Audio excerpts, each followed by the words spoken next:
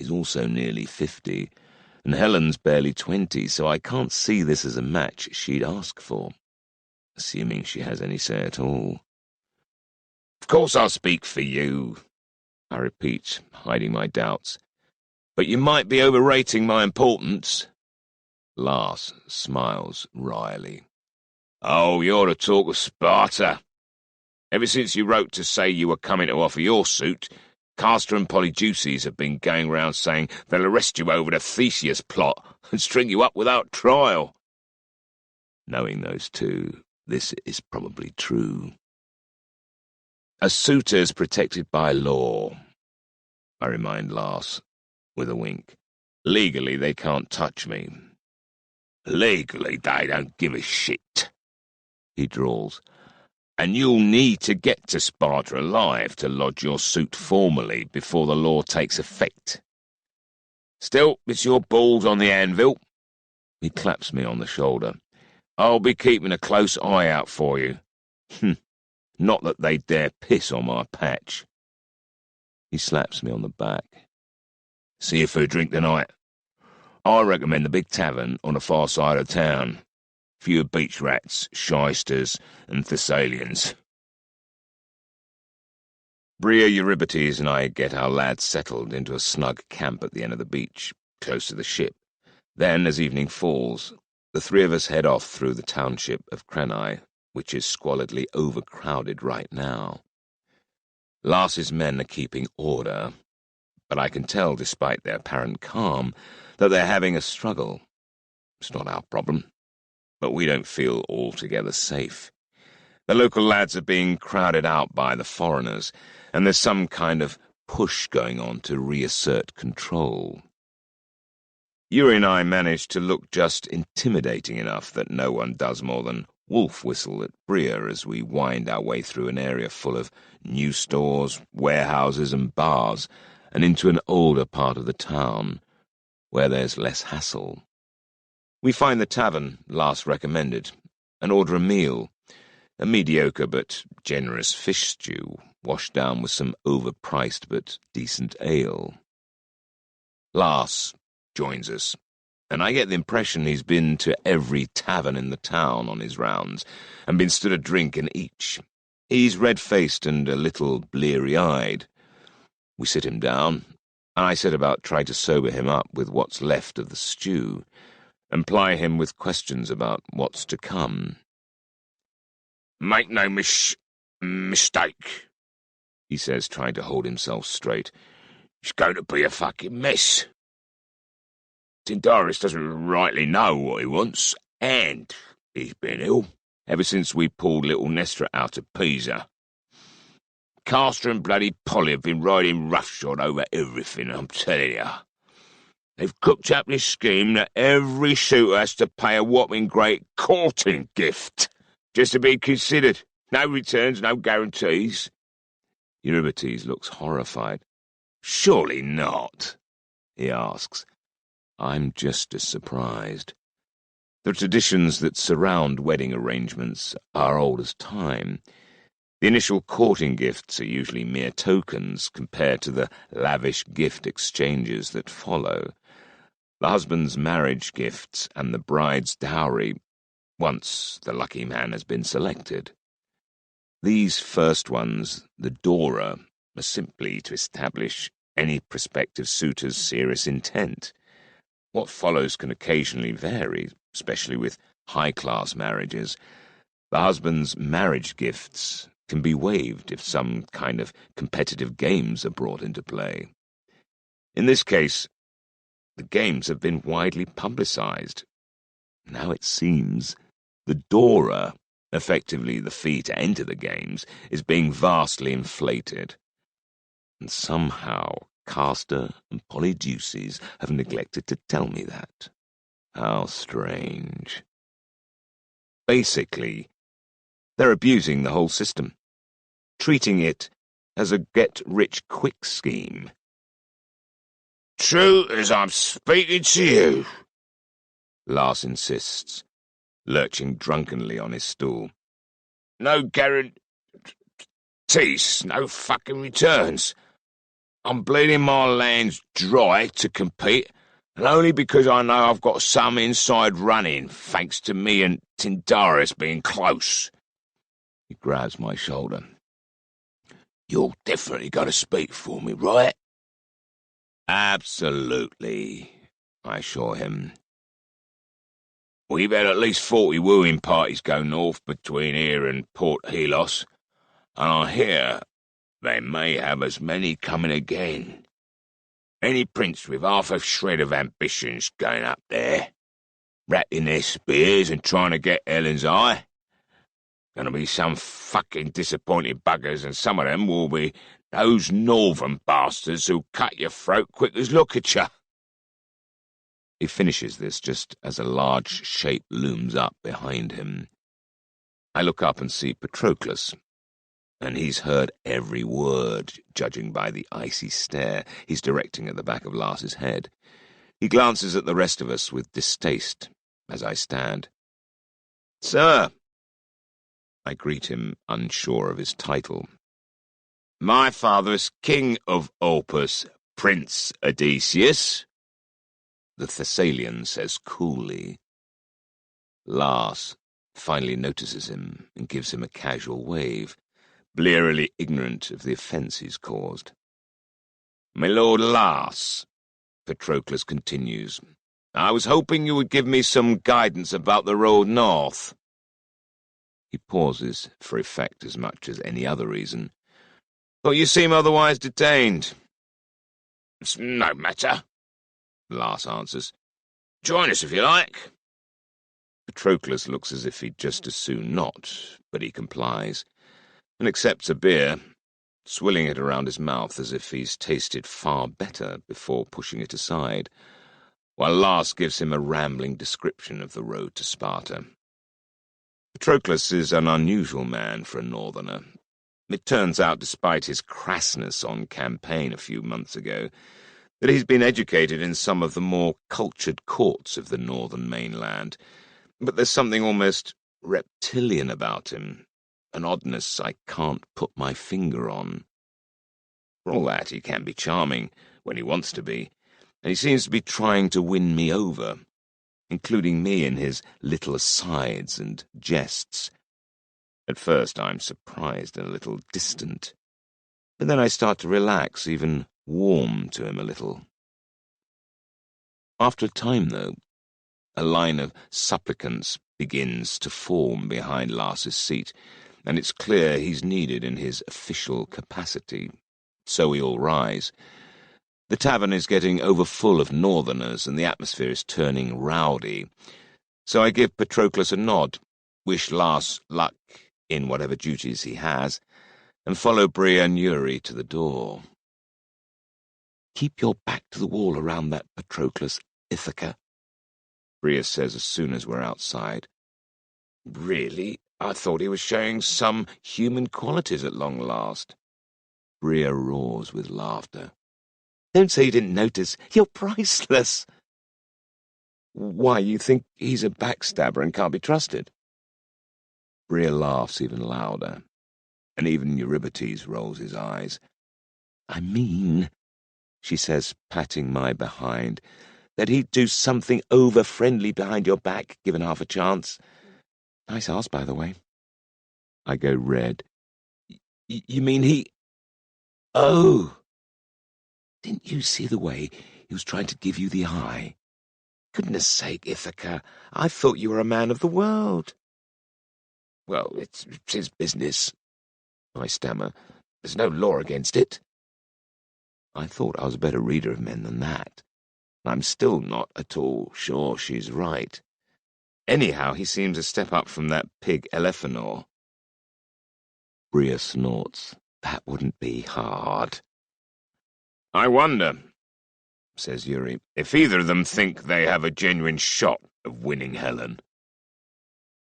Tyndaris isn't going to give his prized daughter to those animals. Bria snorts. And I doubt Patroclus even wants her, unless she's got a whistle hidden under her dress. But Lars is right. Watch for them to cut up rough if they don't get their way. We're only a street or two away when we hear shouting from behind us. Someone comes running by, hollering for the watchmen. "What is it, man?" I call. "It's the fucking barbarians," he says over his shoulder. "They're starting a fight." Oh, shit. "It can only take a moment," I exclaim to Eurybates and Bria, as we break into a run, heading back the way we came. "Where are Lars's men?" "I can guess, down at the port where the real danger ought to be." We race towards the tavern and through the gathering crowd, as women shriek and men shout in alarm at the smashing of pottery and the sound of metal on metal. We have to fight our way through the press, pushing and shoving, and then a massive hand is planted on my chest, and a big, shaggy Thessalian shoves me back into the crowd. I peer around over the man's shoulder to see Lars raging in fury, his weathered face ablaze with anger as he lifts his Cephas and stabs it at the neck of another armed man. Patroclus. What happens next seems to stretch ever so slowly over far too many heartbeats. Patroclus sways from Lars's easily read blow, diverting the blade away and slashing sideways with effortless grace and precision, sending his long bronze blade crunching into the side of Lars's head, shattering his cheekbone and lodging in his skull. The Spartan lord is dead before he hits the ground. The Thessalians surrounding the dueling space roar triumphantly, as Patroclus makes a show of dropping to one knee. "No!" he shouts showily. "No, I never meant this, but it couldn't be allowed to pass. My honour is my life." "You bastard," I think, amazed at his temerity.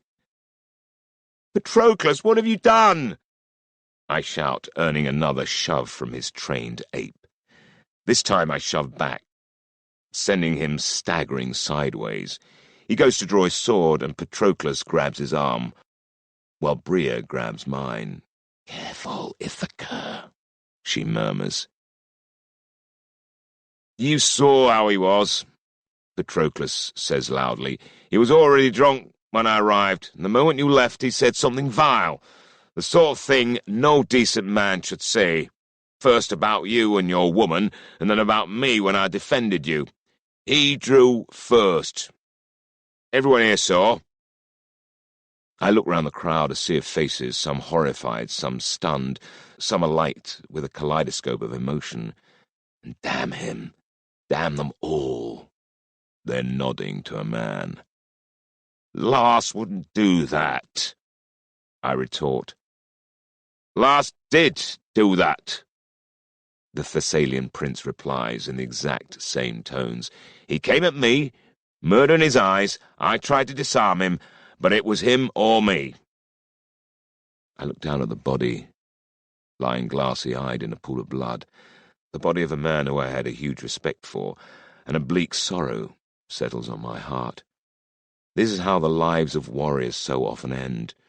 Not gloriously on the battlefield, but in meaningless brawls in squalid little towns, at the hands of murderous bastards like Patroclus. He provoked Lars, I'm sure of it. But I wasn't there. I can't prove it. And no one at all is speaking up for Lars. Perhaps I wouldn't either, if I was just an ordinary man, and there were a dozen brawny Thessalians in my face. Lars might never have become a close friend, but he was a decent man, loyal and generous and shrewd, and this serpent butchered him, probably only because he was an obstacle to winning Helen. I'm suddenly very afraid of what will befall us all in Sparta. There's nothing to be done for Lars, but to grieve, and nothing at all I can do about Patroclus. He's claimed self-defense, and there's a whole room full of witnesses who are backing him. The local captain of soldiery here takes charge, and the Thessalians are gone by dawn. I take my time following, because I have no desire to share the journey north with Patroclus and his men. I'm still certain the Thessalian prince deliberately provoked the fight with Lars. But I can't find anyone to break ranks from the tale that Lars was blind drunk and paid the price. Except that I felt that he was sobering up by the time we left the tavern. But I can't prove that either. We stay on for Lars's burial, so it's not until the morning of the following day that we, too, take the road, leaving a dozen men with the ship and bringing the rest, nearly 40 of them, north with us. We treat it like a trek through hostile territory, with scouts before and behind us. We camp in the wilds, posting sentries all around us, and don't go near the towns, which are filling up and turning as lawless as Crani. Finally, after 3 days, avoiding the increasingly crowded roads, we arrive in Sparta just as the sun sets. It's a place I know well, having spent my teenage years here, out in the middle of the plains, with Tyndaris' palace atop a well-fortified hill, and the town spread along a low ridge to its south. The palace is large and luxurious, but still too small to permit all the wedding suitors and their retinues, so even great kings are having to set up their own mini-courts, either in the best houses in the town or beyond it, on the tail of the ridge or even in the fields of the plain. It feels as though the whole of Achaia has descended upon this place, the visitors outnumbering the locals, and they're all armed to the teeth. We've not seen Patroclus' men since Crani, and because we've avoided contact with other groups, we haven't been able to tell whether Lars had been exaggerating about how many have come. He hadn't. There are dark-skinned Minoans with ringleted hair and deeply tanned islanders from as far away as Kos, Simi, and Rhodes, who look more Eastern than Achaean. There are richly clad Atticans and wild-looking Thessalians, and even wilder-looking Abantes, Elephanos people, brutal warriors from the large island of Euboea, along with swarms of lesser kings, princes, and strapping Theoi warriors. And priests, everywhere you look, lordly acolytes of Zeus, imperious priestesses of Hera, muscle-bound followers of Ares, and the servants of Hermes and Athena and Aphrodite, and even the eastern Apollonius, or Apollo, as people name him here. Dancers and revellers of Dionysus flock the informal markets that have sprung up everywhere, and wary huntresses of Artemis stalk about. They all know that Helen is more than just a bride. My mind goes back to an afternoon 2 years ago, when Athena took me to an assembly of the gods. I didn't really understand what a god was back then. I still imagined they'd created us, that they loved us and were omniscient and omnipotent. I now know they're more like hungry ghosts, who love mankind the way a lion loves its prey. Yet we who have a few drops of their divine blood still serve them, mostly for our own ends, I suspect. I would be dead without Athena's intervention, and I will repay that debt. And hers is probably the only ethos among the gods that I can respect, wisdom and reason. During that afternoon on Mount Ida, now referred to as the Judgment of Parasi among those who were there, 2 significant things happened. The first was that Helen and her brother Polydeuces were introduced incognito as children of Zeus, who invited every deity to bless them, giving them all the gifts the god-touched can possess. Such bounty is very rare, and can result in madness, genius, or both. The man who marries Helen will have a wife who can twist the world around her fingers, if he lets her express her full powers. I'm sure she will someday rule us all, regardless of Agamemnon's ambitions, as will Polydeuces, when he reaches manhood in a few years. The second major act of that bizarre afternoon was that Zeus contrived a beauty contest between his wife Hera my patron Athena, and Aphrodite, the goddess of love. The purpose of this farce was to put Hera in her place and prepare the way for a new consort, Aphrodite. Gods and goddesses don't actually marry, they'd rather eat each other, but sometimes their cults go stronger through such alliances. Zeus's purpose was to gradually disentangle himself from Hera and supplant her with a more malleable mate.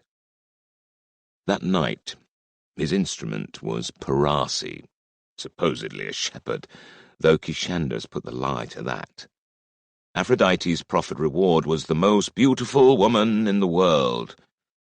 That person was clearly intended to be Helen, destined to be a mighty queen uniting two kingdoms, with Troy as the ruling partner, all under the aegis of Zeus Taram, the east-west incarnation of Zeus. The king of Olympus is effectively betraying his own people in favor of those of a bigger nation. That's the nature of gods and the religion they inflict on us. My priority, though, is to get myself on the list of suitors before Castor and Polydeuces realize I'm here and make some stupid move against me. So while Eurybates settles our men into our camp, erecting tents on the fringe of the general chaos, Bria and I join the crowds, trudging up the ridge toward the palace, the way lined by stalls and hawkers and, no doubt, spies. I keep a fold of my cloak over my distinctive red hair and tell the guards I'm Megan of Kephallonia, my standard alias, here to sell trinkets to Queen Leda. I have a token from Tyndareus himself, given me in friendlier days, that gets me through. Once past the gates of the citadel, I join the queue outside Tyndareus's reception hall, leaving Bria outside with my weapons to keep watch.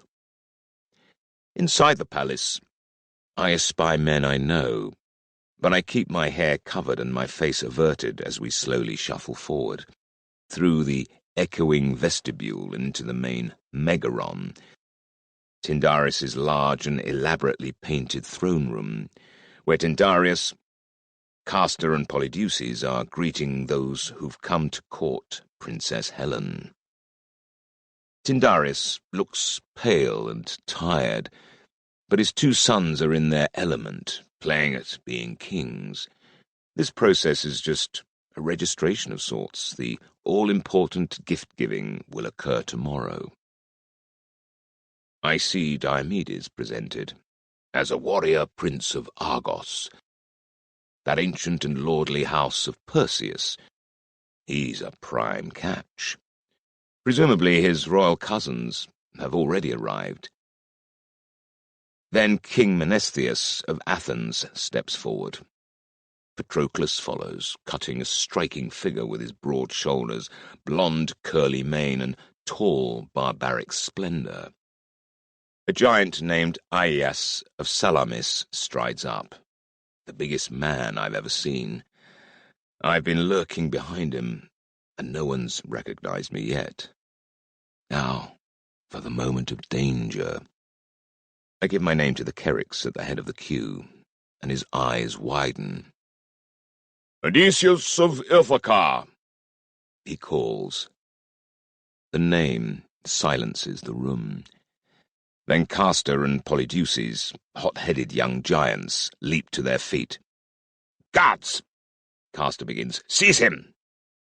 Then Tyndareus's voice cracks out. "Be still!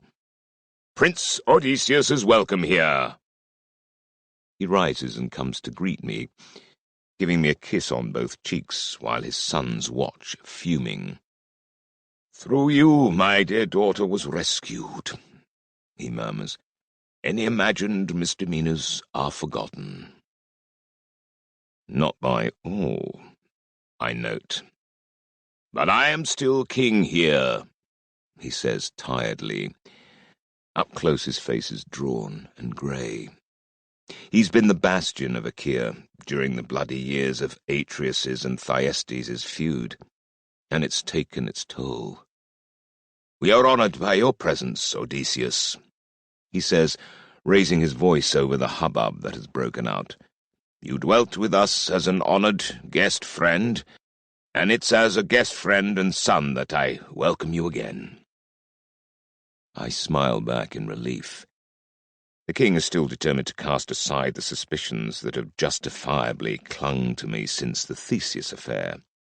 I don't deserve this forgiveness, but I'll gladly take it. "How is Clytemnestra?" I ask quietly as I raise my arms in public salutation. "Sad," he says frankly. "I don't think I will ever understand her relationship with Tantalus, and what she claims she's lost.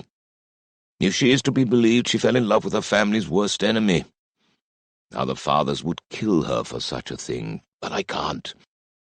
Atreus and Thyestes and their feud has crippled the lives of us all, but it's over now, thank all the gods." He leans in and whispers in my ear. "And she finds comfort in the infant girl, Iphigenia. She's named her. That was well thought of, my friend." "Will she marry Agamemnon?" "She already has, last week in Mycenae," he tells me. "He made his offer, and she finally acquiesced. I wouldn't have allowed it otherwise. I was too ill to travel, and I understand Agamemnon won't be bringing her here. Too soon, he tells me through his messengers. He arrives tomorrow for the gift-giving ceremony." He looks troubled, despite this supposedly good news. "I fear, despite her agreement to the marriage, that she hasn't yet forgiven Agamemnon." "I'm sure all will be well," I reassure him, though I don't believe that can truly be possible. As a child, Clytemnestra, for all her quiet manners, never forgave nor forgot.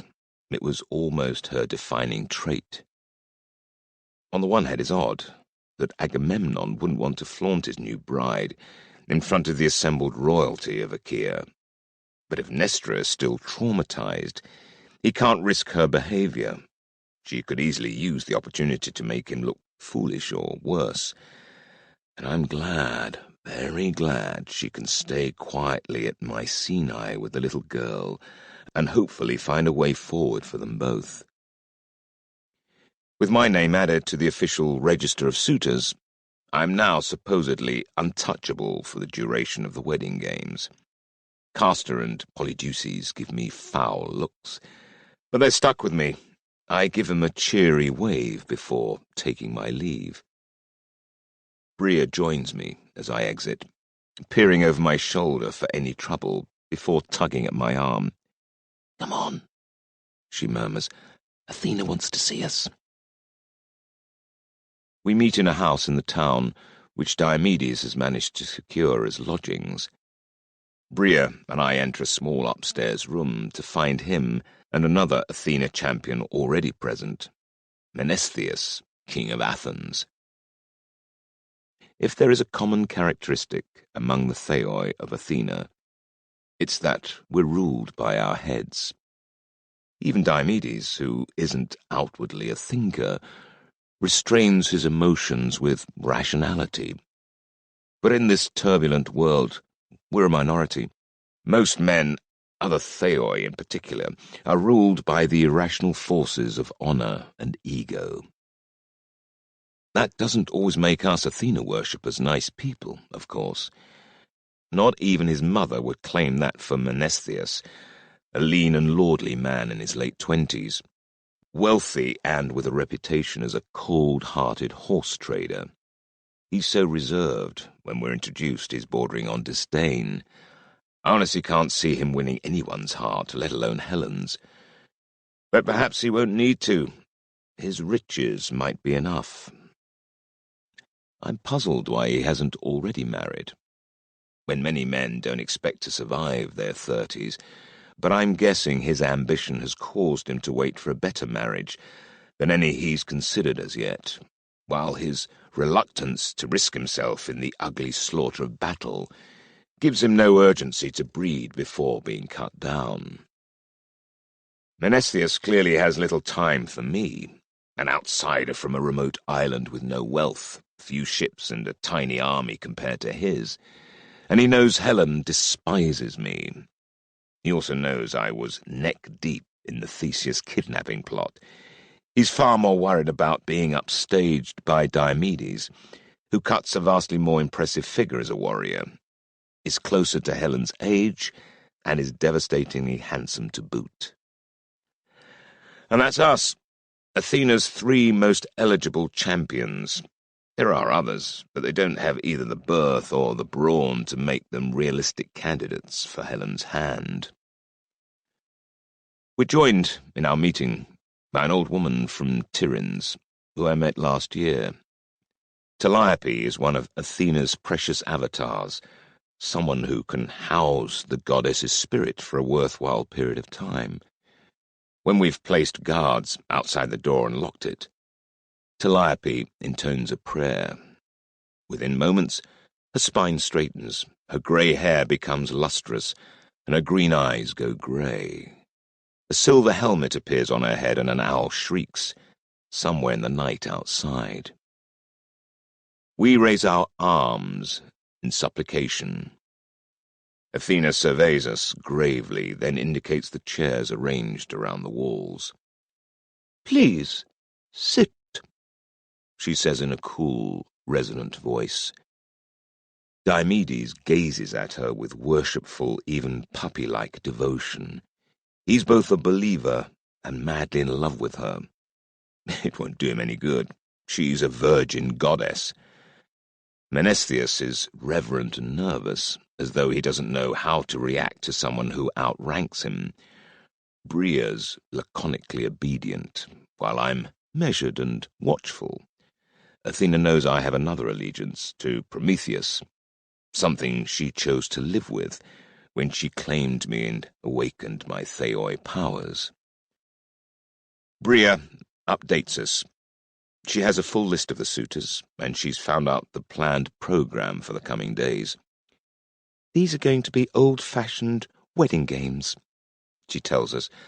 "The suitors must compete in archery, running, boxing, and wrestling, but not the Pancratian, presumably because of the danger of serious wounding and maiming, after presenting a worthy gift to the bride." "Which Tyndareus will keep no matter what," Menesthius grumbles. "Running these things is expensive," Bria says, though I suspect from what I've heard about the gifts being brought that Tyndareus could run it for a year and never have to dip into his treasury. She adds dryly, "It's naked greed," Diomedes grumbles. "But it's exactly what I'd do, given the chance," Menesthius says seriously. At least he's being practical, though he clearly hasn't thought too hard about the potential for trouble from disgruntled suitors. "A lot of these suitors will be too old or out of condition to run, wrestle, or shoot," I comment. "Is this a sign that Helen will seek a younger man?" I'm being provocative. Diomedes is 20 and Menesthius is in his 40s. Although as a king he has to keep himself in some sort of fighting trim, he looks like the things he wrestles with most often are ledgers. He shakes his head. "The gift and the wealth and power of the suitor will be the only real measure. These games are just deployed to distract and placate the younger men." He might be right. "How are you placed, then?" I say, more to provoke a reaction than to seek an answer. I know how much he's worth, but I'm curious to see how he views himself. "Attica's a growing power. We trade all through the Aegean, and Tyndareus and Agamemnon recognize this." Menesthius replies loftily. I hide a smile. Menesthius might be personally rich, very rich in fact, but Attica has a way to go before it can rival Mycenae or even Argos in trade. "He'll only marry her to someone Agamemnon approves of," Diomedes puts in, possibly to annoy the king of Athens. Agamemnon and Menesthius two cold, calculated, and paranoid kings aren't the best of friends. That remains to be seen, Athena says crisply. We must determine our approach, because this is a great opportunity to further our cause. Who are our main rivals, Bria? Bria has obviously been giving this a great deal of thought, because she answers crisply. Let's start with the champions of Zeus and Heracles. They're working together. Their best contenders are Philoctetes, the famed archer, and Polixenus, the king of Elis, who has plenty of divine blood and a strong war band. There are dozens of others, but most of them aren't big names, not people Tyndaris would select. But the shock contender in the Zeus-Heracles camp is Iolaus. We all stare. Iolaus was the young companion of the mighty Heracles until the demigod died 30 years ago. He must be 50 by now, and the last I heard he was advising Hylas, Heracles' eldest son. And he's been the driving force behind the possible Heraclid invasion of the Peloponnese. Has Zeus changed his strategy? Or is Iolaus here in Sparta as the prelude for war? Is he spying or searching for potential allies or hoping to exploit the violence that's already lurking under the surface? The word is that Iolaus and Hylas have fallen out, Menesthius comments, as if in answer to my thoughts. He should know. The war band of Hylas is camped out in rural Attica, and Menesthius has been too frightened to do anything about them. Not that he would appreciate being told that. They live like warlords, don't pay tax or indeed pay for anything at all. As you know, Iolaus has been wanting them to invade the Peloponnese, but this cryptic prophecy about the third fruit keeps delaying them. Iolaus has one interpretation, but Carnus, Hylas's favourite seer, refuses to endorse a march. Then Iolaus is the last person we desire to win, Athena remarks, frowning. But is he really here to compete? Or is it a ruse? Will Hylas try to disrupt this? My agents say no, says Menesthius. They claim that the sons of Heracles were shocked by the death of Tantalus, another reason Iolaus broke with Hylas. As I understand it, he accuses Hylas of losing his nerve. Perhaps. But in my opinion, Menesthius has been too eager to accept the most comforting explanation. Iolaus, Polixenus, Philoctetes, Athena repeats. They're not a terribly impressive trio of contenders, to my mind. I thought there would be better candidates from that quarter. Meaning the real contenders are still under wraps, I suggest. Trojans, perhaps? Trojans? Menesthius exclaims. They wouldn't dare. I bet they would, Bria retorts. Conquest by marriage, I muse. But they know they can't appear here openly, so they disrupt, stall, and wreck others' bids, then approach Helen on the quiet? Tyndaris would never permit it, Diomedes says flatly. But he's been ill, and still is, from what I just saw, I respond. It's Polydeuces, Zeus's son, who's really running the selection process. An ugly scenario, especially when you factor in Tyndaris' rather convenient illness. Poison, maybe?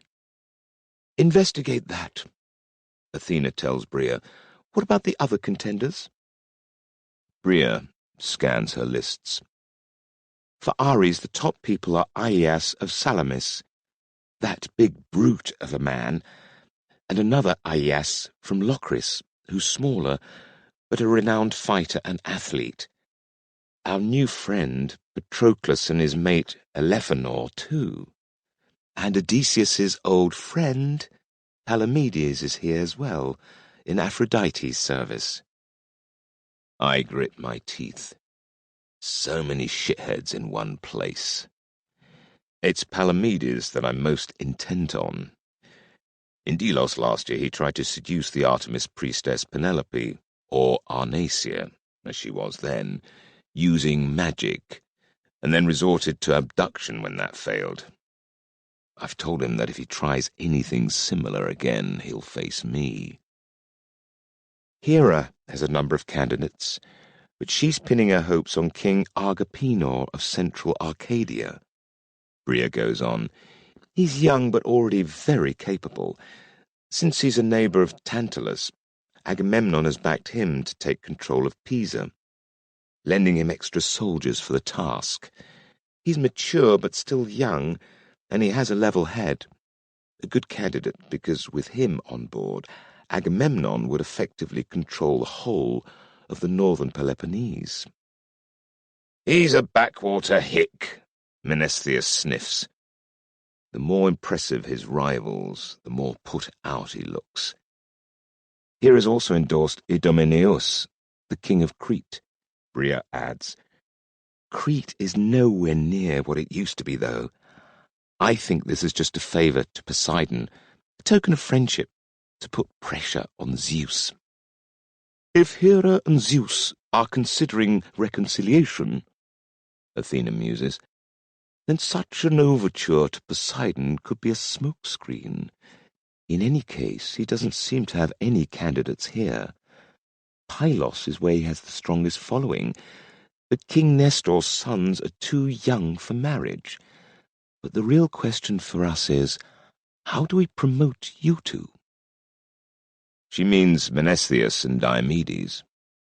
And who do we back if neither of you are selected? Bria throws in, not even glancing at me, let alone rating me. I've just provided Agamemnon with a wife favoured by one of the most astounding prophecies in recent years. I comment, not that it's going to make any difference, and helped end the worst feud in Achaean history and given Tyndareus back his stolen daughter. At the moment, I'm the favourite son he never had. Athena frowns. Maybe you can get in his ear and push him towards Menesthius or Diomedes. Thanks for the ringing endorsement of my own prospects, my goddess. My best chance is the games, not the gifts, Diomedes says. Tyrion's is strong, but it's not rich. My focus is the gifts, Menesthius growls, backed by the prestige of Athens. An obol each way, then, Bria quips.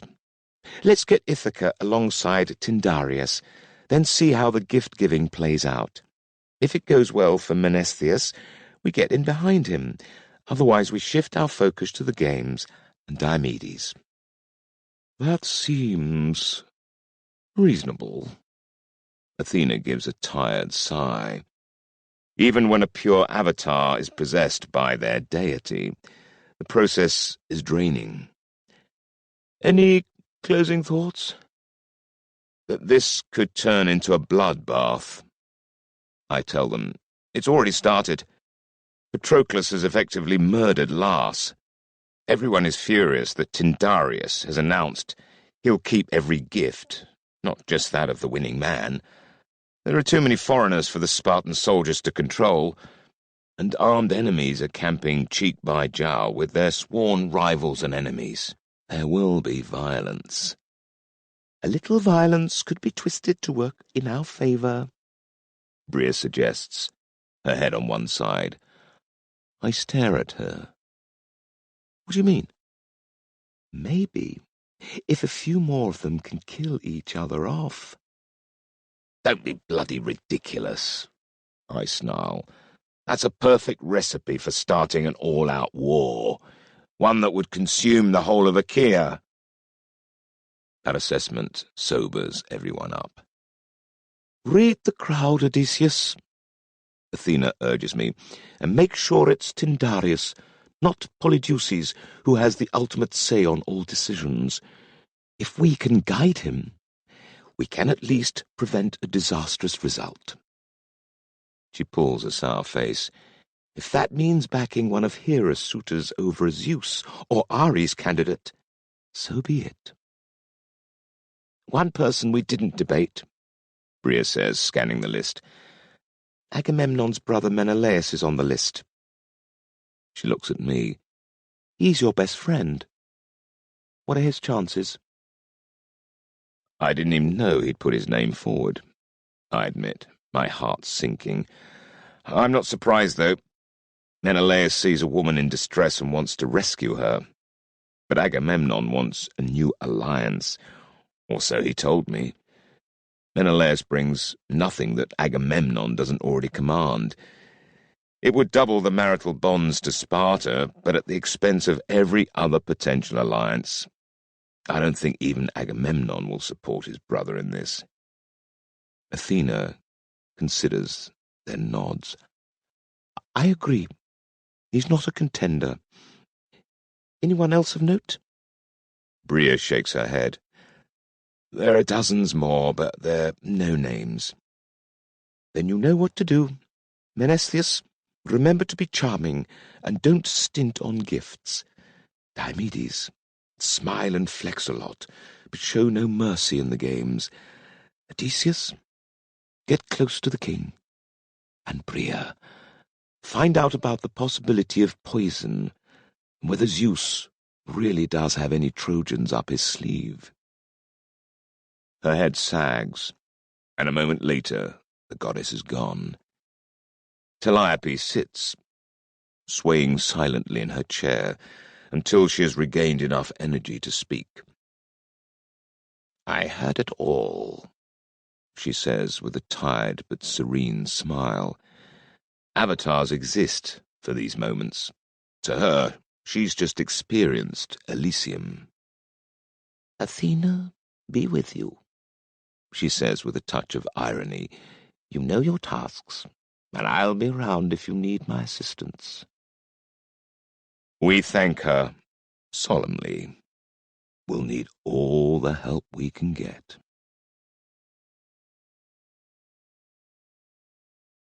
Chapter 13. Gifts and Gambles. Then and there their knees were weakened, and their hearts were bewitched with lustful desire, and all of them prayed that they could lie down with her in her bed. Homer, The Odyssey. Sparta. None of the candidates want to go first, lest their rivals simply add more to their own presence in order to outdo them. But someone has to start things off. It's a dilemma, and it has all the kings and princes of Achaea stumped. Inside the great hall, Tyndareus waits with his 2 sons, and a horde of assessors with weights and measures, ready to apply a value to it all. The Megaron is packed with priests, all declaring omens and signs about this or that. Servants and courtiers are everywhere, and so many strangers that the guards are having palpitations. Here outside the doors, everyone's got hand carts laden down with golden bowls and 2-handed cups, elaborately woven carpets and wall hangings and embroidered gowns, Eastern spices, ostrich egg goblets mounted in silver, plumes from Egypt, ivory and ebony from Kush, finely wrought bronze weapons forged by the greatest smiths, and silks and fine linen of surpassing beauty. The men guarding each cart are doing their best to cover them over, to hide the full extent of the riches within from other suitors' eyes. The suitors themselves are gathered in a knot, bickering over order of precedence. Not who will go first, this time, but who will come last. They all want to make the final, most triumphal appearance. It's the sort of thing that can start a fight, and the sort of fight that can start any number of wars. On a more mundane note, it means no one wants to enter the hall ahead of the others. We're at an impasse, possibly an insoluble one. Mine is a lineage unsurpassed on the mainland, Prince Idomeneus declares.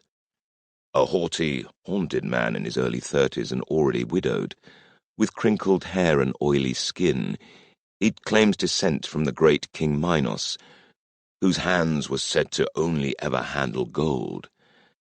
But Crete, his island kingdom, hasn't been a power in the region for many decades. "I think the word mainland answers that claim," Menesthius of Athens sneers.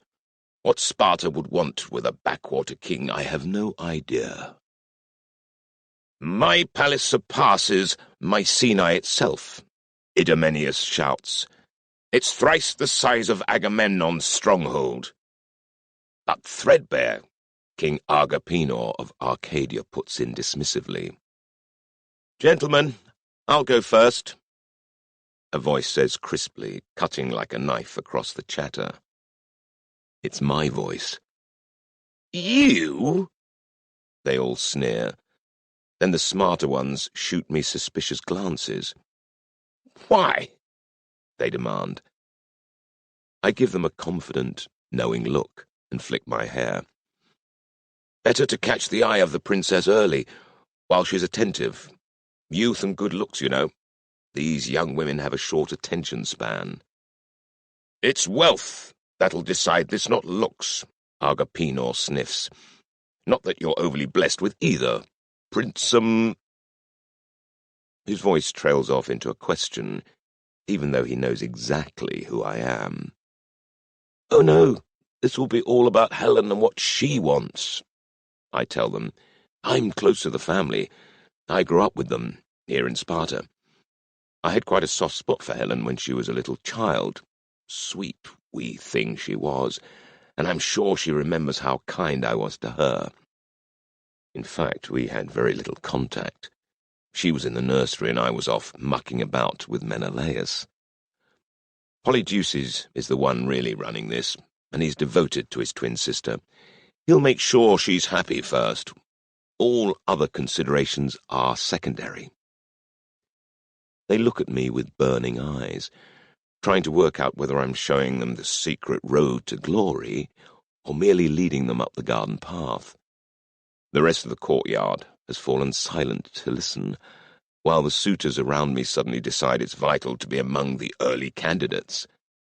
The whole process has reversed. "I'll go first," King Idomeneus announces, pushing me aside, and then they're all jostling for position instead of holding back, an undignified throng outside the vestibule, the giant entranceway to the throne room, kings and princes and their servants elbowing each other in a rush to get to the front of the queue. But at least we've made progress. Tyndaris's Kerix, Nasius, an older man I have known since I came here to live, has been waiting. The whole kingdom's been waiting for half an hour for this wrangle to be resolved. Nasius throws me a look of pure gratitude before returning to the Megaron door, ready to announce us in turn. I had no desire to be first anyway, so I seek out the best viewpoint instead, to assess the opening moves. Many other suitors decide to do the same, but I have a home advantage. I know all the tricks of sneaking around Sparta's palace, so I slip through a side door and onto the servants' stairs, which lead me up to the balcony which rings the Megaron, a perfect lookout. Menelaus is there ahead of me, and we share a grin before settling down to watch the show unfurl. Just below us, Tyndareus sits, tensed, on the main throne, already drawn and tired. He's flanked by his sons Castor and Polydeuces on his left side, those two mountains of brash, youthful muscle, and Agamemnon and one empty throne on his right. It seems we're all still waiting on Helen, so this show can't begin after all. Then my eye catches another familiar figure. Amidst a knot of priests and priestesses of every god, lurking behind the thrones in advisory positions, is my grandmother, Amphithea, the high priestess of Pytho. I shrink back before she sees me. She's just as likely to point me out to Castor and Polydeuces. But seeing all these priests here makes me wonder, What is Zeus's purpose in all this? Does he still intend Helen for the Trojans, or has that plan been abandoned now that Tantalus, the Trojans' chief ally in Achaea, is dead? What other purposes intersect here? But then Helen makes her entrance, without fanfare, from a rear door behind the thrones, catching Tyndaris' Kerix unaware, so that she's already standing before her throne before he sees her.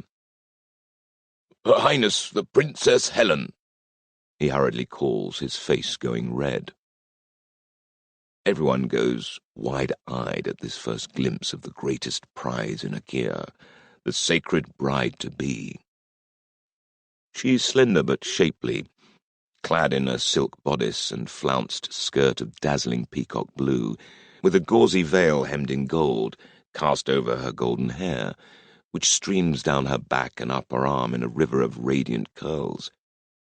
Her ivory-pale arms are bedecked in gold bangles, and a wide belt embroidered in gold thread enhances her breathtakingly slender waist and full curved hips and bosom.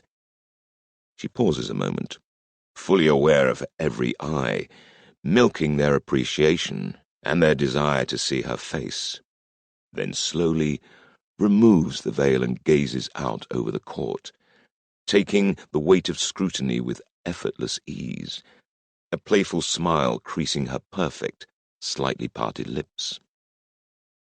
Every man and woman present forgets to breathe, forgets that anything else exists but this one being, their future queen, the woman who'll fulfill their dreams, a child of Zeus himself, the prize bride, a fantasy made flesh, seemingly so vulnerable, just a slip of a girl, but she is silk, draped over marble, with a presence that seems timeless.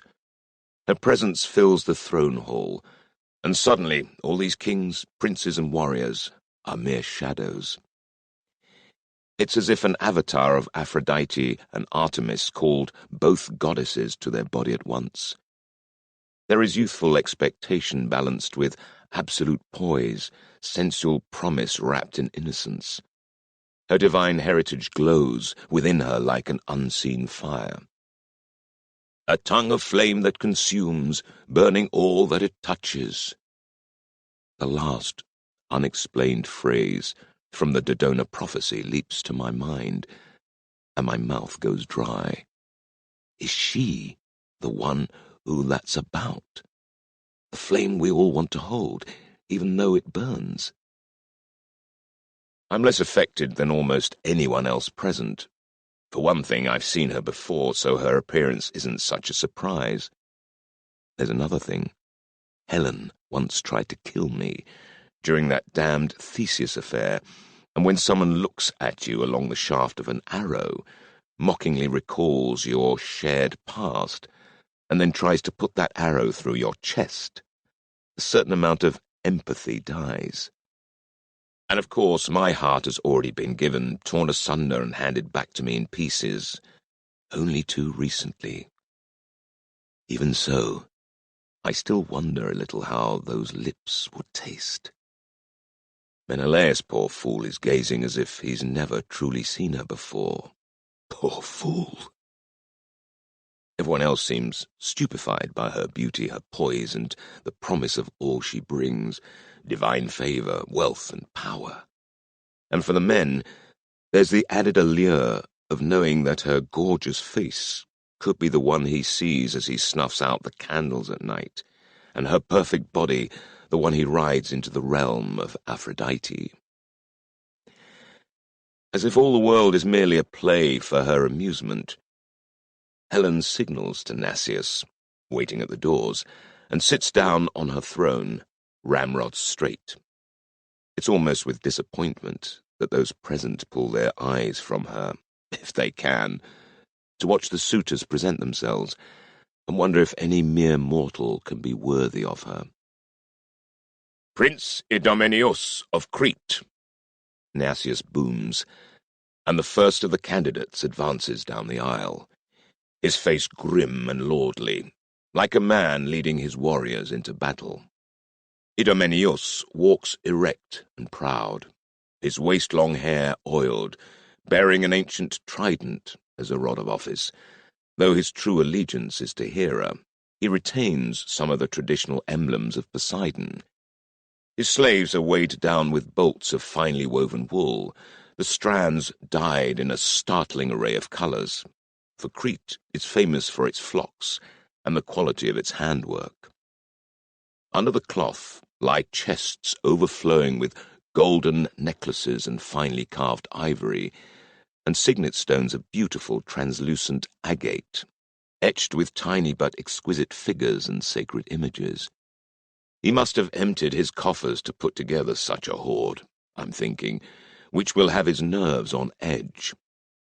He comes before the thrones, makes his salutations first to Tyndareus, then to High King Agamemnon, and finally dropping to one knee before Helen, his arms outstretched beseechingly. I, Idomeneus, of the line of the great Minos, extend my hand to thee, and offer marriage, he recites formally. I bring you these gifts freely, and pray you will bless my suit with favour. Crete once ruled the Aegean and will do so again, with thy divine presence at my side, to bring us the favour of the gods. Ambitious, I think wryly, not the sort of thing to say in front of Agamemnon. Nice of him to eliminate himself so soon, I whisper in Menelaus's ear. I don't think he hears. He's still staring slack-jawed at Helen. Idomeneus's servants busy themselves unloading the cart and arraying his gifts at Helen's feet. He stays looking up at her, and I can see him desperately looking for some sign of favour. Her eyes are shining, and after a moment of graceful pause, she extends her hand, palm down, and he shuffles onto both knees and kisses it reverently.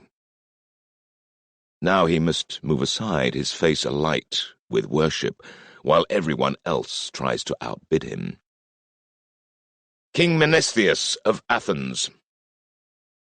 Athena's favoured king stalks forward and doubles his rival's gift hoard, adding in a string of beautiful slave girls skilled in fine needlework and the promise of his fastest racehorses. His coolly calculating eyes glaze over as he too kneels before Helen and stumbles over his speech, all eloquence dissolving before her melting gaze. But she lets him kiss her hand nonetheless, which renders Menestheus speechless with adoration. King Polyxenus of Elis, Nasius announces. Like Idomeneus, he's widowed and in his mid-30s, and with a reputation as a seasoned warrior. Elis is in the western Peloponnese, and they're traditional allies of Sparta. But it's not a strong kingdom, its wealth and strength dissipated by vicious feuds, with successive kings struggling to centralize authority.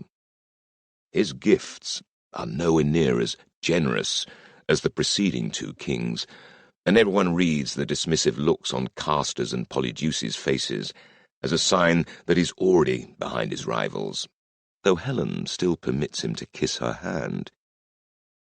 King Agrippino of Arcadia, Nasius calls out. Agrippino is Hera's man, and something in Helen's shift of gaze tells me that in her eyes he's far more to her liking than the older kings who have preceded him. I can already sense that, to her, the gifts are nothing, even though her brothers are drooling at the wealth piling up at her feet. Her eyes glint as she receives the man's booming declarations of love, and takes in his ruggedly handsome looks, deep chest and strong arms. He's a warrior king, a fine Theos too, and looks the part, as well as a staggering amount of richly embroidered cloth, a large casket of golden jewelry, and a string of slave girls even more beautiful than Menestheus's. He has brought more martial gifts, gilded blades and helms, and a decorative bow. Because I know the lady loves to shoot. You'll have to watch that, I think wryly, remembering Helen's potshot at me back in Erebus. I lean in to Menelaus. "Let's get down there," I murmur. Eventually, he hears. We're about to leave the balcony when Philoctetes strides forward, clutching Heracles' great bow, the only bow in Achaea that can match my own. I want to see what he intends, so we wait, leaning over the rail to watch. Philoctetes is a prince of Methone, a northern region of Thessaly, with a highly strung, pricklish air. To my amazement, he has the cheek to pledge the great bow if, and only if, his suit is successful. His other gifts reflect a wild, poor region, but Castor and Polydeuces are eyeing up his bow greedily. Our terms are that all gifts must be given, verdict unknown, and will not be returned, the young Polydeuces says loftily. Either you are a suitor, or you are not. Philoctetes flushes. The great bow is an heirloom from the greatest warrior ever known, given to me because I am alone in matching his ancient skill. It is mine in trust, only to be passed on to one who is worthy. Meaning a son by Helen, presumably. He indicates the small jewellery casket he's also brought. These are my wooing gifts. He bends and kisses Helen's hand, murmuring something that makes her colour slightly, then smile, which makes the whole room murmur. Perhaps he has skill with verbal arrows too. Elephanor has already presented himself, while Menelaus and I were hurrying downstairs. We join the queue at the great door into the hall as Patroclus steps forward, looking quite extraordinarily handsome in a gold-embroidered kilt and deep purple cloak that sets off his blazing blue eyes. He's armed with a load of rich furs, including a snow-white pelt from lands far to the north, in addition to looted weapons and jewellery. Once he reaches the thrones, I can't see him for the throng of heads in the way, but I hear him proudly reciting the names of the men he killed in battle to gain them, as if their shades are part of the gift hoard. Then Aias of Salamis, a man as immense as his island kingdom is small, carries in a huge stag over his shoulder to lay at Helen's feet. Good venison, I don't doubt, but it looks very dead. His booming voice echoes round the Megaron, as he also promises an unlikely number of beef cattle. There's no sign of them here in Sparta, however. The rumour is that he intends to steal them off his neighbours, who can't be very impressed. I'm getting a bit frustrated now. My height, or lack of it, means I can't see a damn thing. So I deposit my rather modest jewellery cask on a table beside Nasius at the door and explain to him in a whisper that I'm not trying to jump the queue. He nods agreement, and I elbow my way forward in time to see Helen making a show of touching Aias's huge biceps and letting him kiss both her hands. Both hands? He has made an impression. Aias strides to his place beside a pillar looking like he's won already. I cross my fingers for Diomedes, who cuts a fine figure as he strides forward and gives his lineage. As Prince of Tiryns, he's a decent catch, and his looks outshine everyone else, with the exception of Patroclus, enough to draw an appreciative sideways look from Helen to her brothers, though my young friend is clearly nervous of her. After him comes a surprise contender, who wasn't on Bria's list yesterday, Prince Alcmaeon of Argos.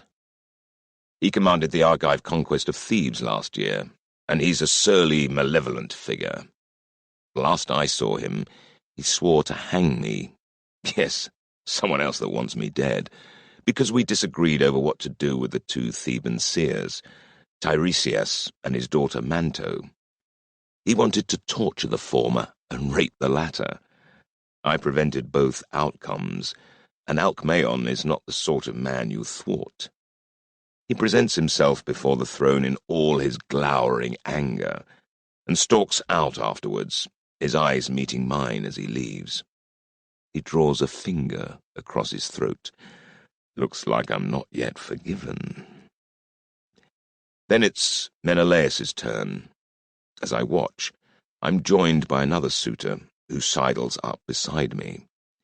A quick glance shows me a young man with a shifty face and dull blonde hair. As Menelaus goes on one knee before the girl he knew as a child, I wonder if he's thinking how little chance he has, even though he's Agamemnon's brother. Knowing him, he'll see her as a young woman who has suffered and needs to be cared for. After the ordeal with Theseus and her resulting pregnancy, his noble heart burns to rescue her. Though I don't see a woman that needs rescuing, quite the opposite. His gifts are generous enough to befit a man who represents Mycenae, and he's Agamemnon's heir, in the event the High King dies before fathering a son. But what he lays before Helen is noticeably less than Agapenor's gifts, and there's a reason. Agapenor is Agamemnon's first preference, and the High King has been adding greatly to the Arcadian king's offerings. "That one's weak," the man beside me growls. "No threat to anyone." "Mind your words," I snap, looking the stranger up and down. He's another northerner, judging by his accent, with a burly but not overly tall build. He stinks of sweat and women, common pornes, judging by the smell, a mixture of cheap perfume and unwashed crotches. But it's his whole manner that sets my teeth on edge. "I know Menelaus well," I add. "Who are you?" "I am Aias, Prince of Locris," he replies without looking at me. His eyes are full of Helen, drinking her in with naked lust writ large on his face. "Wouldn't you like to skewer that sweet piece of meat?" he drawls. "I'd keep such sentiments to myself, were I you," I tell him icily. "Why? Isn't that why we're here?" Aias says in a low, crafty voice. "No doubt some rich pig will yoke her in the end, but meantime we get to sniff around her fanny." I face him fully. "You'll shut your face, or I'll shut it for you." "You? I don't think so." His eyes flicker over me. Then he looks back at Helen. "Anyway, you're just like me, a chancer trying his luck. So you can tell your bastard grandchildren that you were here. And I bet that little wanton sleeps with her window open. She's no virgin. I'll tell you that for free. Women don't bat their eyelashes like that unless they've had a cock in them." "Right, you dirty piece of shit."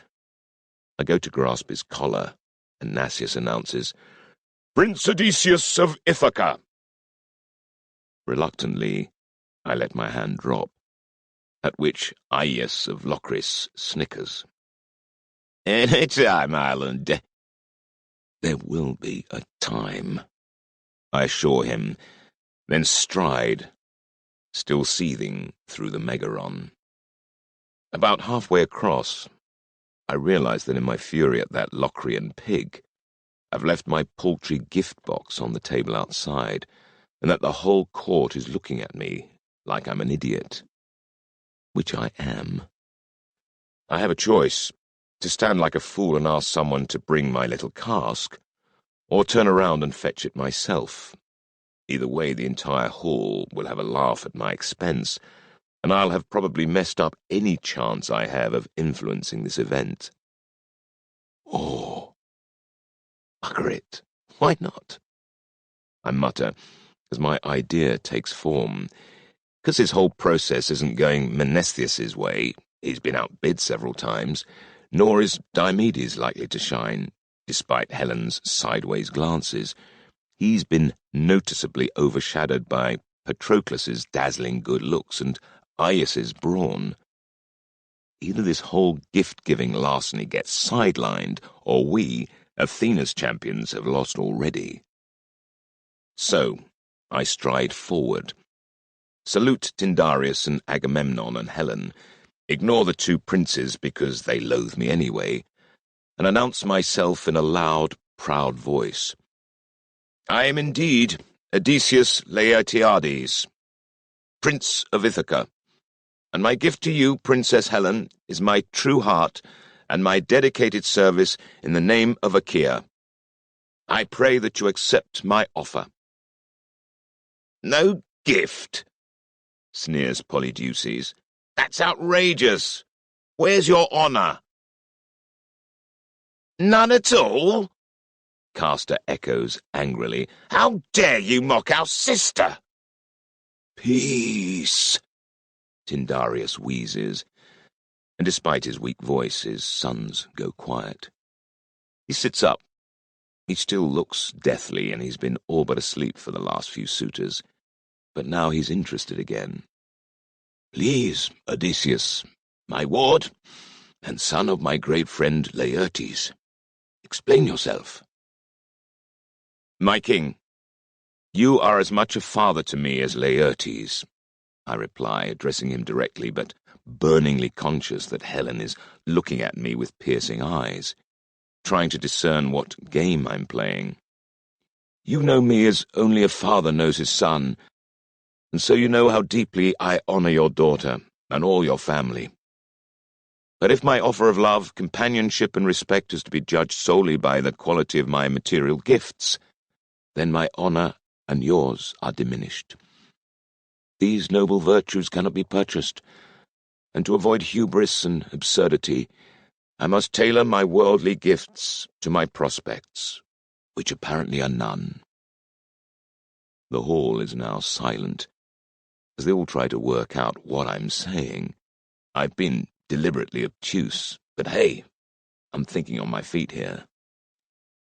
Castor and Polydeuces are turning Helen's wooing into little more than a cattle auction, lowering the honour of Sparta.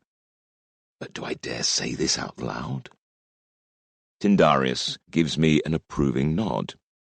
Perhaps he's come to the same conclusion. We were invited to Helen's wedding games, I add, emboldened now to speak for all the suitors here, who are no richer than I. We ask no more than for a fair chance to compete for the hand of a beautiful young woman, as your invitation promised. Castor and Polydeuces are glaring at me furiously. In their minds they've already spent the gifts, and Helen is frowning. Agamemnon looks interested, though. Who knows what labyrinthine thoughts are passing through his paranoid mind? Then Tyndareus darts a look at Helen, whose face is now a mask. Hiding what? Your suit is of course welcomed, Prince Odysseus, and my daughter is honored, he wheezes, and be assured the gifts offered are not the only measure of any suitor. In my eyes, or those of my daughter, and I value the sentiments you have offered, from the nobleness of your heart.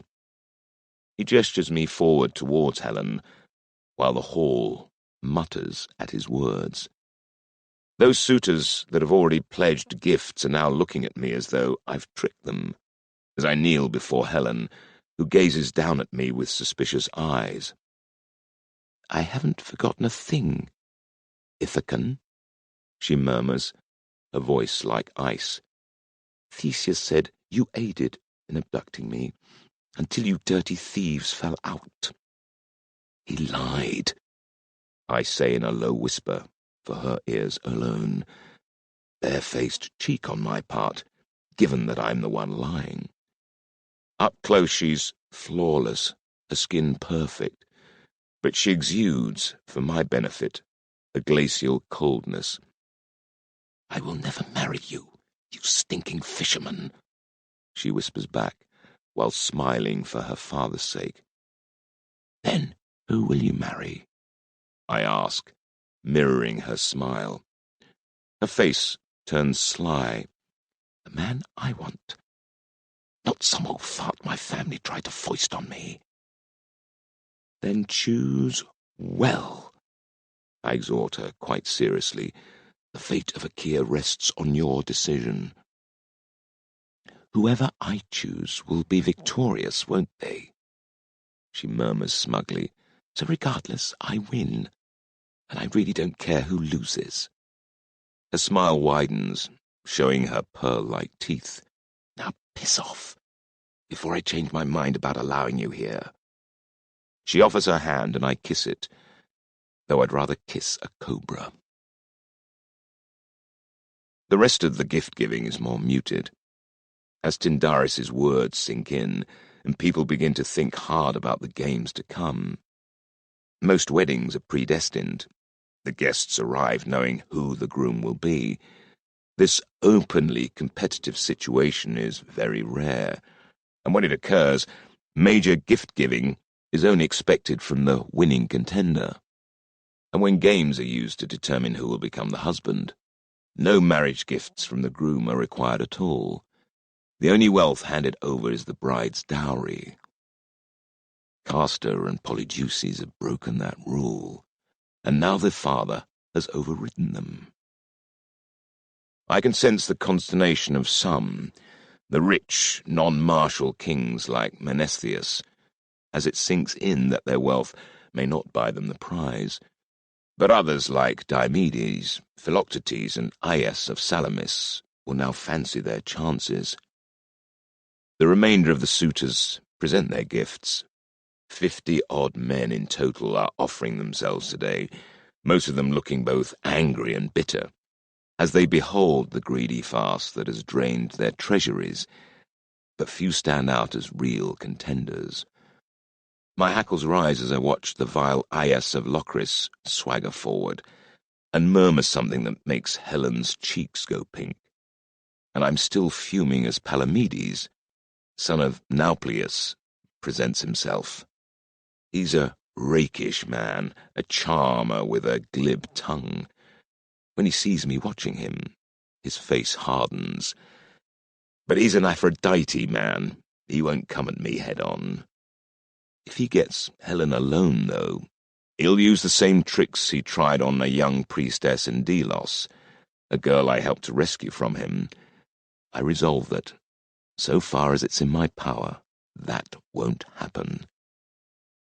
Eventually, though, I lose track of the contenders, studying Helen instead, trying to read her mood, so I don't really notice the slender, robed figure that arrives at my side until she plucks my sleeve.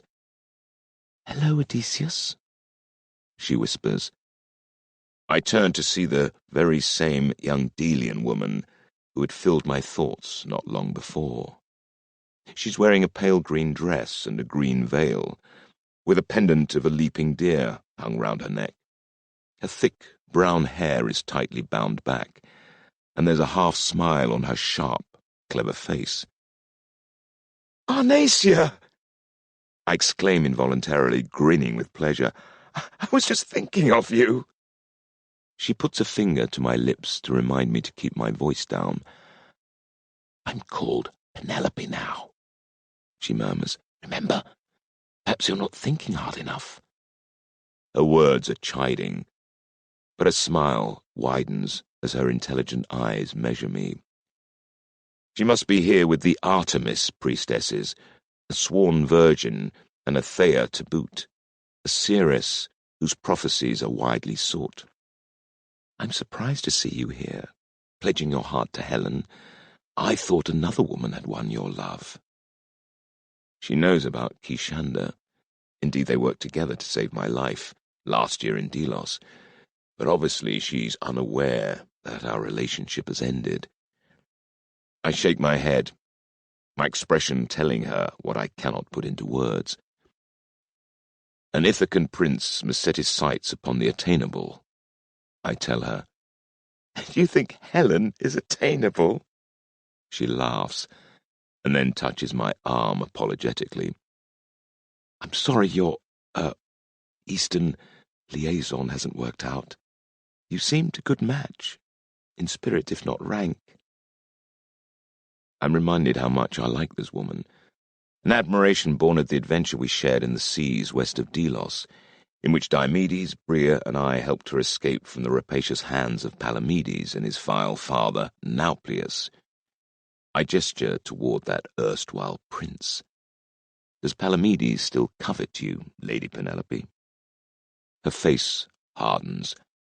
I received a letter not long after you returned me to the shrine at Delos, apologizing for their misunderstanding. Nothing since, thankfully. If he comes near you, I'll gut him. I tell her grimly, meaning every syllable. Thank you kindly, but I'm not sure to protect us here.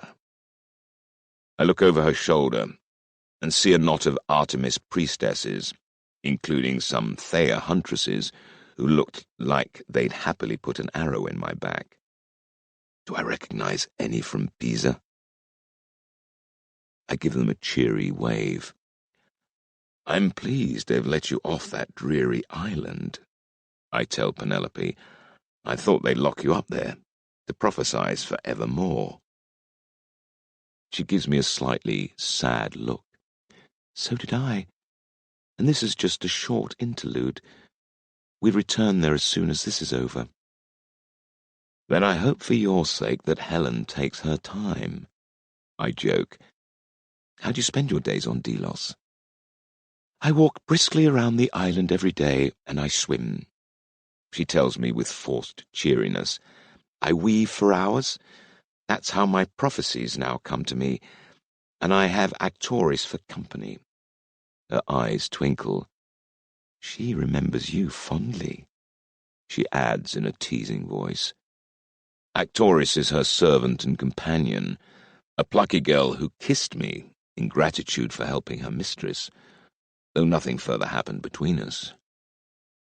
I hope she too enjoys your island life, I say. Penelope laughs. I urge her to marry, but she insists the local fishermen are all idiots. She says she'll marry when she's good and ready. She looks at me frankly. I think she has dreams above her station, poor girl. I know what that's like. I sigh, ignoring the hidden meaning behind her words. Any new prophecies? Nothing I could possibly share with that dangerous rogue they call the Man of Fire. Him? He's not so bad as people say. I tell her with a wink, making her smile. He's got a lot of enemies in this room and very few friends, she murmurs, her levity fading. Be careful, Odysseus. This place is like a tangled forest, infested with poisonous spiders and snakes. The gods are watching this place, and the stakes are terrifyingly high. Thanks for the warning, I tell her. What would Artemis consider a good outcome here? I'm sure I can't say, she says, a trace of regret in her voice that tells me that she still harbors doubts about her cult's alliance with Apollonius Apollo. Not so long ago, Artemis had no twin brother, and her mother was Achaean Hera, not Eastern Leto. Penelope is a traditionalist, and her heart is with Achaea, not the East. Let's hope the outcome is conducive to peace and security in Achaea, I tell her. Now, you be careful too. People have been watching us talk, and they'll want to know what we've spoken of. The weather and the state of the crops, she says dryly. It's good to see you, Odysseus. Regardless of our politics and allegiances, you will always be a friend to me. She glides away, while I glow in that little moment of warmth. What an asset she'd be for our cause.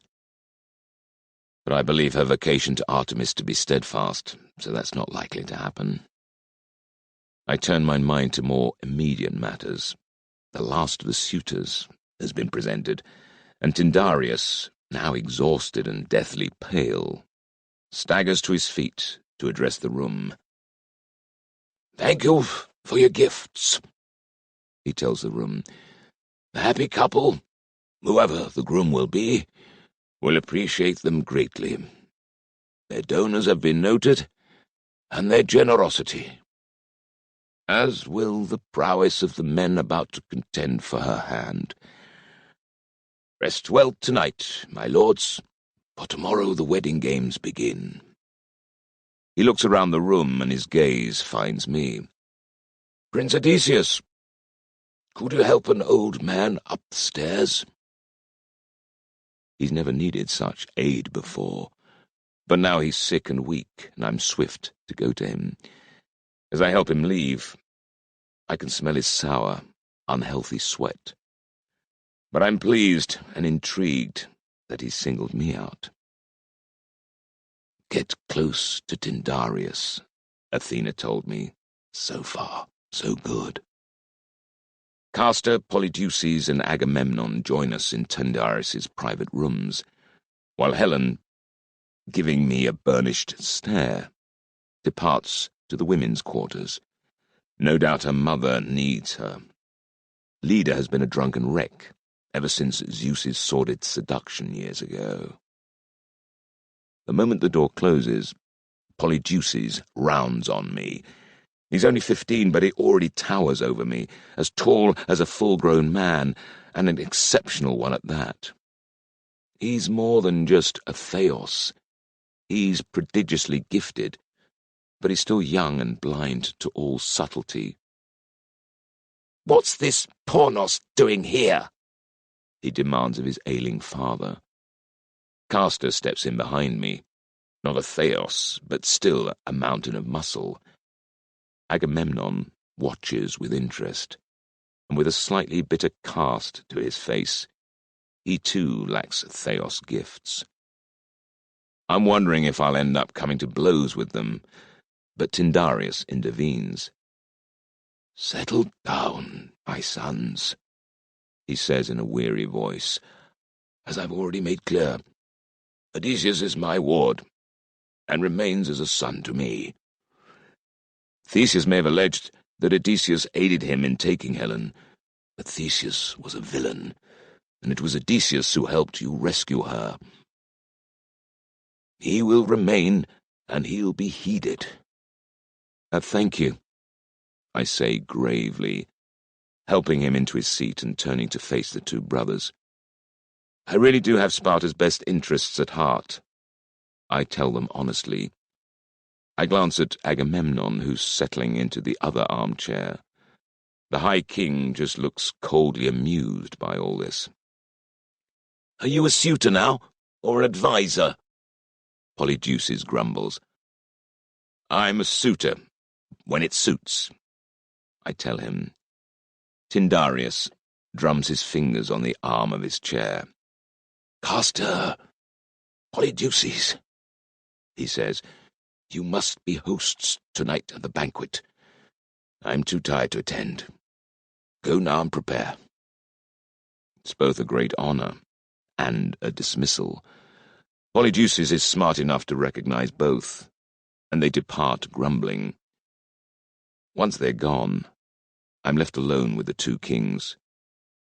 Time to learn their minds. "Did today go as you hoped?" I ask. Tyndareus leans against the backrest. "More or less," he replies, his voice etched with exhaustion. I shake my head. "That gift-giving was a shambles," I say, "and it's infuriated a lot of people." "Hosting such a colossal gathering as this is costly," Agamemnon retorts, "though I suppose that someone coming from such a backward little kingdom as your father's would have little chance to understand such matters. That wealth will be used to pay the great number of mercenaries King Tyndareus has had to hire, as well as reward all his standard troops for the extra hours they'll need to work. And I can assure you, the more volatile suitors will see their gifts as an investment, a surety of good behavior." So, Polydeuces and Castor haven't been the only ones pressuring Tyndareus into this. I may choose to return gifts to the unsuccessful suitors later. The king mutters, avoiding my eye. Really? So why not tell them so? And there's another thing, I add. Helen and her brother seem to expect that she will make the final choice. You shouldn't allow the girl even the pretense of a say, Agamemnon says. Young women don't know their own hearts. As for this games nonsense, from which I gather he doesn't hold out much hope for Agrippina's success. You've proclaimed a competition for her hand, I remind Tyndareus. If you backtrack on that, there will be a massive amount of trouble. Let this play out. The games might not mean anything in the end, but it'll allow the suitors to let off steam instead of killing each other, or you. I stare at Agamemnon as well as Tyndareus. I don't know what reports you've had from Cranae, but I firmly believe that Patroclus provoked and murdered Lars, whatever he claims. He saw him as a rival he could eliminate. Agamemnon gives me a warning look. Find a witness that says so. It was tragic, but these things happen when a man gets lost in his cups. He wants the Thessalians on his side, that's clear, so he's not going to turn on Patroclus. But Lars was Tyndareus' most trusted man. Even so, the Spartan king steers the conversation into more neutral waters, commenting on this or that suitor, and we converse civilly until Tyndareus becomes so tired he can barely sit upright in his chair. I call Phanasius to help the old man to his bed. Use your old room up here in the palace, Tyndareus says to me as I prepare to go, an amazing offer in the circumstances. None of the guests bar Agamemnon and Menelaus are sleeping in the palace. I'd be grateful if you can attend the banquet. Preferably to the end, and report back to me about anything untoward. I leave with Agamemnon, who turns to me as we pause outside the door. Menelaus is constantly pestering me to offer you a role in my council at Mycenae. He tells me, would that interest you? I'm taken aback, especially after his dig about my provincial status, though it's nothing new for Agamemnon to deliver a blow with one hand and a caress with the other, especially if he thinks he has something to gain. I didn't think you were... My brother is wet behind the ears, I admit, but you're clever, the High King tells me. I've always known that. As for the business over Helen's baby, I'm grateful. It's given my wife some peace. You and I are ruled by our heads, Odysseus, but I also know you bring strange loyalties. Athena, Prometheus, I'm not sure what to make of that. I'm for Achaea, I tell him firmly, but I'm also heir to Ithaca, so I can't move permanently to Mycenae. I'm not asking you to relinquish your position, though why anyone would cling to that meagre rock of an island escapes me. But perhaps you might become an informal counselor to me, attending my seasonal high council. I need intelligent people around me, even if I don't always agree with them. Then I'm honored, I reply. It's true, I am, and also intrigued. Perhaps Agamemnon was impressed by my display today. He's a calculating man, and devious, as I saw when he confronted Tantalus. Or rather, didn't confront him. He gives what passes for a smile on his cold face. Excellent. Speak to my Kerix about the dates. He wishes me good night and we part, him to the main guest suite, and me to check out the small cell of my childhood before I go downstairs. The upstairs part of the palace is quiet, but I can already hear the first guests arriving for the banquet, downstairs in the Megaron. The tiny whitewashed room is empty except for a cot bed, already made up with simple covers, a small lamp on a shelf above the bed, and a stool by the window with a full water jug and a copper basin beside it. Under the bed, there's a pottery pot if I need to piss in the night. Even after 5 years away, the room still smells the same. Linseed oil from the bed frame and the faint drift of lavender. I'll have to head down to the feast shortly, but the day has taken more from me than I expected. I sink down on the narrow cot bed for a moment, just a moment, and rest my head on the pillow, reveling in a sense of nostalgia, when a crinkling sound has me sitting up again in a flash. Someone has slid a folded sheet of parchment under my pillow. I kindle the oil lamp, perched on a small shelf above the bed, and read. Odysseus, it says, your life is in danger. Beware of the deepest shadows. There's no name, and I don't know the hand. The letters are slightly inexpert, as if by someone whose writing skills are poor. Who left the note? How did they know I would be using this room? How have they learned of this peril, and why won't they identify themselves? And how imminent is the danger? My heart begins to beat double time, as all tiredness evaporates. I sit, listening to the growing swell of sound from the banquet below, and wondering what else the babble masks. Is that a stealthy footfall outside in the corridor? Is that really just the breeze that shifts the bushes far below my window? I let the lamp burn on, staring into the flame to steady my mind as my thoughts dart from one possibility to another. And then my door handle turns. I've got my dagger out, heart thumping against my ribs, already on my feet even as the door swings open and a shapely figure slips in and closes it again. It's a young woman with a lively face and curly black hair, and I recognize her instantly. Shh, it's just me, she whispers. It's Actoris, Penelope's maid. I blink in amazement. How has she found her way to my room? How does she know I'm here? And then my brain, fuddled by surprise, finds the answers.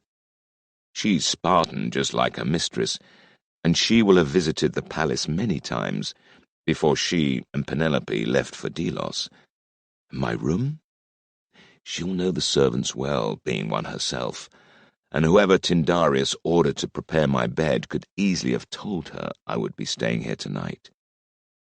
Did she write the note? Has she come to warn me further? But as she pulls off her cloak and starts to loosen her bodice, her real purpose becomes obvious. Not the weapon I had in mind, she giggles, looking at my dagger with raised eyebrows. Are you all right? She adds, hesitantly, when I don't react.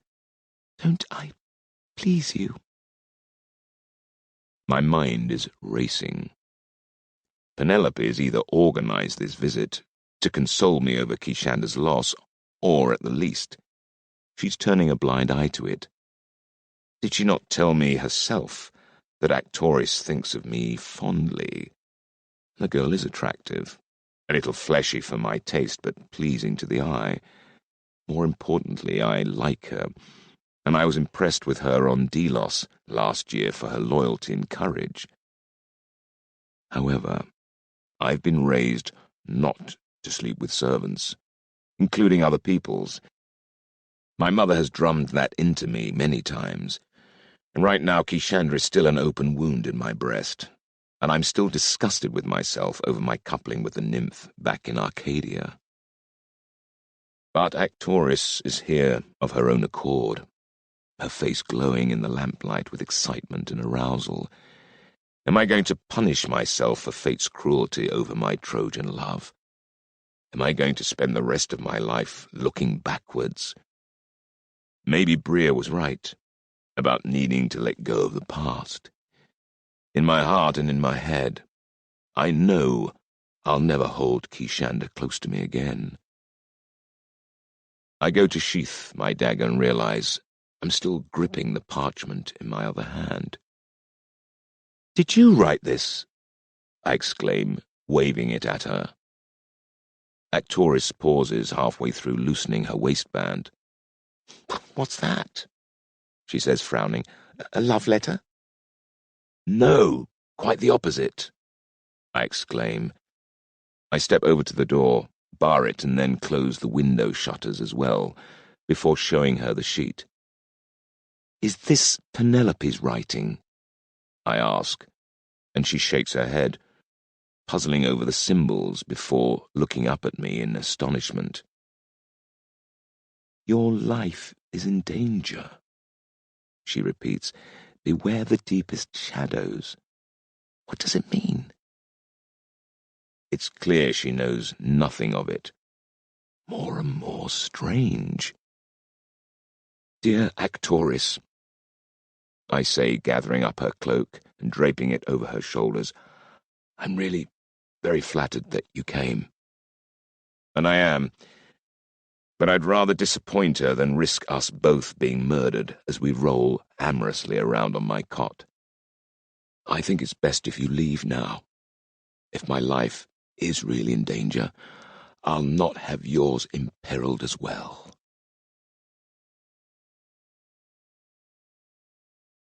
Chapter 14. The Games.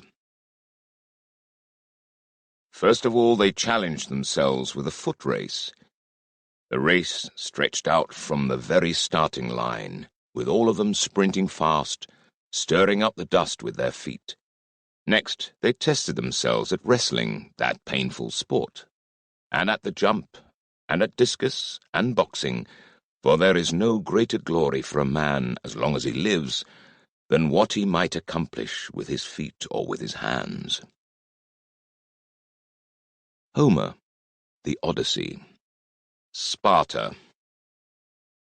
I escort Actoris along the corridor, my Cephas drawn and ready, and all my senses alert. But we meet no one apart from the guards at the top of the stairs, down to the servants' quarters, and I watch her head towards the kitchen and disappear. That done, I make my way to the Megaron, to do my duty by Tyndareus. The banquet is something of an anticlimax. The king has ordered the wine watered to a pale pink, and none of the suitors wishes to talk to the others or to me. They're either guzzling their food as though making sure they are getting something back for their extravagant outlay this afternoon, or pushing the congealing meat around and around in front of them, staring glumly at the tabletop, or glancing murderously around them. The serious candidates aren't even present. They're getting well rested for the exertions of the morrow. Not long after the meal has ended, the bard places his lyre back in his leather bag, and the swarms of servants wiping down the tables with wet sponges soon dampen whatever high spirits might have survived the dregs of the feast. Back in my room, I check under the bed and bar both the door and the window again, before settling down to sleep, my Cephas by my side. I wake the next morning to the quiet of dawn, alone and unassassinated, and struggling to free myself from a vivid and alarming dream. I swing my legs over the side of the bed, taking a moment to ponder what meaning the dream might have. In it, I've been making love to Kishanda, until I noticed she has furry legs and cloven hooves, and when she reaches the height of her pleasure, she makes a bleating sound like a nanny goat. I hear ribald laughter, and I find I'm surrounded by dancing maenads, their skimpy tunics baring one shoulder and splattered with wine. Behind them is Penelope, turning away in disgust. They say dreams either issue through gates of ivory or of horn. The former are delusions sent to deceive us. The latter give us glimpses of the truth. This one I'm scared to analyze at all. I drag myself out of bed feeling fragile and thinly spread. This is just a symptom of giving up Kishanda. I tell myself, I'll get over it soon. Or will I? I'm hardly an expert. I'm forced to confess to myself. After a few infatuations that went nowhere, followed by a pleasing but pale imitation of love with an Ithacan woman named Issa, what I had with Kishanda felt pure as well as passionate, and it hurts to think I may never feel that way about anyone else, ever. But you will. The rational part of me insists, you will love again. Just the sort of advice I'd hand to someone else, all tidy and rational. But right now my heart isn't listening. I can't let myself be distracted further, though. I have a hard day before me. The competition is going to open with archery this morning, followed by a foot race this afternoon, wrestling tomorrow, and boxing the day after. Among the suitors are some of the mightiest men in Achaea. So I wash myself in the copper basin provided, put on a clean tunic, and prepare myself mentally as best I can. The archery competition is dominated by the famous Philoctetes, wielding the great bow of Heracles himself. He has a massive reputation as a master archer, and I've already heard that when he competes, no one even gets close to the standard he sets. Today's no exception, especially when Nasius, who is organizing the games, sets up a variety of trick shots that make fools of most. For my part, I don't use the great bow of Eurytus, despite having brought it with me. I'm sorely tempted, but it would draw too much attention to me, when my role here is not to be a competitor, but an instigator, and a spy for Tyndareus, alert to any trouble. That I have the famous weapon isn't widely known, and I prefer to keep it that way. So, with an inferior bow, and hiding my true abilities carefully, I fade early from the contest. A few people who know my skills, Diomedes and Menelaus amongst them, look at me curiously, but I shrug my shoulders, as if to say it's just not my day. I'm also more than a little preoccupied with the parchment note. Everyone competing here is carrying a bow, and a stray arrow in the back might be easily managed to look like an accident, unless the danger isn't coming from the Achaeans here, but from outsiders. Philoctetes claims the prize, but that doesn't bother me. He's an arrogant, thin-faced reed of a man in his mid to late 20s, and despite a certain edgy charm, I don't think Helen's much taken with him. The real contest will begin this afternoon, in the foot race. Our plan is to place Diomedes, handsome as Adonis and a warrior matched by few, right under Helen's nose. A light midday meal is served for the suitors in the main palace courtyard. I've not long finished eating when I'm greeted by Bria, curvaceous and provocative in the body of Melly, and with the air of languid exhaustion that tells me her night was rather more eventful than mine. She sachets up to me, hips swinging.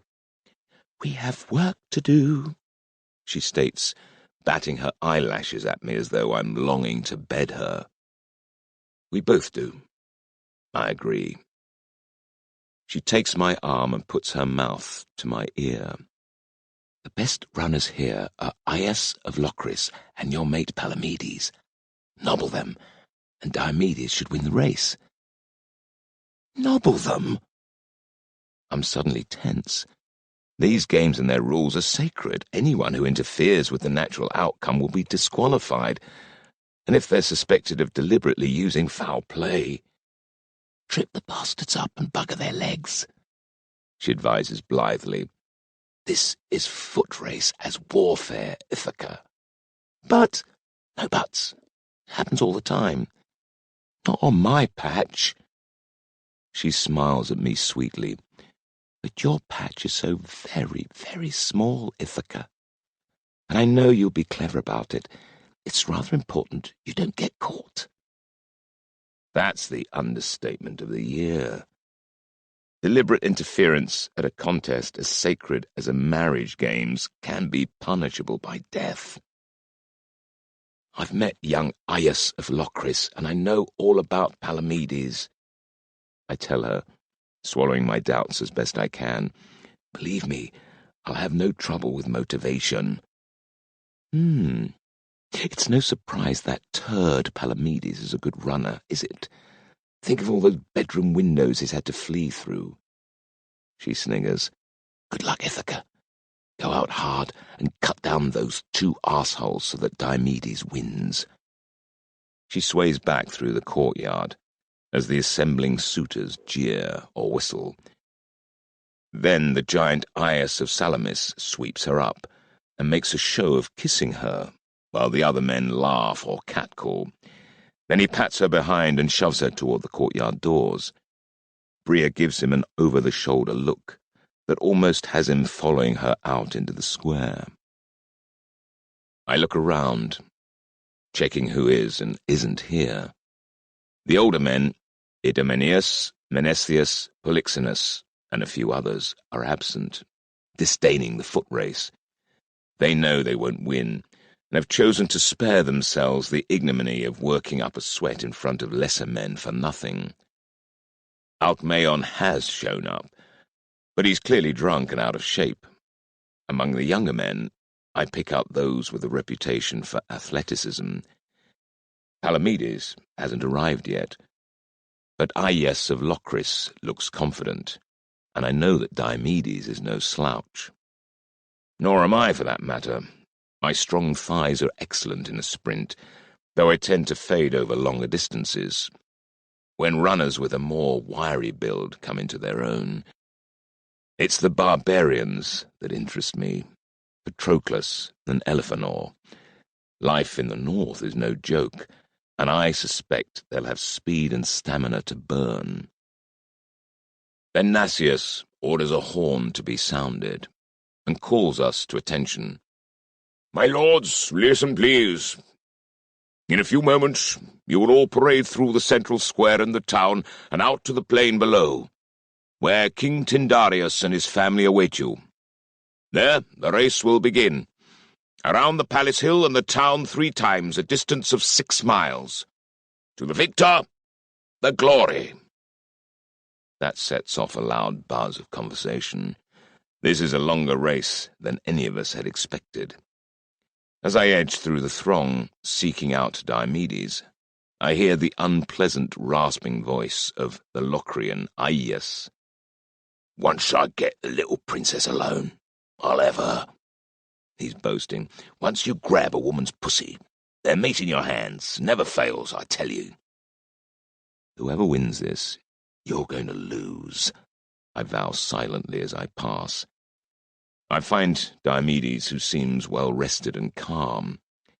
I go over Bria's crude plan with him. "I'll have to go out fast," I tell him. "Faster than I can sustain for long. Stay ahead of the pack. Keep something in reserve. Then once I've done my bit, push for the lead." Diomedes nods diffidently, his eyes on Patroclus. I nod. The Thessalian will be a big threat. "Yes," I say, "keep an eye on that one. Those northerners can run, and he's a Theos of Ares." Dio growls something under his breath, and goes into a series of stretches that make his impressive muscles flex and bulge. I do something similar, on a smaller scale. We watch the others as they watch us, everyone sizing up each other. Then Nasius calls us to move, and we all walk down from the palace through the town square and on down the hill. Most of us are silent, still limbering up as we go. I know the track that we'll follow. Menelaus and I walked and ran along it many times when I lived here as a youth. The start and finish line has been painted onto a cleared and flattened piece of ground at a crossroads, where the track around the base of the hill meets the main road.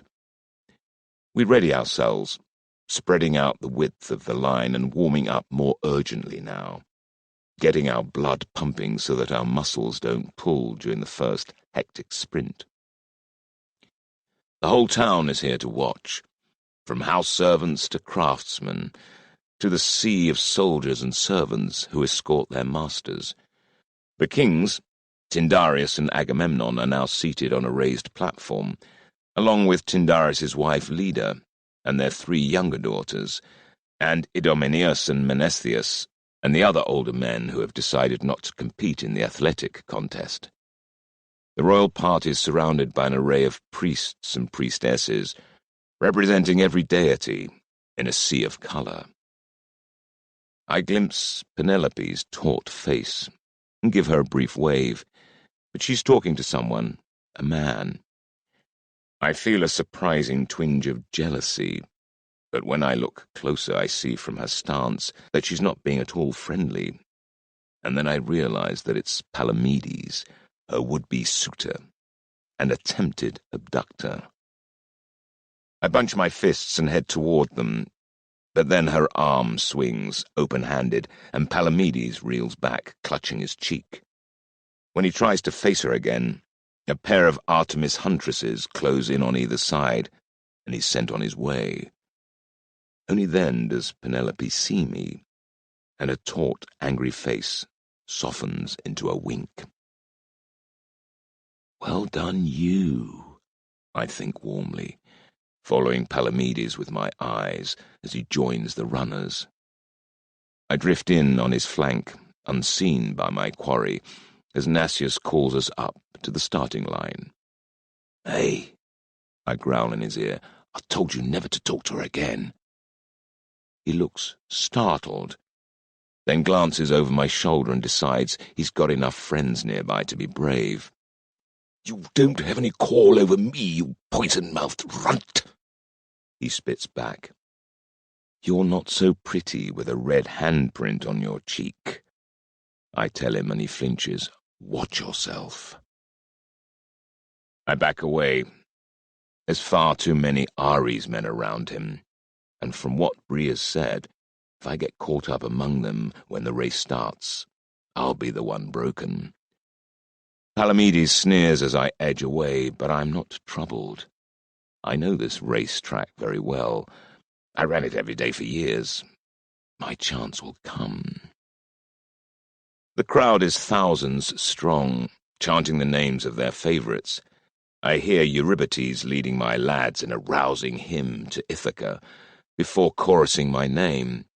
But that's just one drop of sound in a sea of noise. I wave to them, and they cheer lustily as they wave back. Then Helen arrives, flanked by her brothers and followed by a dozen Spartan warriors. The people go silent in awe as she ascends the platform to sit near her father, her demeanour alert, even eager. I wonder who she'll be cheering for. Then Nasius blasts thrice on his horn, the first to warn us, the second time a few seconds later to ready us. At the third, we explode into action. The first few hundred paces are brutal. Bria was right. This is war on the run. I'm not the only one here with an unsporting agenda, and not the first to strike either. I'm pushed and pulled, my feet are stamped on, and several people try and trip me. Someone slams a fist into the small of my back, and I almost go down. I'm wondering what the marshals are going to make of this lot. They can't disqualify us all, let alone execute us. So I give it back too, angry enough to ram my fellow runners with elbows flailing, fighting for space, until I see a gap and explode through it, getting clear of the main pack and pelting along, now 8th, in a field of over 40.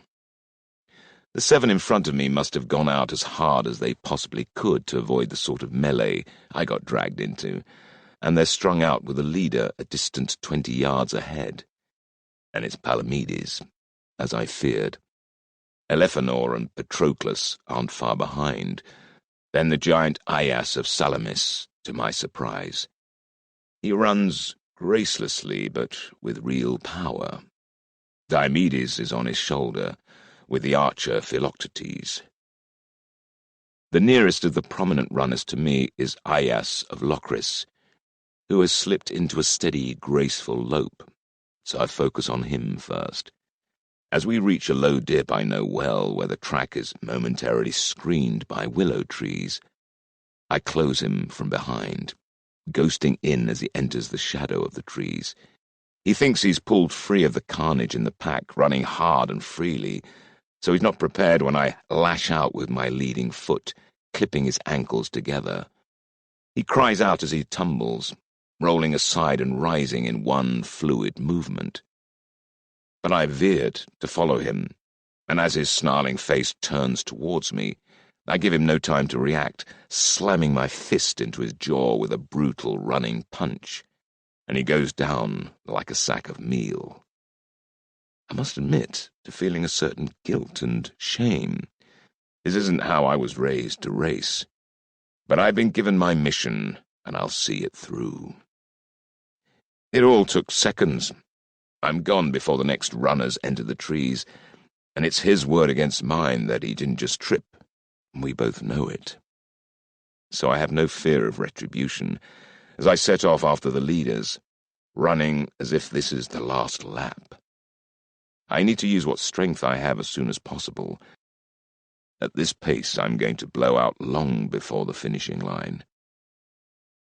I swiftly overtake the giant Aias, who is beginning to labour. He lunges at me as I dash by, but I'm ready for him and sidestep easily. Once I'm past, some instinct has me glance back, in time to see him pick up a stone. As he hurls it at my head, I dodge, and the missile whistles harmlessly past my skull. He stoops to seek another, but the track is more open now, with a marshal positioned at the next bend. He doesn't dare try again. I'm gaining on Diomedes and Philoctetes, when Diomedes puts on a burst that puts paid to the archer. He tries to keep up, but soon blows out, gasping and swearing as he falls back towards the main pack. We're out round the back of the hill now, with the eastern slopes rising sharply above us. I'm now shoulder to shoulder with Diomedes, who is only a few yards off the two northerners, Elephanor and Patroclus, with Palamedes not so very far ahead of them, running impressively. This stretch is lined with country dwellers, calling out encouragement as we pound by, with a few of Tyndaris' officials spaced out along the way, marking off names on wax tablets as we pass. I give Diomedes a nod, and we put on another burst to catch up with Palamedes before my stamina runs out. I tear ahead, into a stony section with some awkward potholes and rock outcrops, overtaking Elephanor on a particularly nasty patch where any misstep would see me breaking an ankle, and herring past Patroclus, who throws me an incredulous look. "It's 3 laps, not 1, you idiot," he pants, more amused than worried. I ignore him, drawing as much air into my lungs as I can to sustain this last burst. Palamedes is only a dozen paces ahead of me now, his lean body well suited to the task, his gait flowing as he eats up the yards. No wonder he's renowned for these damned long-distance races. But I'm not bad even for something like this. I'm the best runner in Kephallonia, and have been since I returned home from my spell in Sparta, even before Athena claimed me, and this track was Menelaus's and my main training ground. So yard by yard, I carve up the distance between us, so that when we burst back into the square and over the starting line with the thronged citizens cheering themselves hoarse, I'm right behind him. "Odysseus!" my Ithacans are chanting. "Odysseus! Odysseus!" I grin to myself and pour in more of my reserves. but I'm also conscious of a growing ache in my right thigh. The old wound sustained the day I became a Theos. It's been healed by both magic and time, but it's never been truly the same since that day. And now I can feel the deep scar tissue beginning to strain. I'm up to just a few strides behind my prey, though, and he knows I'm there. But the bastard keeps putting on a spurt just as I'm about to catch him. "I know what you're doing, Islander," Palamedes calls back. "You can't catch me." He puts on another burst, and now I'm really struggling. My face burning with heat, my lungs like bellows, and every step jarring through my thigh as we sprint along the next straight stretch. The seductive shade of the willows at the end of it. Nothing left. Nothing left. But somehow I find more, veering toward a jutting boulder as we reach the crest of the dip, and ricocheting off it, sailing through the air, and slamming into Palamedes' back, my left knee crunching into his buttocks as we collide, and go head over heels down the slope, yelling as we tumble. He strikes the ground badly and flails to a halt at the bottom of the dip, clutching his left shoulder and screaming. I'm little better off, having ploughed into a clod of turf face first and bloodied my nose, so I'm lying dazed, only a few yards away. I'm barely aware as Patroclus, then Elephanor and Diomedes, in a duel for second, come rampaging past. I sit up, testing out my thigh and wincing. A few more strides and something would have torn. Then I look across at Palamedes, who's glaring at me with absolute hatred on his face. But he's got a dislocated shoulder, and he's not much danger right now. Job done. I stagger to my feet as more runners pass us. I tentatively put weight on my right leg. It's painful and my run is over. But it'll mend quickly enough. "You fucking cheat!" Palamedes snarls. "I'll have you dragged before the marshals. I'll see you drowned for this. You Proctos, you leprous piece of pig shit." All that profanity sounds funny coming from this snotty lordlier-than-thou Priapus.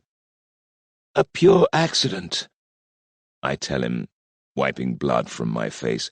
"I would never break such sacred laws as these. Do you want a hand getting that arm back into the socket? I know how to do it." "Go fuck yourself in Tartarus." "Whatever." I leave him there as the rest of the field charges past, and gingerly climb out of the dip, heading back towards the town. If I amble along, making sure I don't strain my thigh, I should be back at the crossroads with plenty of time to see the finish. As I set off, I can feel his eyes on my back, burning with pure malice. He is, I decide, not the live-and-let-live kind, but hey, we were already enemies. Nothing's changed, except the intensity. At this rate, my mysterious assassins will have to queue up for the right to kill me. I make it back to the crossroads, hamming up my limp to reinforce the fiction I've withdrawn because of a serious injury. As the surviving competitors barrel past for the last time, I wave at them, putting on a woeful face. I find the watching crowd in high ferment as they await the end of the final lap. Eurybates and my Ithacan men are disappointed when I limp into their midst, after reporting to Nasius. We're commiserating when Bria slips her arm through mine. "I love the smell of fresh man sweat, Ithaca," she purrs. "How did you go?" Aias is out, and so is Palamedes. Last I saw, Diomedes was still duelling with the two northerners. "You should have stayed with him after doing the dirty on Palamedes," Bria says tartly. "He might have use of your talents yet." I gave her a look. I'd just about liquefied my bones catching up with Palamedes, and that old boar tusk wound is tearing again. You're lucky I can still walk. Men, she sniffs, always boasting of their prowess, but never as good as they think they are. Let's hope Diomedes can do the rest by himself. Yeah. Thanks, Odysseus, you did great, I mutter, but she's already gone, weaving through the crowd, while Eurybates and the lads give her dirty looks. You done good, boss, one of my crew, stout Polo, tells me. Don't listen to that stuck-up so-and-so. The lads have no idea who Bria really is. On our missions to Delos and Thebes last year, she was in the body of a Hamazan warrior woman, and Meli is no warrior, and they've no reason to connect the two. They just think I have a penchant for cantankerous, mouthy women. I clap Polo's shoulders. I've got to attend on Tyndaris, lads. Cheer your lungs out for Diomedes, then go get a drink. I'll find you later if I can. I work my way through the crowd, towards the royal platform where Tyndaris and Agamemnon are leaning towards each other in deep conversation. Castor, Polydeuces, and Helen are huddled together, laughing excitedly about the race. The upturned faces in the crowd below them are just as reverent as the suitors and suffused with excited joy, as if Helen's moods are infectious. Given her powers, they probably are. I work my way to the side of the platform, where I'm recognized by the guards and helped up. I walk around the back of a dozen Spartan advisors and one priestess, who happens to be High Priestess Amphithea of Pytho, my grandmother. I'm expecting her to ignore me, but although her already hard face scowls, she deigns to join me. Grandson, she says stiffly, you are unable to finish? I chose not to, I reply tartly. It must be annoying for you that foot races are so random, and the spirits can't foretell the winner. You could make a fortune that way otherwise. The spirits are not concerned with such paltry matters. Amphithea sniffs. She's clad in a full robe, with her head cowled by a fold of her veil, her face wrinkled as she squints in the morning sunlight. They don't care. But princesses do, I note, indicating Helen, who is now straining her eyes toward the final stretch of road leading toward the finish line. And the outcome of this race could matter far more than the spirits might think. Her choices will be made for her, Amphithea says sourly. Do you think so? I rather believe that she will change the choices of those around her as part of her power. My grandmother has never forgiven me for being the son of Sisyphus, or forgiven my mother Anticlea for that liaison. Part of the reason is that she's stiff-backed and unforgiving. The other part is her allegiance to Hera, who hated Prometheus, as all the gods did in the end.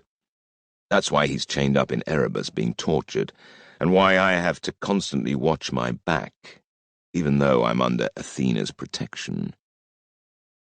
I see you've managed to inveigle your way into Tyndaris's confidence again, she grumbles, but then, with a visible effort, she unbends a fraction.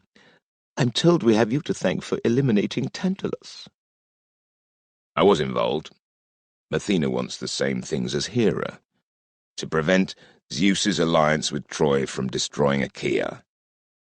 I cast her a quizzical look. If that's still what Hera wants. Or is she continuing to seek her own accommodation with her husband Zeus and his new Eastern friends? That is still what she wants, Amphithea says, glaring at me. But we were excluded from the attack on Tantalus. Agamemnon goes through the motions of worshipping our mother, but he's not asking my advice anymore. Why is that? She knows nothing of my Dodona prophecy, that's clear. but she's the highest-ranking priestess of Hera in the world, and she must be behind any overtures to renew the alliance between Hera and Zeus. Do I reveal what I know? I sense I can make gains here. So I lean in close and whisper, "Why do you think you're excluded?" For all her experience and guile, Amphithia's reptilian face flickers with anxiety. Is that because she knows that I know about her cult's duplicity? "I suppose nothing is truly secret, is it?" she murmurs. "I've heard a whisper too, that Dodona has been silenced, that Zeus denies it." The old game. Your whisper was correct. I went there myself and released Hera's priestesses, the ones Zeus had imprisoned beneath the shrine. Her eyes widen. "Then you've done Hera a great service," she says reluctantly. "Did they prophesize for you before you released them?" When I smile knowingly, her face becomes hungry. "What did they say?" "This and that," I tease. "They pointed us towards Tantalus, for example, but they warned against involving you, lest you go straight to Zeus's people and share what you know with them." "We would never have done that." "So you say." I look at her pointedly. "But you're sheltering that viper Manto, the daughter of Tiresias, so why should I believe a word you say?" We glare at each other. Manto and Tiresias almost killed me, and they've destroyed my sister's hopes forever. I'm not about to forgive anyone that shelters that sorceress. "She is useful," Amphithia says shortly. "What matters is that the best Achaean candidate wins Helen." "It's not so important who wins Helen," I reply, "so much as who doesn't. As the field narrows down, we should unite behind one candidate, someone that Helen will accept, with the status and personal attributes to make her a good husband, one that pleases her. Diomedes, for example." She scowls again. Grandmother's default expression. But she's considering it. "We'll see how things work out," she says, peering out at the track as the noise of the crowd lifts. The leading runners have come into view, 3 of them strung out across the track, pelting towards us as the runners loom closer. We're forced to break off, for the noise has become deafening. Elephenor, Patroclus, and Diomedes have burst into a final sprint, the Argive prince in the middle with the other 2 trying to pincer him and trip him. Elephenor suddenly veers and sacrifices himself, trying to bring Diomedes down in a crash tackle, but Diomedes throws out a straight right hand and fends him off. The northerner goes down in the dust, and ironically, the extra thrust of the fend gives Diomedes enough momentum to surge up alongside Patroclus, right on the line. "A dead heat," Nasius pronounces, his massive voice rising above the roar of the throng. His announcement is met by boos, cheers, and gaping mouths, as everyone swings round to see how Helen reacts. She's bouncing up and down on her feet between her 2 brothers, clapping her hands together and squealing in apparent delight. It's all very endearing, and I'm sure she knows it. All this blood, sweat, noise, and effort for you, darling Helen, must do wonders for your ego. I watch Diomedes and Patroclus square up on the finish line, their chests heaving and faces bright with exertion, and for a moment everyone fears or hopes that they'll come to blows. But instead the blond Patroclus roars with laughter and throws his arms round the bemused Diomedes and hugs him. "What a race! the Thessalian bellows, thumping Diomedes' back. "What a race!" It's enough to make me wonder if I've misread the Thessalian, because his almost childlike pleasure in the contest and its even result seems genuine. But my mind goes back to the death of Lars, and I'm not convinced. There's something manipulative about the man, I'm sure of it. Diomedes, for his part, is initially taken aback, but then joins in the brotherly show, and it's with much mutual backslapping that they proceed to the platform. Behind them, a lithe young man swarms past a limping, blooded Elephanor to take third, and I notice that it's the Artemis priestesses who seem most delighted, including Penelope, who embraces the young man. I recognize him. His name's Eumelus. He's another from the north, but he's a close friend of her oldest brother, a decent man and a follower of Artemis, someone I've met in passing as a youth in Sparta. I make a mental note to congratulate him, give a nod in parting to Amphithea, then make sure I'm near Tyndareus, as the two winners are brought forward to be rewarded, both of them still sweating profusely, two prime examples of manly beauty. No wonder Helen looks charmed as they're introduced, their arms still around each other's shoulders as if holding each other up. For the remainder of the day, the locals are going to be running their own foot races, hopefully less brutal. A number of Spartan families have taken their lead from the royal marriage games and have put their own daughters up to be wed to the winners, and there's a lively market for bets on the results, as well as dozens of food and drink stalls. An air of festival prevails, with music and laughter, a mood very different from that of the real competition. On my way back up to the palace, several of Locrian Aias's mates try to get at me, but my fellow Ithacans close about me, and the scuffle breaks off after some pushing and shoving. I see other fistfights, and there's a general air of hostility, and the sense that scores will be settled in the wrestling and boxing contests that are to come.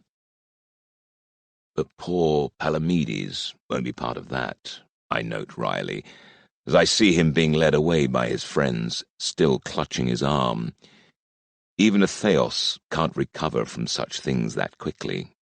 Bad luck.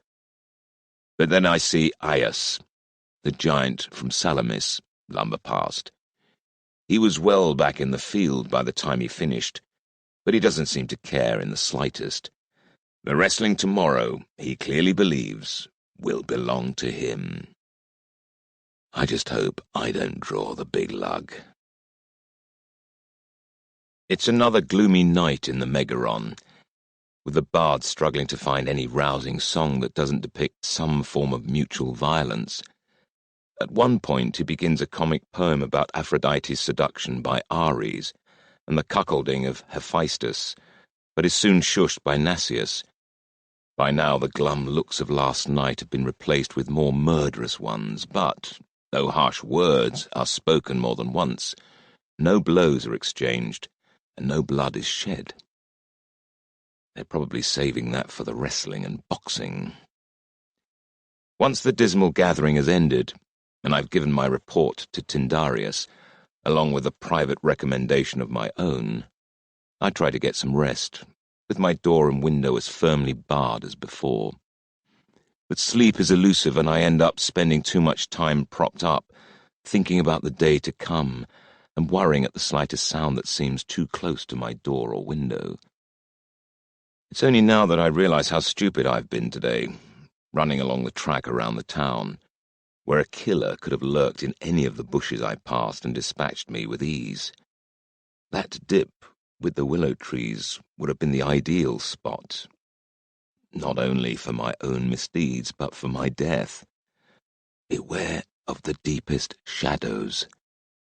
I'd assumed this means that I will only be attacked at night, and in the palace, but maybe not. I'd been so caught up in our plans for Diomedes, I'd barely thought of it. That I survived does nothing to ease my nerves. I've such a list of enemies here, it seems pointless to worry about who my intended assassin might be. So I try and think laterally. Not many people in Achaea can write, but those who do, mostly kings, nobles, and highly trained bureaucrats, are well practiced, with firm, characterful hands. This was written either by a child, still learning the craft, or... The new possibility is so intriguing it keeps me awake most of the rest of the night. I rise before dawn, break my fast, and then spend a good hour warming up down in the courtyard, ahead of anyone else, wondering if Tyndareus will have taken my advice. I'm eventually joined by a tired-looking Diomedes, who arrives in the courtyard wearing the same clothes I saw him in at the feast last night, and reeking of alcohol. He's with the Thessalian Patroclus, and they're laughing like they've known each other all their lives. I'm instantly on guard. Patroclus is a little older than Dio, and a whole lot wiser. "How was your evening?" I ask them both. "Fine," Diomedes mumbles without meeting my eyes. "Try not to get drawn to fight each other," I advise them. "It would be a shame to spoil a beautiful friendship." They don't even hear me. I give my right thigh a good massage to take some of the toughness out of the scar tissue. As the courtyard fills up, everyone thinks they can wrestle. Bria arrives, ignoring the men that call exhortations for her to come and give them a rub-down. "Want some good news, Ithaca?" she purrs. "Your mate Palamedes has left town, after complaining to the Kerricks and being told that he could take his lies and piss off. He's screeching about collusion. If you listen carefully, you can still hear the whining noises echoing off the hills." "Nasius and I go way back," I comment. Good. One less person I need to watch my back over. Bria grins, then scowls, as she sees Diomedes and Patroclus chatting. Why is Diomedes talking to that prick? They seem to have bonded over dead heats and drink, I observe. For an Ares man, that Thessalian seems to have way too much charm. I think about Lars. No, not just charm. He can manipulate people. Since their cults began to work together, some of the Ares men have been blessed by Aphrodite as well, where the potential exists. Bria remarks, not all of them just grunt and hit things anymore.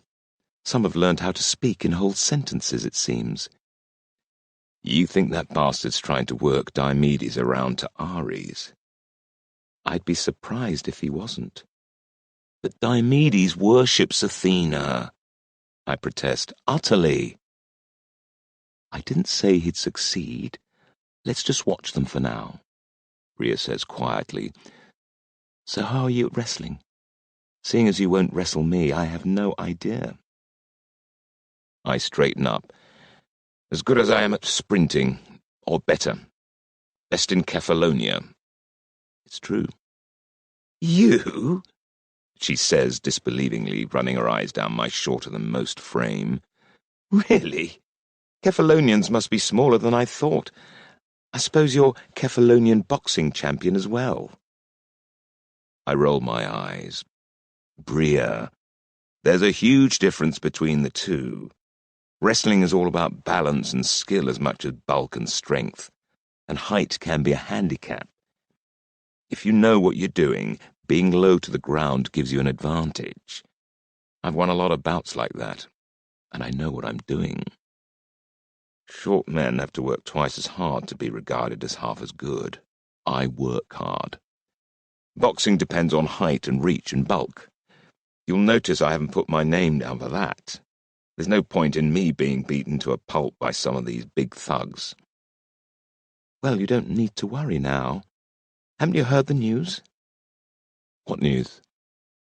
Tyndareus is going to cancel the boxing. Ah. I give her a knowing smile. So you know about it already? I suggested it to him last night. So he took my private recommendation on board. This lot, I jerked my head at the other suitors, are getting a bit too frisky, and it might spoil their pretty looks. Talking of pretty, Actoris, that maid of Penelope's, could well be a fan of your wrestling moves. She was giving you the eye all yesterday. There's a good chance she might have some interesting pillow talk. I had indeed felt Actoris's eyes on me, but I'd not given her anything back. I'm not going to seduce a maid for petty gossip, I tell her. You'll never make a spy at this rate, Ithaca. Bria strikes a pose, one hand on her bosom and the other stroking her thigh. Perhaps you need some personal training?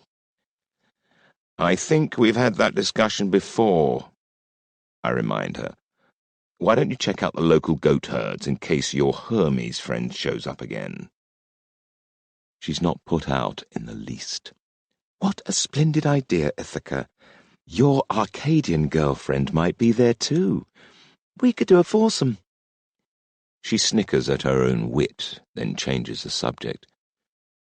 So wrestling, then, she says with light, catty malice. Same plan as yesterday, Ithaca. Nobble some contenders, so that Diomedes can win again. If you can last the distance, unlike your running. She sachets off before I can think of a suitable riposte. Mid-morning, we're taken down to the central town square, where overnight Tyndaris' hard-working servants have created a circular wrestling arena, with a floor of hard-packed dirt. There's some space around it, cordoned off to keep the crowds back, and a new royal platform directly overlooks it. We'll be fighting right under Tyndaris' and Agamemnon's nose, as well as those of Helen and her brothers. Half of the contestants take one look at Aias of Salamis and pull out, so there's only 24 of us entered. We're drawn by lot into threes, with each having to fight the other two in turn, and the overall winner progressing to a pure knockout. I'm drawn against Alcmaeon, who once again is as drunk as a Maenad on a feast day to Dionysus, and, annoyingly, Menelaus. My friend and I hug. I don't suppose you'd take a fall? He asks half-jokingly. Just for me? He knows all about my wrestling skills. We grew up being tutored in the art together. Unfortunately, the role Athena demands of me today won't allow for any such thing. I'm either fighting wholeheartedly or going home. I tell him, it would dishonor our hosts to do less. He sighs ruefully at the platform, where Helen's throne awaits her. Then I may as well go home myself. I eye him critically. You've filled out a lot since we sparred together, and you've always had the size and weight. You just need to be more aggressive. I jab a thumb at Alcmaeon and grin. Just directed all at him, not me, of course. He laughs and slaps my shoulder. I think we'll both enjoy taking him on. Our trio are drawn to fight third, so we watch the first two. Victories for brawny Elephanor in initial rounds, and the giant Aias of Salamis in the second. Then Menelaus and Alcmaeon are selected by lot to take the ring first, meaning I'll fight in the second and third rounds of our group. So I watch with pleasure as the aggressively drunk Alcmaeon has his face planted twice in quick succession by Menelaus, who certainly has picked up a trick or two. I'm pleased for him, but Alcmaeon's whole demeanour is puzzling me. If you're here to win Helen's hand, why undermine yourself by getting pissed every night before the games? Unless he can't help himself? I've known many men with a drinking problem, and some are slaves to it. Yet when we last parted, Alcmaeon was a cold-hearted, seething, revenge-obsessed killer, but no drunkard. The next bouts fly by, as the crowds cheer and hiss their adopted heroes and villains respectively, while the royals look down, commenting loudly about technique, and the young women around Helen laughing behind their hands or cooing admiringly. Diomedes comes through his first round easily, and a few bouts later, we're into the second round, and it's my turn. I await the ballot, standing with a sweating, nervous Menelaus and a reeking, silent Alcmaeon to see who I must fight. I draw Alcmaeon, which prolongs the agony of knowing I must fight my best friend. But I put that to the back of my mind and concentrate on the matter at hand. We strip down to our loincloths, oiling our torsos and dusting our hands, then step into the ring on either side of the arena. Alcmaeon's swaying still, and as I size him up, I'm struck by two things. One, that in this state he's no threat, and two, something's really got to him for him to be like this. What happened? I know he's fathered the child on Manto. Not a rape, but a seduction, I'm told, but both she and the child have been snatched away from him. Is this what has affected him so badly? I could almost pity him. Almost.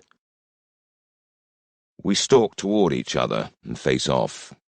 He towers over me, and ordinarily he would be a real challenge, but not today. Nonetheless, I make little effort to slap away his attempts to get a grip on my shoulders, instead letting him bind as I grip him back. We contend like butting rams, shoving at each other with arms interlocked, low to the ground with legs wide. He's struggling for balance, and I could have flipped him 3 times inside the first few seconds. But it's answers I really want from him, not empty success. "What in Olympus is the matter with you?" I hiss. Alcmaeon growls and snarls, tries to toss me and can't, despite his weight advantage, while I renege on 2 more chances to end it. Finally he groans, "She's damn well here," he mumbles. The news staggers me. Manto must be with my grandmother's entourage, though Amphithea never told me when we spoke yesterday. I curse softly. Alcmaeon takes that for sympathy. "I can't get her out of my head," he moans, "and now she's out there, looking at me as though I'm the lowest form of muck." No wonder he's in such a mess. From what I've seen and experienced myself, she can play with any man's head, and she's borne him a child whom he's forbidden to see. "Oi, Ithaca, are you here to chat or fucking well fight?" I hear Bria screech from somewhere among the watchers. The crowd laugh, and then they begin to jeer. Fair enough. I shift my footing while pivoting and twisting, and slam Alcmaeon to the ground on his back, locking up his arms and ramming a knee into his groin. He pukes as I rise and shows no sign of being able to get up again. There won't be a second bout, let alone a third chance to throw him. That wasn't nearly as much fun as I'd expected. Manto's here. I rise, look for my grandmother, and then stare into the cluster of priestesses behind her. Quite deliberately, the daughter of Tiresias lowers her veil and looks straight back at me, her regal, dark-browed face resolute and arrogant. Round her neck she's wearing a magnificent necklace in the shape of a rearing cobra, and I catch a glimpse of her favoured scarlet clothing beneath her cloak. She doesn't look like anyone's prisoner, but an honoured guest and adviser, which is exactly what she is, I'm sure. Manto smiles coldly, and the golden cobra around her neck seems to move, as though it were real.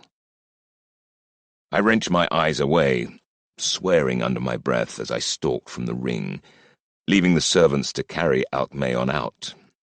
Then I signal to Bria. She hurries toward me, her mouth open to give me a lecture, about faffing around instead of fighting, I expect.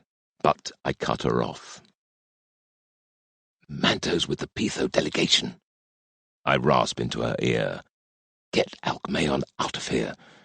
Find him somewhere safe and sober him up. I want to know exactly what happened between him and that bitch."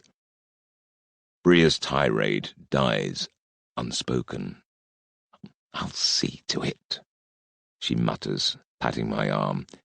"You do what you must against your mate, Menelaus. No more mucking around." Then she's gone, waving to Eurybates to help her out. He shoots me a questioning glance, catches my terse nod, and follows. I look back at where Manto was standing. She's gone, but Grandmother is looking down at me smugly.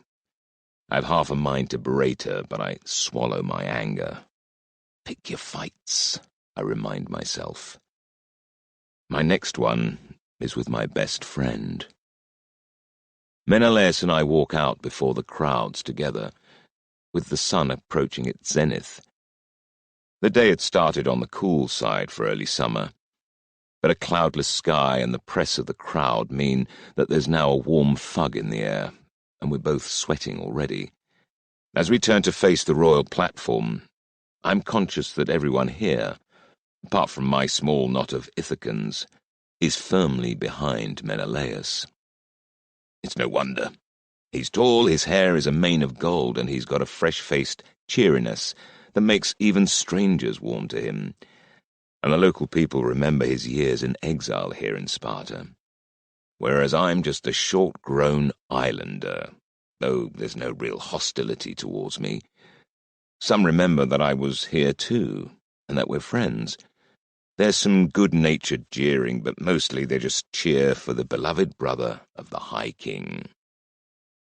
We bow to the royal platform, where the two kings have just clasped hands on a wager. Shrewd Tyndareus knows that Agamemnon is compelled to bet on his brother, but that I know more about wrestling than Menelaus ever will. But I take a moment to focus on Helen, who is seated with her brothers. Castor and Polydeuces are, of course, barracking for Menelaus, and throwing me insulting gestures as if this were a tavern-room brawl, not a contest for their sister's hand. But Helen's leaning back, appraising us both. She gives Menelaus a small, encouraging smile, and his face lights up. All his chivalrous instincts toward a vulnerable woman are there, plain to see. I watch his resolve double, then triple. I'm going to feel wretched when I destroy his dream. "Prepare!" Nasius calls. We embrace, then go to our corners to dust our hands. I meet Menelaus's eyes across the ring, see resolve and pride. He won't ask for me to take a fall again, not in earnest. He's bigger than me, taller and maybe stronger. I plant him on his face inside 6 seconds and win the first bout. The second takes 12 seconds. "I'm sorry," I murmur as I rise. There's some good-natured booing, but a win's a win. I salute the kings, then Helen.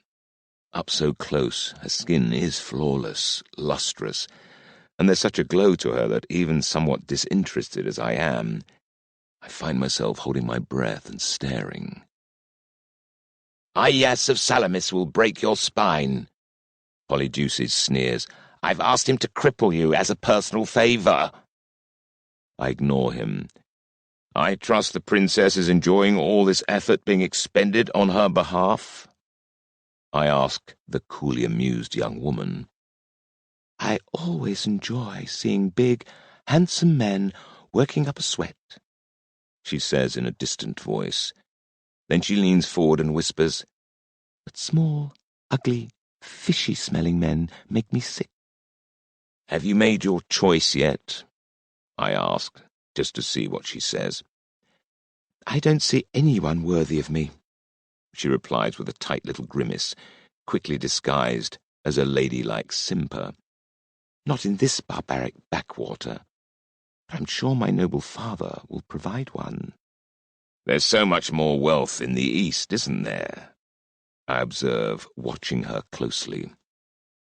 Her face tightens as she realizes she's revealed more than she intended. But Polydeuces comes to her rescue.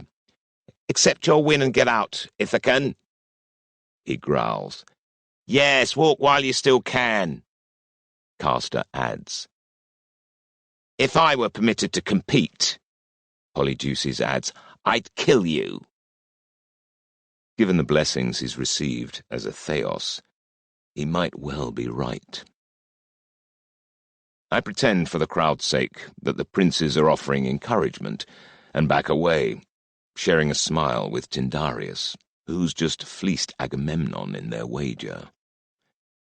Menelaus is waiting for me, back on his feet now, dusty but not really sweating heavily. I didn't give him time to work up a head of steam. His disappointment is palpable, but it's a measure of his friendship that he embraces me with genuine congratulations. He's a good man, and Helen could do worse, but I fear for him, getting entangled in her schemes. Not that he'll have much chance for that. This is clearly all just a ruse. My growing suspicions have been confirmed. She's picked out her husband already, and he's not even a declared suitor. He'll be lurking in the shadows, waiting to claim his prize and take her away to Troy.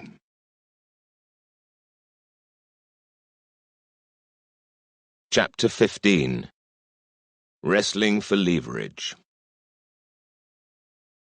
Hesiod.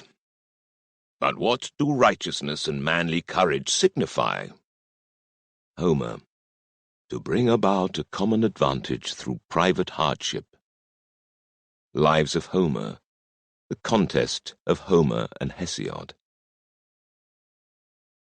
Sparta. There are 8 of us in the afternoon bouts, with the winner progressing from each fight. So in theory, we're each of us 3 victories from glory. Over lunch I seek Bria and Eurybates, hoping for reassurance rather than advice. I already know what I need to do, but it's eating away at my courage. Neither of them are about. Hopefully that means they've found Alcmaeon and are busy sobering him up. So I'll just have to face down my fears myself. I eat with my Ithacans, keeping a wary eye on what I consume. Bria has yet to report back about the possibility that Tyndareus' ill health is due to poisoning, and now I know Manto's here, I need to be extra vigilant on my own behalf. What with the assassin I've been warned of. Imagine how much danger I'd be in if I were a serious contender. As we march out to witness the draw, the crowds roar out encouragement for their favourites. The 8 finalists are all Theoi, though only those in the know realise. To the ordinary citizens here, we're just men with that little bit extra. Blessed by the gods, they would say, without realizing just how blessed we are. There's Diomedes and myself for Athena. Those fighting for Ares, Heracles, or Zeus are big Aias, Patroclus, Elephanor, and Iolaus the Heraclid, an older man but as cunning as a fox. Finally, there's Penelope's brother's friend, Eumelus, for Artemis, and Protesilaus, an impetuous Thessalian, whose tokens are to Apollo. So far he's been behaving as though this whole thing is a lark, but the fact that he's got this far gives the lie to that, and I don't intend to underestimate him if we meet. It's likely only Diomedes has any chance against Aias, and even that hope is slim. We need a favourable draw, and a lot of luck if our plan is to work. If we both lose, it's all over, Diomedes murmurs to me, as we wait for Nasius to make the draw. Helen will be given to one of Zeus's cabal. Maybe, I reply. We still don't really know if the games are going to matter. Menestheus and the older kings are still trying to bribe Helen and her brothers with additional gifts, so Athena's other option may still be open. I pat his shoulder. A cripple can't aspire to her, though. I cast a meaningful glance at Aias of Salamis, remembering the threats Polydeuces and Castor made about getting him to maim me. Diomedes follows my gaze. You think he'd do that? Count on it. I lean closer and whisper, I'll do what I can. I'm trying to look brave, but inside my bowels are heaving, despite 2 visits to ease myself earlier. This is your chance, Dio. You drew the foot race. Win this, and you'll be the crowd favourite, and that could carry you all the way to a wedding. He puffs up at that thought, as Nasius steps forth, and everyone goes quiet. The Kerix removes the first clay tablet from the urn and reads aloud. Diomedes, son of Tydeus, prince of Tiryns. There are cheers, then a hush, as he dips his hand into the urn again and pulls out another tablet. He will fight Iolaus of the Heraclids.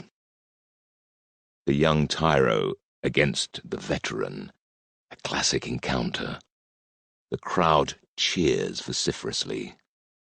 The next tablets are those of Elephanor and Patroclus, so one of the northerners must eliminate the other. But it also means that one must progress. And it means I have a 1 in 2 chance of drawing Aias. I glance over at the giant, who's smiling up at the royal platform and the slender young princess, stripping her with his eyes as if he's already won her. Odysseus Laertiades, prince of Ithaca. Nasius booms, and I catch my breath. Will fight Protesilaus, son of Iphiclus of Philake. I exhale in a mix of relief and frustration. It's not what I've been praying for, well, wishing for, because praying is a waste of time. But I can't help but be pleased I don't have to face Aias yet. Irrational, yes, but I've never claimed I'm perfect. That means Aias will take on Penelope's friend Eumelus, and I throw a glance the young Artemis champion's way. He's gone pale, while Aias simply guffaws before venting a ferocious roar and flexing one of those giant tree-trunk biceps, playing to the crowd. They cheer him on, and like some performing clown he gives them more poses, bellowing like a bull in heat. Buffoon, I mutter to Diomedes as we part. Good luck. On impulse, I pull young Eumelus aside. Go down early if you wish to avoid serious harm, I advise him. But honor compels me. Honor is for idiots, I tell him. Do what you must, but no more. He looks upset at that, but then he says, My friend's sister speaks well of you, in tones that suggest that he's a bit smitten with her. I reply by clasping his hand. Stay mobile, use your speed, and good luck. You'll need it. I head for my little patch where Eurybates is waiting. We've got Alcmaeon secure, he tells me. Bree has found him a room in that tavern behind the old well. You know how persuasive she can be. She's with him along with Polo and Itanus. They're 2 of my steadier lads. Good work, I tell him. I don't watch the 2 fights that precede mine. I'm stretching physically, preparing mentally, letting the crowd's reaction and Eurybates' breathless reports inform me. Diomedes took down Iolaus, he tells me. 2 bouts to 1. The boy did well, after falling for an old trick in the first. He smiles sadly. It was good to see a legend fight.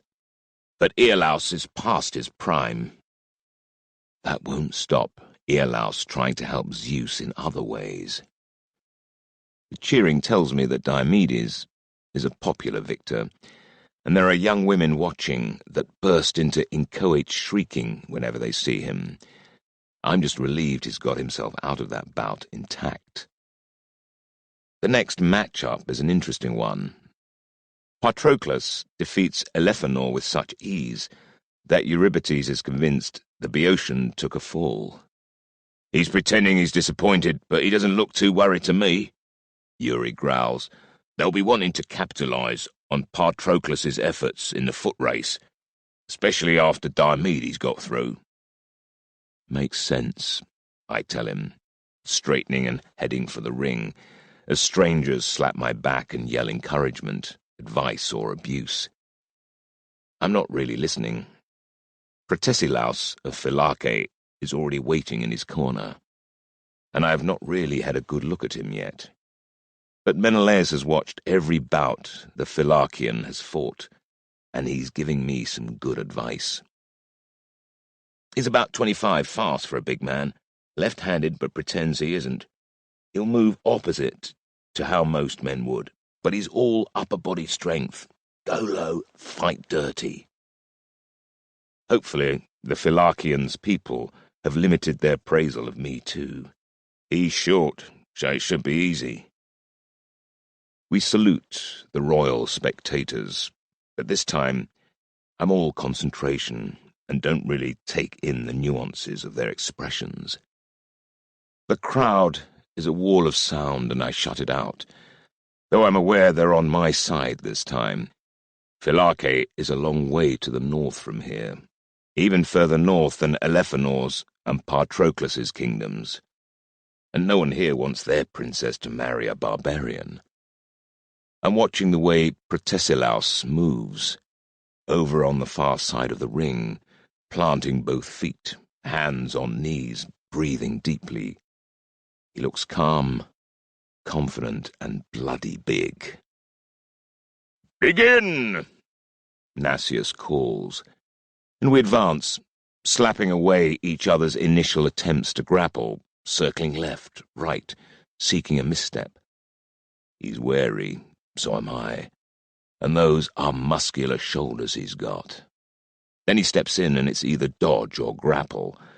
I try to take him by surprise by hurtling into the clinch, and we collide as I drive up under him. He's forced back a few steps, but he twists and tries to throw. I hold on, and we're both off balance. We crash to the dirt, legs flailing for purchase, arms locking as we seek a chokehold. We're grunting at the exertion, skin to slippery skin. I'm working on locking up his right arm while he tries to trap my legs and roll on top. Suddenly, he gains the purchase he needs as I find my lower leg pinned. He rears up and slams down, chest to chest, and almost wins me. He's got the leverage now, gravity in his favor. Then his forearm whacks the side of my neck, and I'm chewing dust. I fight hard, but he's got the weight to pin me harder. Harder. "First bout to Protesilaus," Nasius snaps, and the Philakian rolls away, his intent face triumphant. I nod acceptance. He got me fair and square, and bounce back to my feet, cursing myself. There's time for water, and to redust my hands, and then it's bout two, which I must not lose. This time I go in more cautiously, feigning uncertainty as we circle. Again it's Protesilaus who comes in, hard this time and faster than before, and that's almost enough to outdo me. But as he rams into my chest, I deliberately go with him, while gripping his weaker right arm, lifting and twisting, so that instead of finding himself on top of me, and the victory all but won, we crash to the earth again. This time I'm on top, with the better grip, wrenching his arm brutally round and rising to pin him, chest down beneath me. I could break his arm, and there's nothing in the rules to say I shouldn't. But I don't, and the Philarchian recognizes that. As Nasius calls the bout in my favor, I rise, and Protesilaus looks up and nods shortly, acknowledging what I did and didn't do. "You're too nice," Eurybates says while handing me the waterskin. "Bria will skin you for showing mercy." "My guiding principle is to be a better person than Bria in all things," I tell him. "Low hurdle," he comments wryly. "But aren't you trying to be a wrecker?" "I'll win anyway," I tell him, hoping I'm right. Otherwise Athena's likely to be as unimpressed as Bria. It feels like no time at all before Nasius calls us to our third and final bout. The noise ringside is deafening as we step forward and size each other up. Whatever complacency either of us had is gone. Knowing one slip will ruin our hopes. His to marry Helen, mine to wreck Aias's chances if I can. We close slowly, warily, crouched over with weight forward, moving almost in slow motion. He's trying to ensure I have no choice but to take him on, body to body, so that his superior weight can tell, while I'm trying to provoke him to lunge too soon, a little off balance. He feints a charge, goes left, then drives in with his right shoulder. I place my trust in Menelaus's assessment, and that saves me. Because this is another feint, designed to make me deploy my weight and balance to counter his right.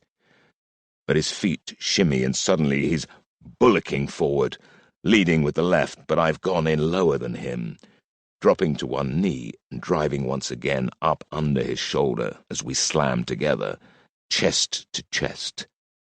He kicks off from his calves and thighs, tries to rear up over me again. I resist, and then twist at the hips and wrench him downwards, while sliding my arm from his right shoulder to his throat, and pull him backwards onto me. He slips into a chokehold while my shorter legs lock onto his. Protesilaus fights with all his power, trying to wrench his legs free and pull away, but I hang on, and as his first attempt subsides, I tighten my grip, forcing his back to arch. His face is scarlet now, eyes bulging as he tries to prise my chokehold free, battering at my forearm, pumping his hips up, then back into my midriff, trying to knock the air from my lungs. But he can't get enough purchase to jolt loose, and it's his energy that gives out first. He's left clutched in my arms, writhing feebly as his face turns dark puce. In moments, he's slapping the turf in frustrated surrender. "Bout 3, and victory to Prince Odysseus!" Nasius calls out. I release my opponent slowly, because some men don't know when they're beaten. But the Philarchian rolls over and gives me a rueful grin, gasping for air. "You fight well for a little man," he pants. "Too quick, too many tricks." He offers me a hand, and when I grip it, we haul each other up and he gives me a grudging hug. "Good luck, eh?" he mumbles. "Especially if you fight that bear from Salamis."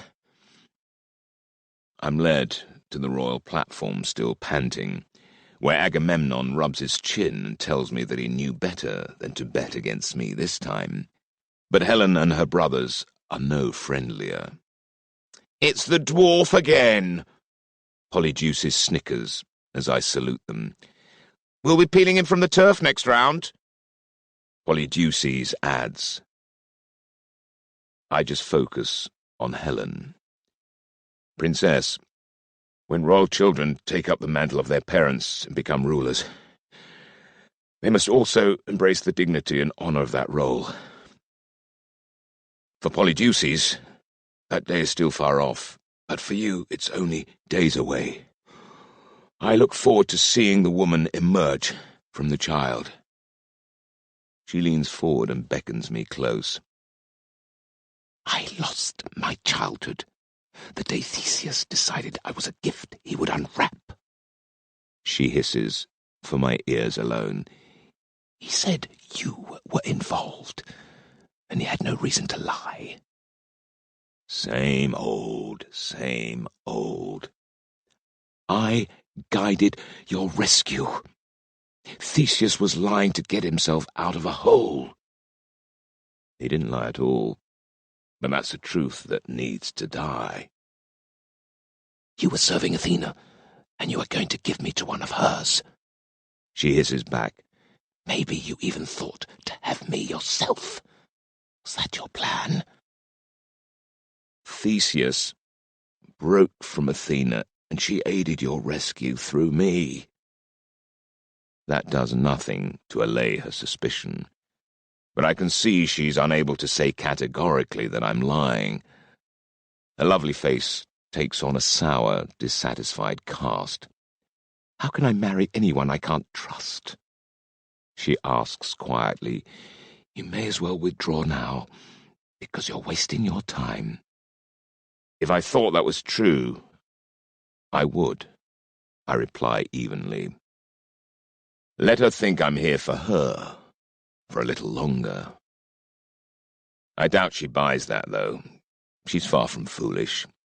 With minimal grace, she gives me another victor's bracelet. It's larger and a purer silver. This trip is starting to turn a profit. I rise, and Tyndareus gives me a friendly smile as I depart the platform. At least I have one true ally up there. If only I could win over Helen and her brothers. I'm anxious to go and see what can be learned from Alcmaeon, but there's the small matter of the next round of the wrestling. Aias, predictably, flattens Eumelus, but the young man takes my advice and goes down swiftly, coming out with nothing worse than a grazed cheek and a bruised shoulder. I console him afterwards, and manage to share a smile with Penelope as she takes her battered friend under her wing. Behind her, Actoris gives me a half-wave. Still keen. Ah, well. The four remaining champions, myself, Diomedes, Patroclus, and Aias, stand before the kings for the semi-final draw. I'm desperate for the draw to provide me with what we need. If Diomedes can win the final, then, combined with his first equal in the foot race, he's got a strong case for being awarded the overall honours for the games. And there's only one way he can do that. The draw comes up with what I want, and yet I feel sick to the core as Nasius reads out the names. I'm on first, pitted against Aias of Salamis. Little man, big man. Everyone knows how this one ends. The gamblers in the crowd are restless because they can't find anyone to bet against Aias, so they start taking odds on whether I'm maimed, whether I'm conscious at the end of the bout, or whether I survive at all. Aias is playing up to it, carrying skinny young girls around, one on either shoulder while pulling fierce faces. But I've been thinking back to Thebes last year, and a personal duel between two champions, a hopeless mismatch, only accepted because of pricklish Argive pride. The favourite duly won, but he took a wound that made him vulnerable when he fought his next fight, and so he died. That's my role here today. To somehow disable Aias badly enough that Diomedes, if he wins his bout, can beat this towering lug. The question is, how can I manage it? Or am I about to have my head ripped from my shoulders? Let's find out. I have Eurybates muttering in my ear as we make our way through the crowds, ringing the arena. His last piece of advice is well meant, but substantially worthless. Don't die, she's not worth it. Then he claps me on the shoulder as I enter the ring, and the crowds cheer wildly. because Ayas just entered on the other side, a shrieking wannabe Maenad on either shoulder. He kisses them both, nuzzles their cleavages, then lowers them down and spanks their bottoms to propel them back into the crowd, before swaggering to the front of the royal dais. Theseus without any brains at all. Aias is almost 7 foot tall. I'm 5 and a bit. He's got a rough-cast, broken-nosed face that speaks of many, many bouts, and in terms of bulk, he's got perhaps double my body mass, and it's all muscle. I've never seen a bigger man. I met him 2 years ago in the company of Heracles, up on Mount Ida, and the demigod didn't make him look small. There's no obvious weakness, not even in speed. He's not noticeably one-sided, and his technique looks sound, if predictable. But he's a cocky bastard, and though he plays the buffoon, I sense pride and a quick temper. I made a point of watching his bouts this morning, and he's no gentle giant. He enjoys dominating and humiliating others. I join him before the platform, where Castor and Polydeuces are leaning forward avidly, while Agamemnon is offering Tyndareus double or nothing on the obols he lost on me earlier. I glance at Helen, but she's too intent on Aias's massive, oiled torso, where even the muscles have muscles, to bother with me at all. We turn to each other, and Aias makes a show of looking over my head, then mocks starting as he looks down to find me. "Oh!" he guffaws. "There he is!" "Why?" I retort loudly as the crowd shushes to listen. "Are you short-sighted as well as cross-eyed?" The broad grin on his face dies as he glares down at me in surprise. "Tell me," I add, "was your father the hippopotamus or your mother?" His eyes bulge, and he lunges for my throat, but I dance out of reach. "You copros-eating dung-beetle," he snarls. "Let's do this with swords." "Sure, let's," I call back, as the crowd buzzes in disbelief. "You're so slow I'd kill you thrice before you drew." I sense that all the royals are now leaning forward, but I don't take my eyes off Aias. The only question would be whether I could stab deep enough through the lard to find your vitals. It's not nice, it's not accurate, and it's not even subtle, but niceness, accuracy, and subtlety would be lost on him. He goes red and then purple and clenches his fists, wading towards me while Nasius roars that the fight will follow the rules, such as they are, and for Aias to be still. "Wait for my—" Aias doesn't wait. He shoves Nasius aside and charges, arms spread and face enraged. But I do the opposite to what he expects, and come toward him. As he rears up over me, I slide in on my back, pretending I slipped, and drive both feet upwards into his groin. They slam into his family jewels as he bellows in agonized fury, while momentum and my upwardly thrusting legs propel him headfirst over me, and his face plows into the dirt over the edge of the ring. Technically, we haven't even started, but the Kerix, furious at being pushed aside, shouts, "First bout to Prince Odysseus!" And the crowd gasps, and then screams, a mix of excitement and outrage. Aias peels himself off the dirt, bloody-faced and bent over, and tries to come at me again. It takes 4 armed guards to restrain him, while I provocatively stroll over to my water jug and my chalk bag. Eurybates joins me, while my other men fend off angry members of the crowd who want to take up my dirty, dishonourable tactics with me firsthand. "Good work," Eury tells me, "but the surprise element is gone now. He's going to cool down and start thinking again. Be ready for a real fight, my prince." "I will," I tell him, flexing my hands and thinking hard. but he's not the sort to cool down that fast. I can still goad him. I clap Yuri's shoulder as Nasius calls for our return. This time the crowd is hushed as we enter, though what cheering there is still for Aias, while I attract all manner of low hissing. Castor and Polydeuces are glaring at me with real anger, and Tyndareus and Agamemnon look uncomfortable, not wanting to be seen to condone what most see as cheating. Helen, though, seems a little amused by it all. Well and good. I'm right. Aias has probably been given a strong talking to by his men, but he's still seething. His huge fingers are twitching into a throttling position, and he's breathing through flared nostrils like a bull in mating season. He's actually pawing the turf with one foot. "How was that, fat boy?" I ask him. "Think you'll ever piss properly again?"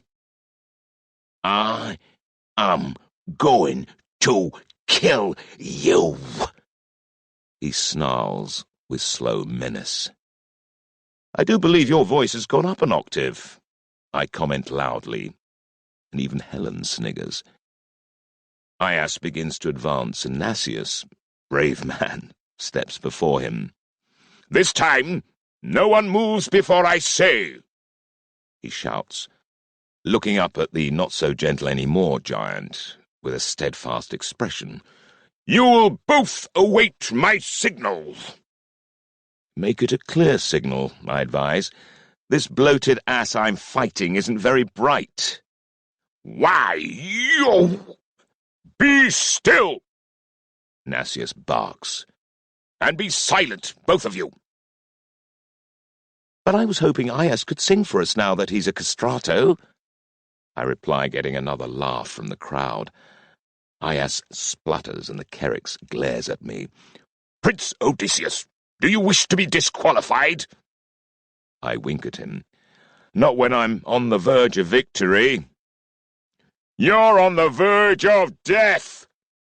Aias shouts. "I'm going to smash you!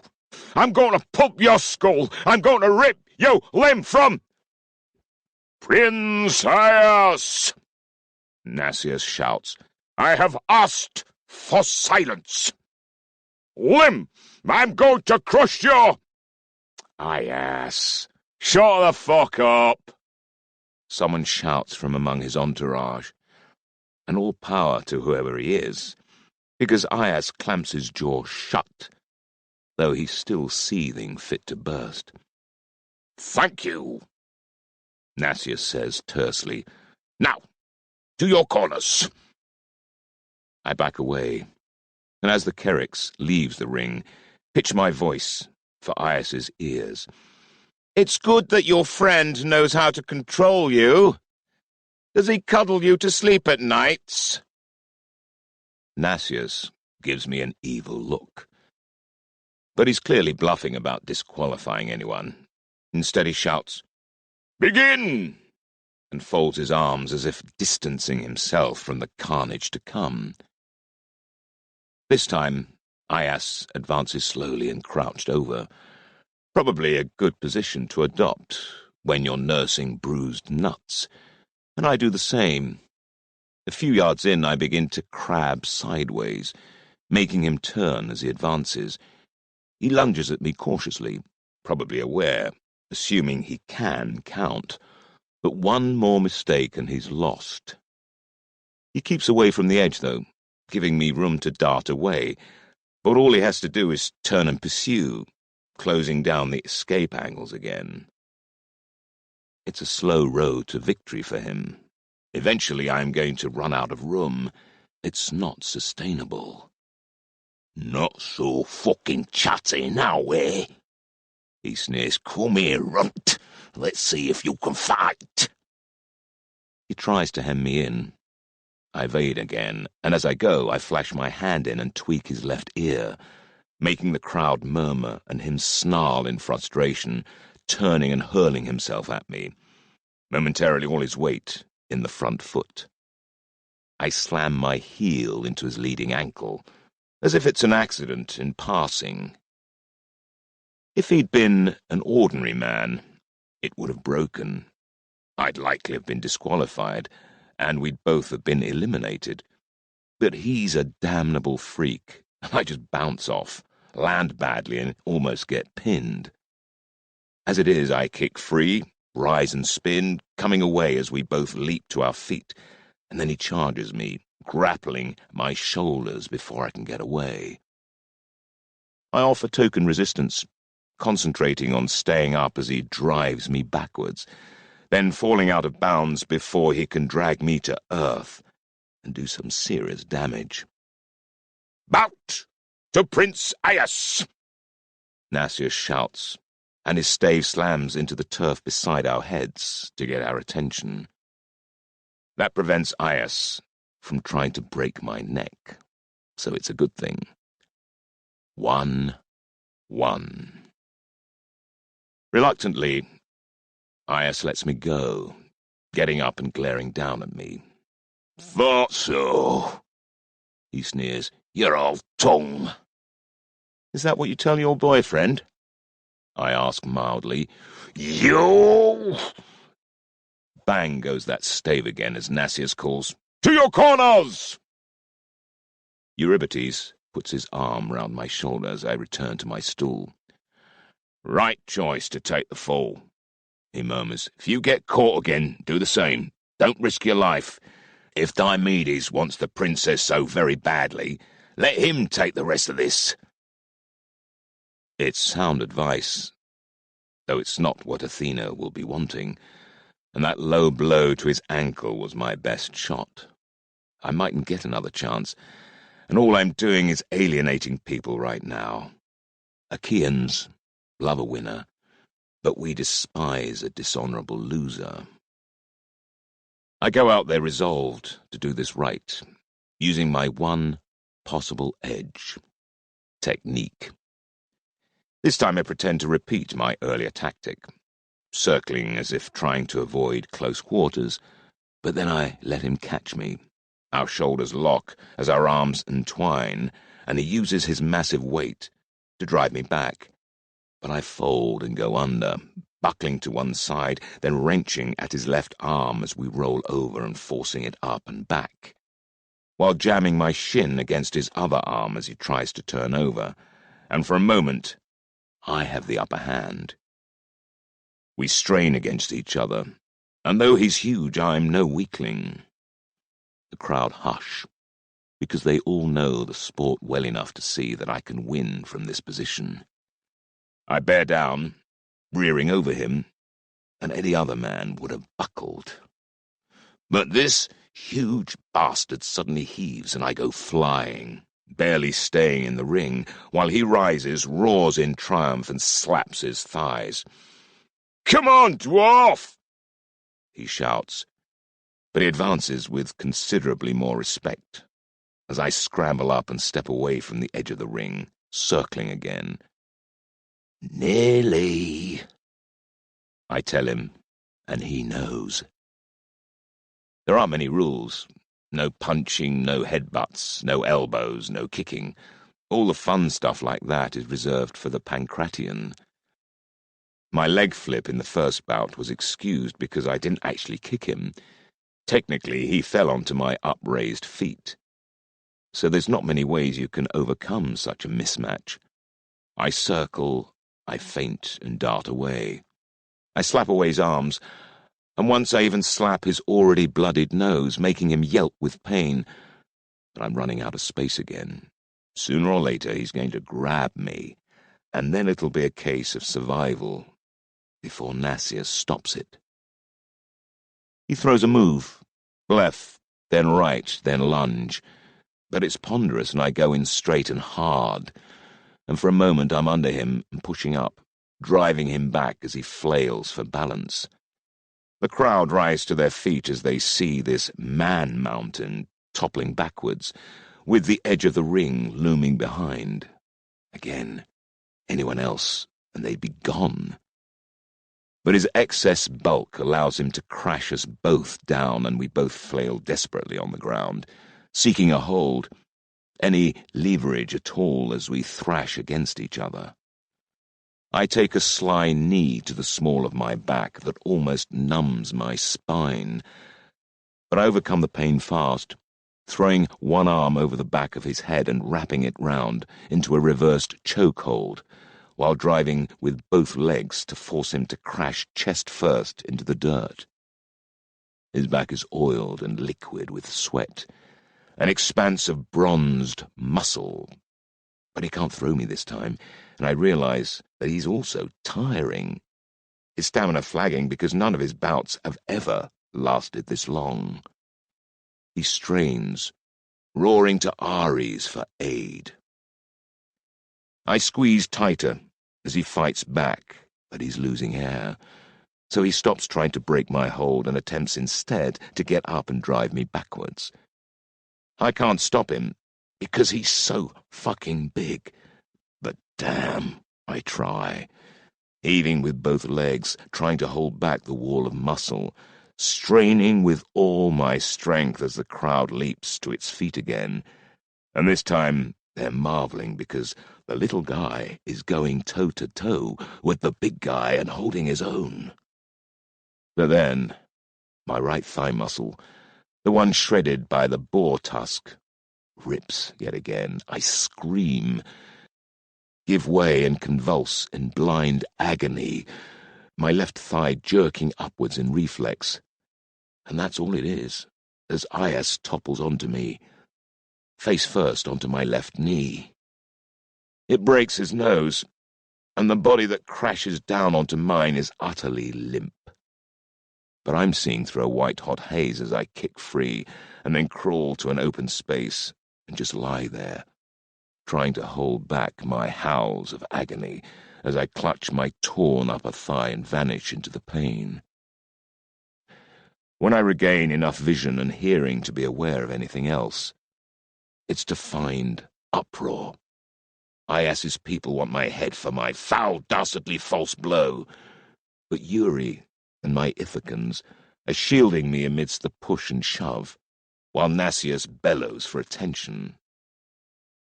Finally, the horns blast, and there's something like silence. Soldiers separate my men from Aias's, and Yuri helps me to my feet. I have to clutch his shoulder and hold on, as he helps me hobble into the space before the royal platform. Looking up through the haze of pain, I wipe my sweat-filled eyes and manage some kind of salutation to the kings. Tyndareus and Agamemnon are looking at each other with quizzical expressions, not quite sure what to say, especially in public. A deliberate knee to the face is not permitted, but it was genuinely accidental, and most knowledgeable observers would agree. Either way, Aias is still out cold, and I'm not going to be fighting anyone for a long while. It's hard-earned, but it's a win. I don't think even Bria could complain. "Well, Prince Odysseus, it seems no one should ever bet against you," Agamemnon observes, with wry amusement. He'll be pleased, I warrant, at least for Hera's sake. Aias was very much an Ares man. Now my vision's cleared. I can read the crowd. They're in turmoil. Their favourite is down, the villain of the piece has a victory, and perhaps through underhand means. They aren't sure, and opinions run both ways.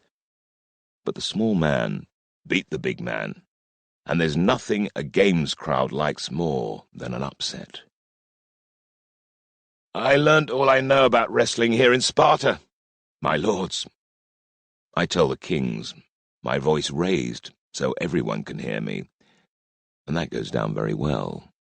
The crowd suddenly remembers that the victor is one of them, so this is a home-ground victory.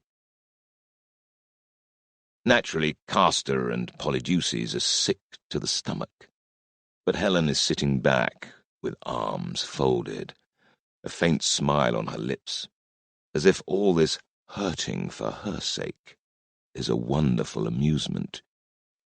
I cast off from Yuri's shoulder, and somehow stagger up the steps, salute the kings again, then kneel before her, wincing painfully as my poor right thigh spasms.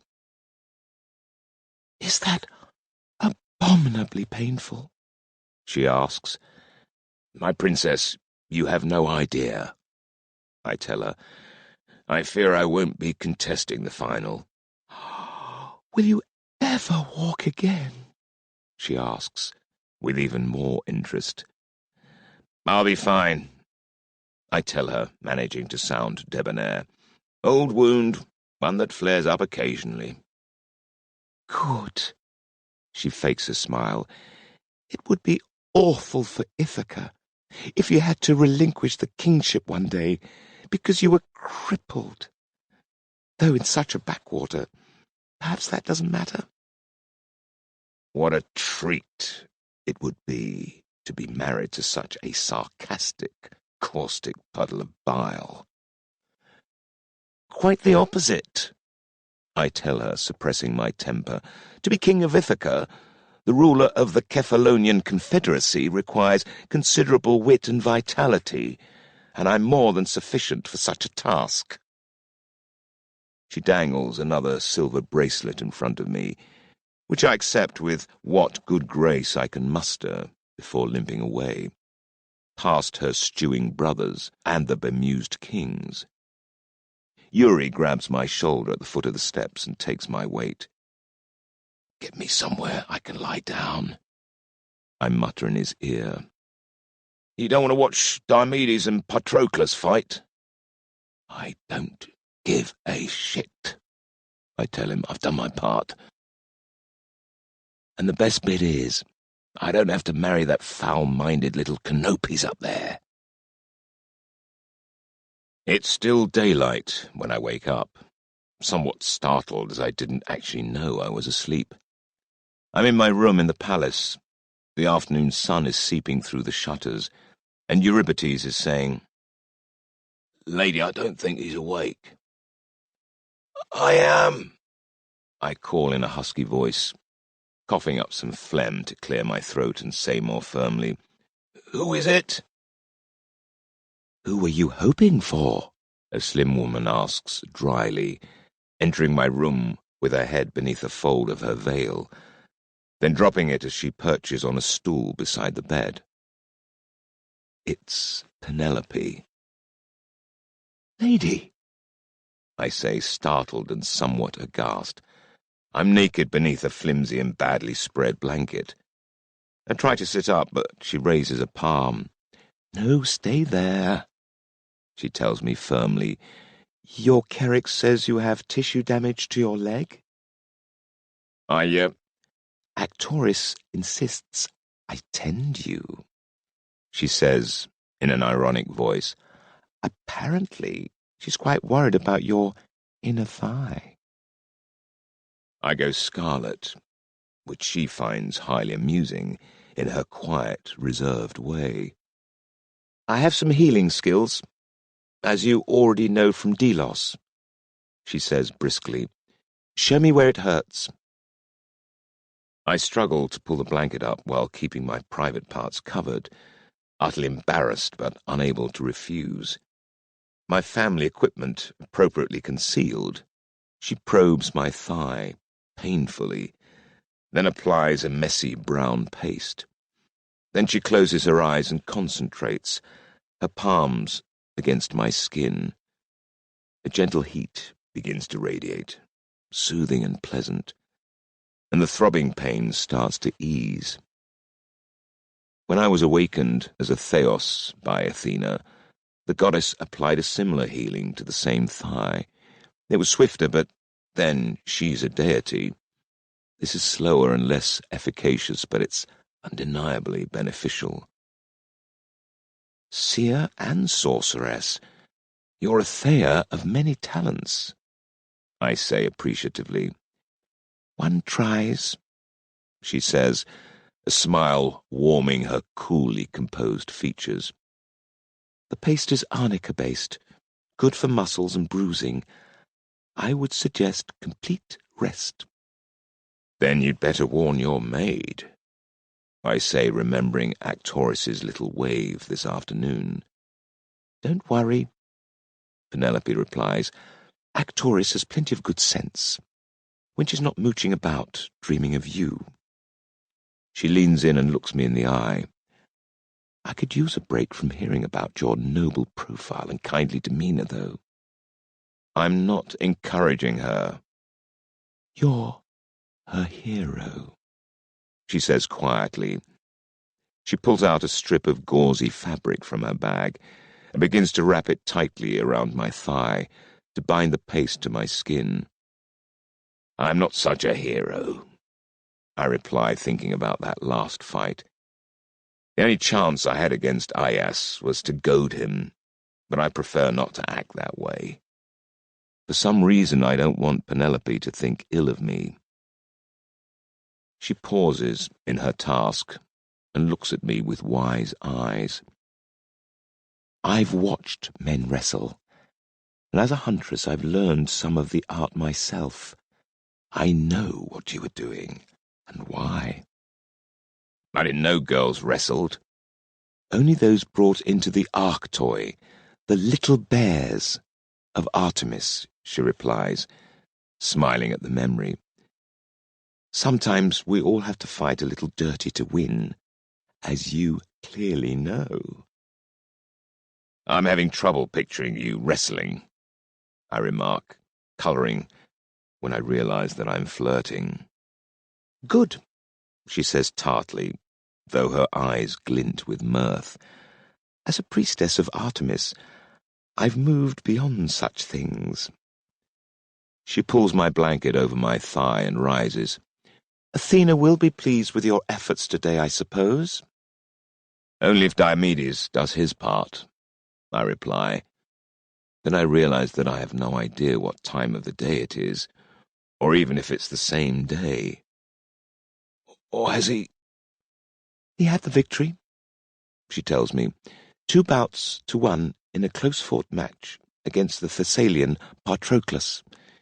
He's to be presented to Helen in private tonight.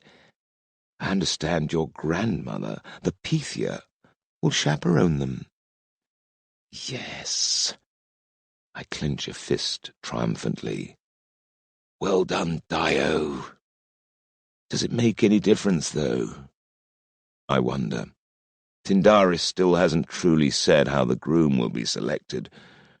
For all we know, Menesthius or Idomeneus, or someone worse, has bribed the king behind the scenes, and the games are meaningless.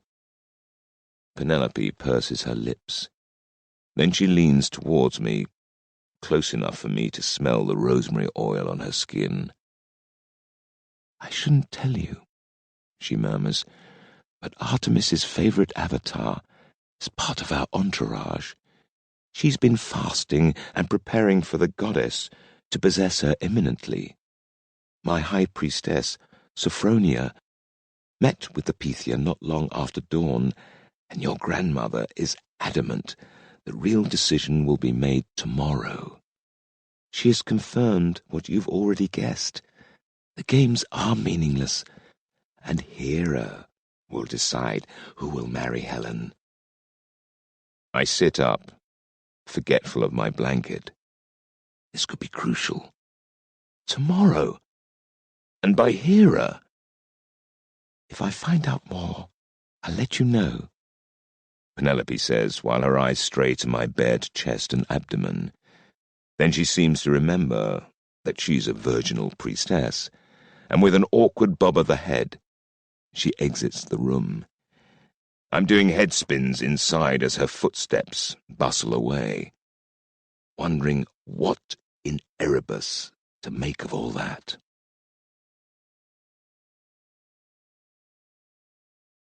Chapter 16. Alcmaeon. Dionysus gave such gifts to men, both a pleasure and a burden of grief. Whoever drinks to satiety, the wine drives him out of his wits, ties his feet and hands up together with impenetrable fetters, along with his tongue and his common sense. Hesiod. catalogue of women. Sparta. Penelope's ministrations do me wonders. After a short nap, I'm ready to get up and move about. I've been damaged often enough to know that letting an injury stiffen can be the worst thing to do. So eschewing Eurybates' aid, I rise, wash my face and dress. I need to let Bria know what Penelope has told me about Hera. So I send Eurybates to her with a note, then join the throng in the Megaron to see if I can learn anything directly from Tyndareus. But as I enter the hall, I see that the royal party hasn't arrived yet, and a servant tells me that Helen is due to see Diomedes right now. I chat briefly with Mnestheus. He's about as much fun as a tax assessor, when a big hand falls on my shoulder. I turn to face the chest of a giant, then look up. Aias is glaring down at me, his nose straightened as far as such an already blunted appendage can be, but stuffed with wadding. Both eyes are blackened and his lips are so swollen they look like small sausages. "Prince Odysseus," he slurs, gripping my shoulder with fingers that could break a man's collarbone. Once on Ithaca I was out walking when a feral dog came up and put his jaws round my calf, its teeth about to break my skin. I went rigid and just stared down at him. If I'd moved, the dog would have savaged me, but I remained utterly still, fixing him with a steady eye. He let me go and trotted off. "Prince Aias," I say with exactly the same resolute calm. My bravado knocks Aias off stride, but only for a moment. He's a Theos, and he's used to public displays of courage.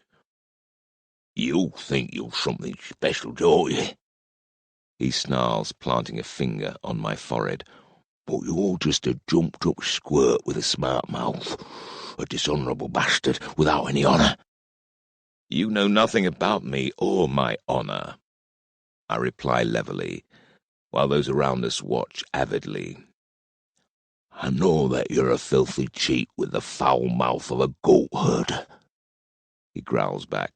"I'm a better man, and I'll prove that to you.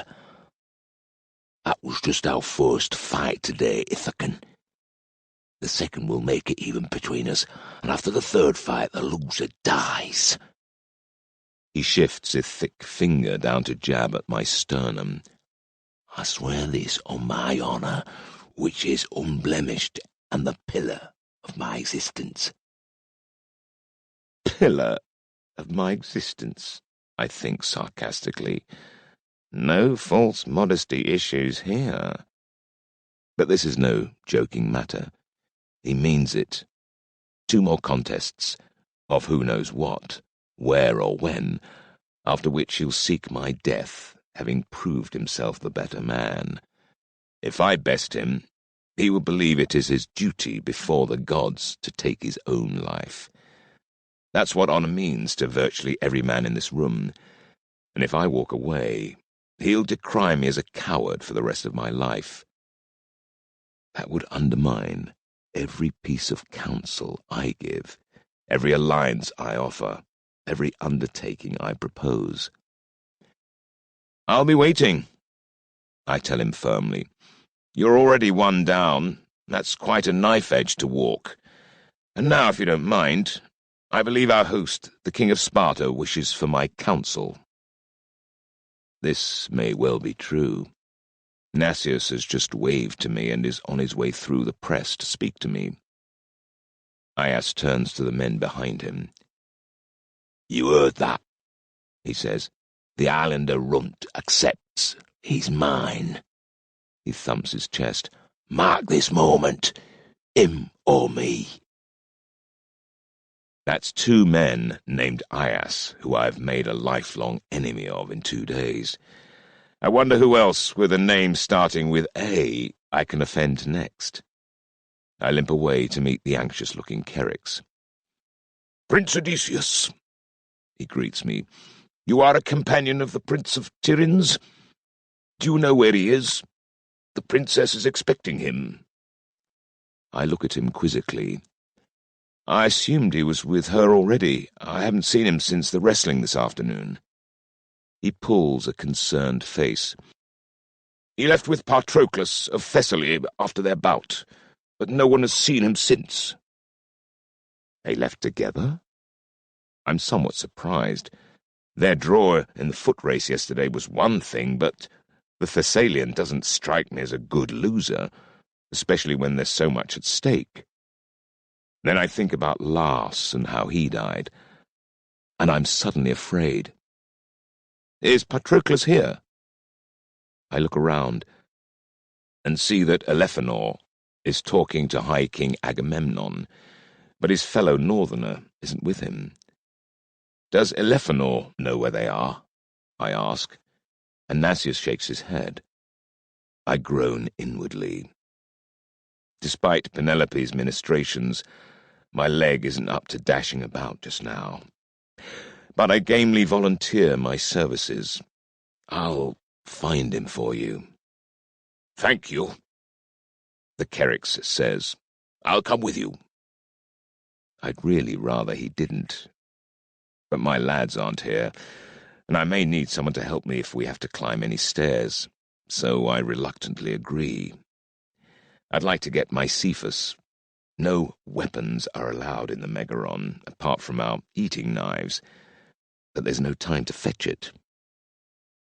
We make our way out through the citadel gates into the town. Dusk is creeping over the narrow streets, and I'm vividly aware of the note under my pillow and its warning.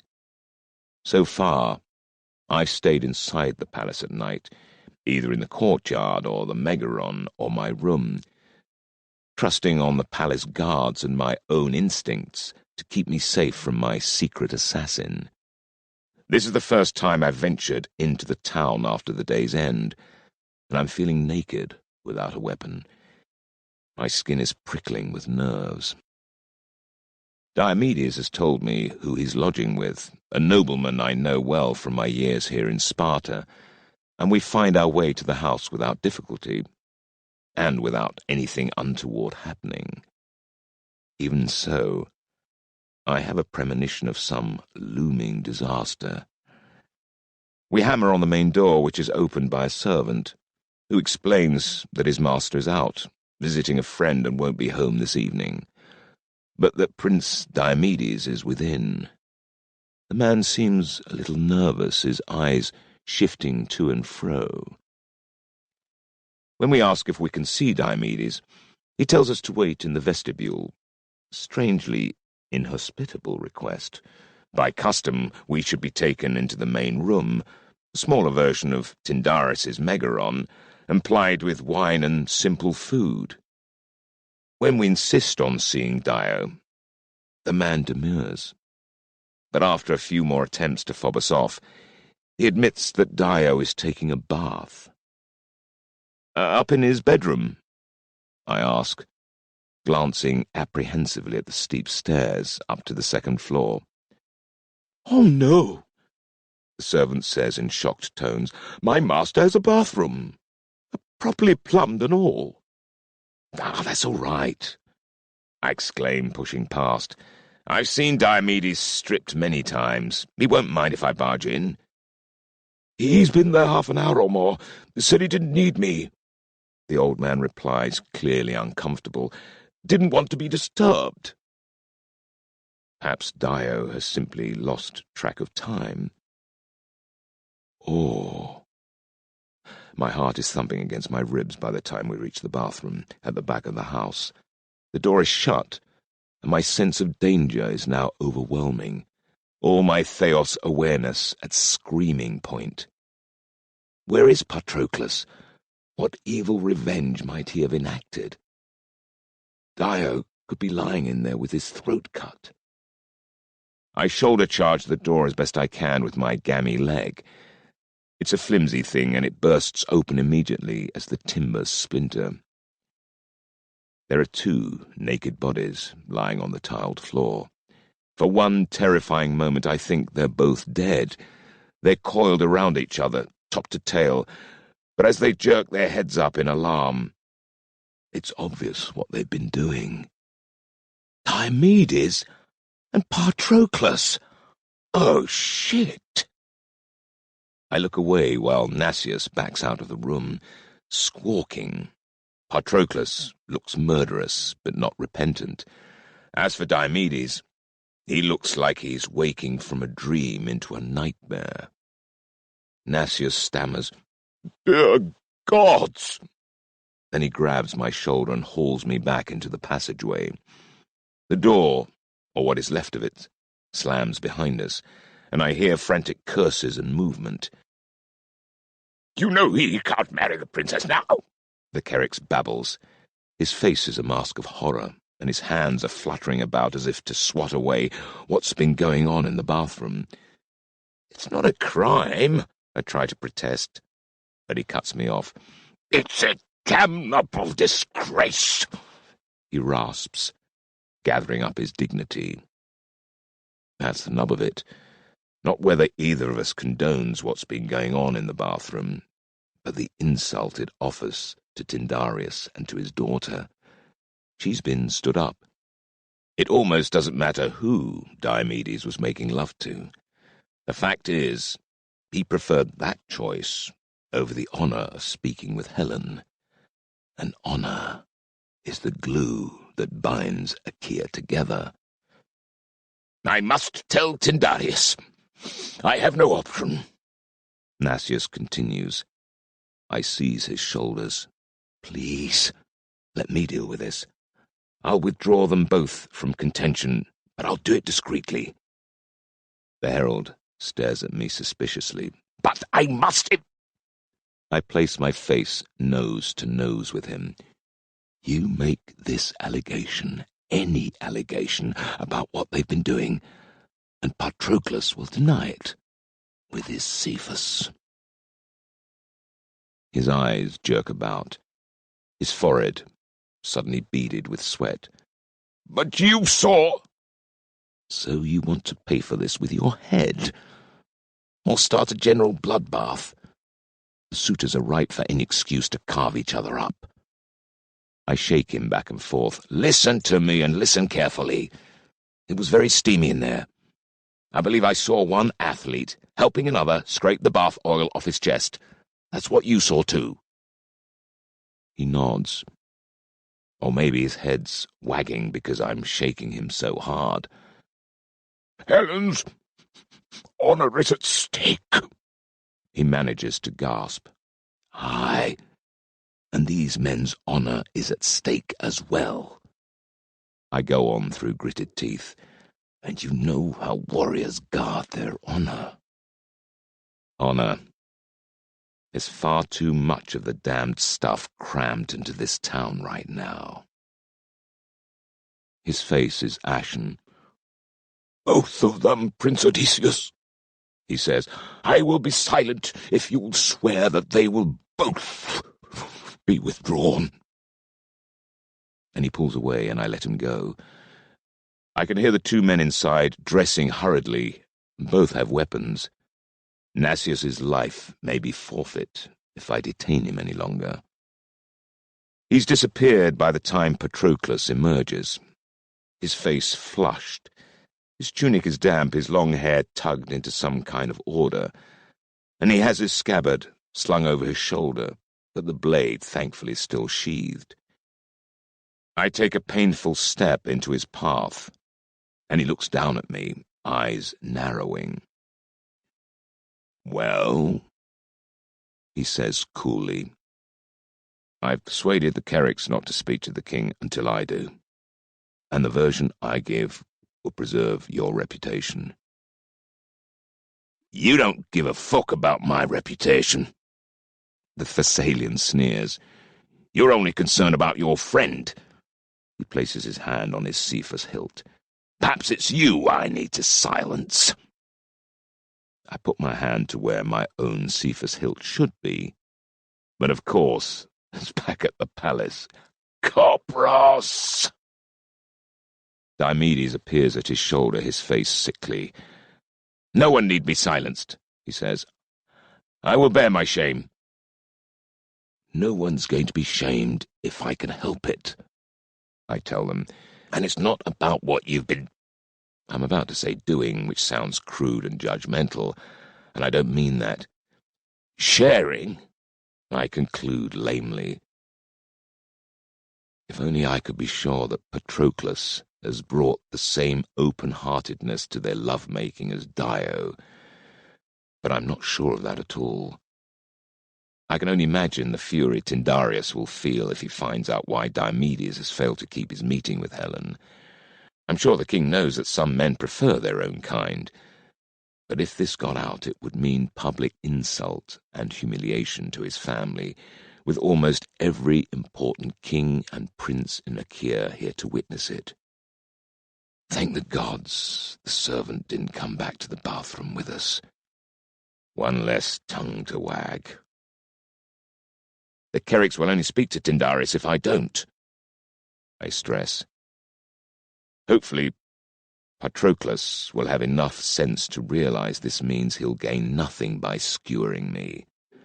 I'll think of some excuse for you both. What? The two men look at each other. A silent exchange so complex, I can't begin to decipher it. Then Patroclus turns back to me. It's just pleasure, he says.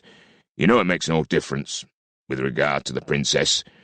She won't want for topping if I win her. Tyndareus won't see it that way. Why not? Zeus's balls. Pretty much every man alive has tried it at some point. It's a part of growing up. Meaning you have grown up? I'm starting to lose my temper now. Oh, fuck off. You and Menelaus are friends. Real friends who would never risk the other's reputation at the most crucial moment of their lives, which is what you have just done. This has nothing to do with seeing two men together. Several of my own soldiers have let a close friendship go further, and it's never overly bothered me, so long as it hasn't undermined the cohesion of the unit as a whole. They're all good men, and I trust them in a crisis, but not this snake. Listen, I tell Patroclus. It's your own business who you lay with, but these games are for the hand of Helen of Sparta, who's been blessed by every god on Olympus. This is no ordinary wedding contest. For the safety of Achaea, she must be happily married off to a loving husband, not someone who spends his time lusting after everyone else he can get his hands on, male or female. That's paramount, and it's why you are both going to walk away from this contest. I can actually feel Patroclus calculating. Can he kill me and then overtake Nasius? But then he'd have to kill the servant too.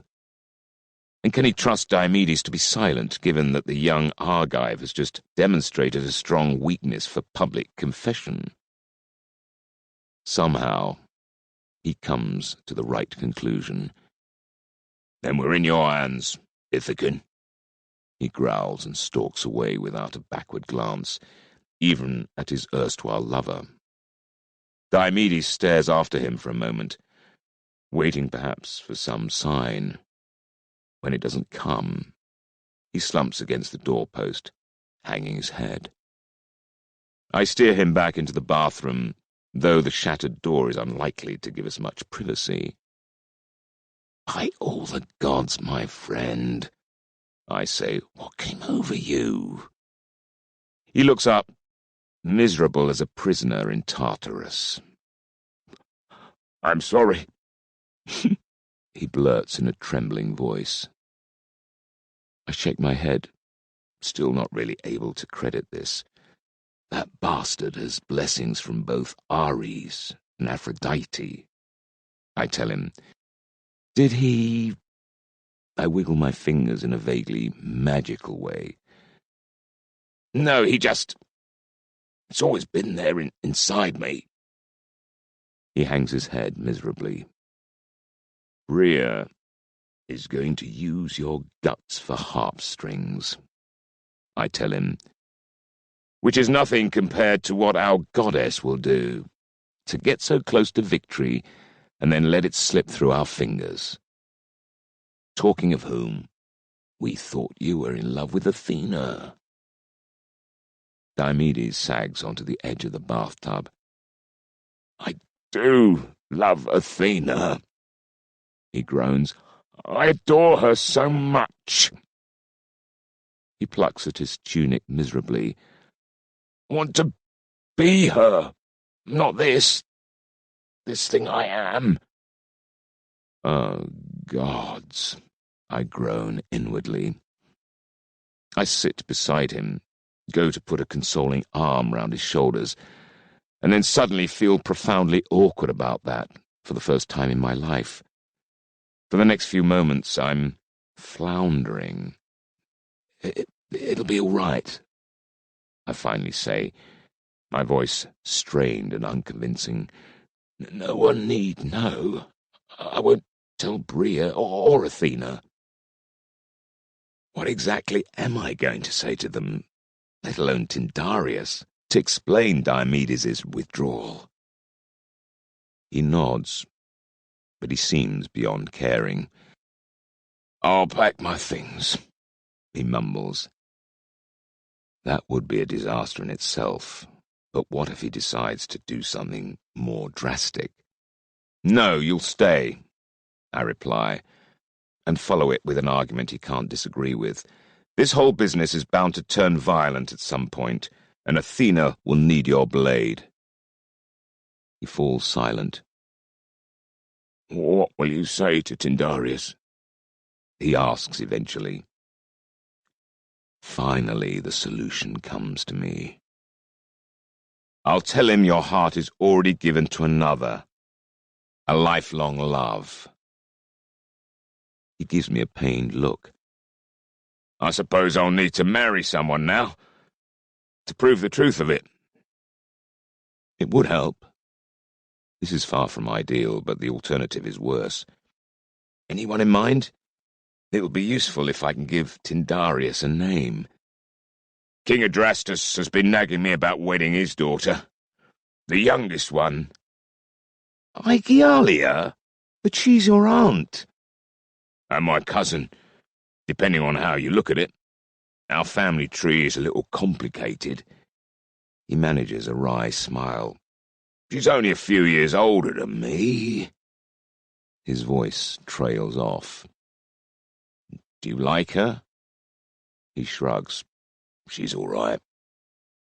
I'll tell Tyndareus you broke off a secret betrothal to come here, I say, because you wanted the very best for yourself. But Aegialia's heart is shattered, and yours is not much better. And you apologize profoundly for the hurt you're causing Helen, or something along those lines. I'll make it sound stirring and noble and honourable. I give his shoulder a pat. Go upstairs and get some rest. We'll talk in the morning. I've been tipped off that something big is about to happen, and you can bet your life Athena will want us involved. That at least pricks his interest, to be ready when his beloved goddess calls. I see him to the foot of the stairs, sure enough of his mood, that I no longer worry that he'll harm himself. I hate Patroclus. But regardless, I'm left to limp back alone along the streets of the town, staring into shadows and wishing I was armed. The assassin I've been warned of could be anywhere. But I reach the palace unscathed, and when I enter the throne hall, Nasius comes hurrying over and escorts me straight to Tyndareus' side. The old king looks at me impatiently. I'm told you found Diomedes, he snaps. Where is he? I give him a regretful look. Alas, Prince Diomedes, after examining his conscience, has decided that he can't in good faith continue to court your daughter.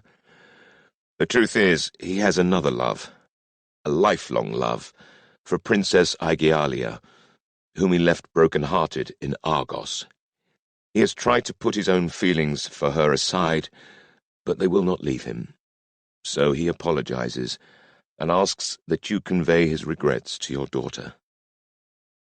Tindarius stares at me astounded. Another woman? Does he not know who and what my daughter is?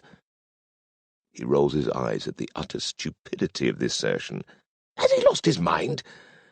I do believe Helen was warming to the notion of him. So taken was she with his prowess and bearing. He was champion of these games, the front-runner for her hand. Believe me, he's fully cognizant of all this, but sometimes a man's heart must rule his head. Tindarius scowls, angry now on behalf of his family. Not if they aspire to greatness. This was the opportunity of many lifetimes. I cannot believe any woman alive could matter more to a man than my daughter. I'm tempted to remind him that she's not his daughter at all, and that she's already been spurned by Agamemnon, but that would be cruel and utterly counterproductive. I understand also that Patroclus has withdrawn, as he feels that the dishonour of losing the final of the wrestling discounts his claim. He's already leaving. Tindarius looks up at the ceiling, silently berating the gods in his exasperation. "What will you do now?" I ask him. He rubs his chin wearily. What indeed? The gift-giving has been a disaster. It has caused more problems than it has solved. And now the games have also failed to reveal a worthy husband. I must consider and take counsel. He pats my shoulder. Come, let us speak to Agamemnon and determine a way forward. Although I'm anxious to see Bria now and learn whether she has sobered Alcmaeon up and what tale she's managed to prize from him, this clearly takes precedence. While Tindarius discreetly explains to Agamemnon that there's important news, I go to Nasius and tell him that both Diomedes and Patroclus have agreed to withdraw voluntarily, and that he should forget he knows otherwise. He's not stupid. He nods understanding and thanks me for my wisdom and protection. I then follow the two kings, leaving everyone in the mega-room somewhat mystified, though the passing remarks I hear as I leave tell me they're all thinking we're going to meet with Diomedes and Helen, in readiness for the big announcement. We regather in a private room behind the Megaron. Thankfully, there are no stairs to negotiate, and take our seats.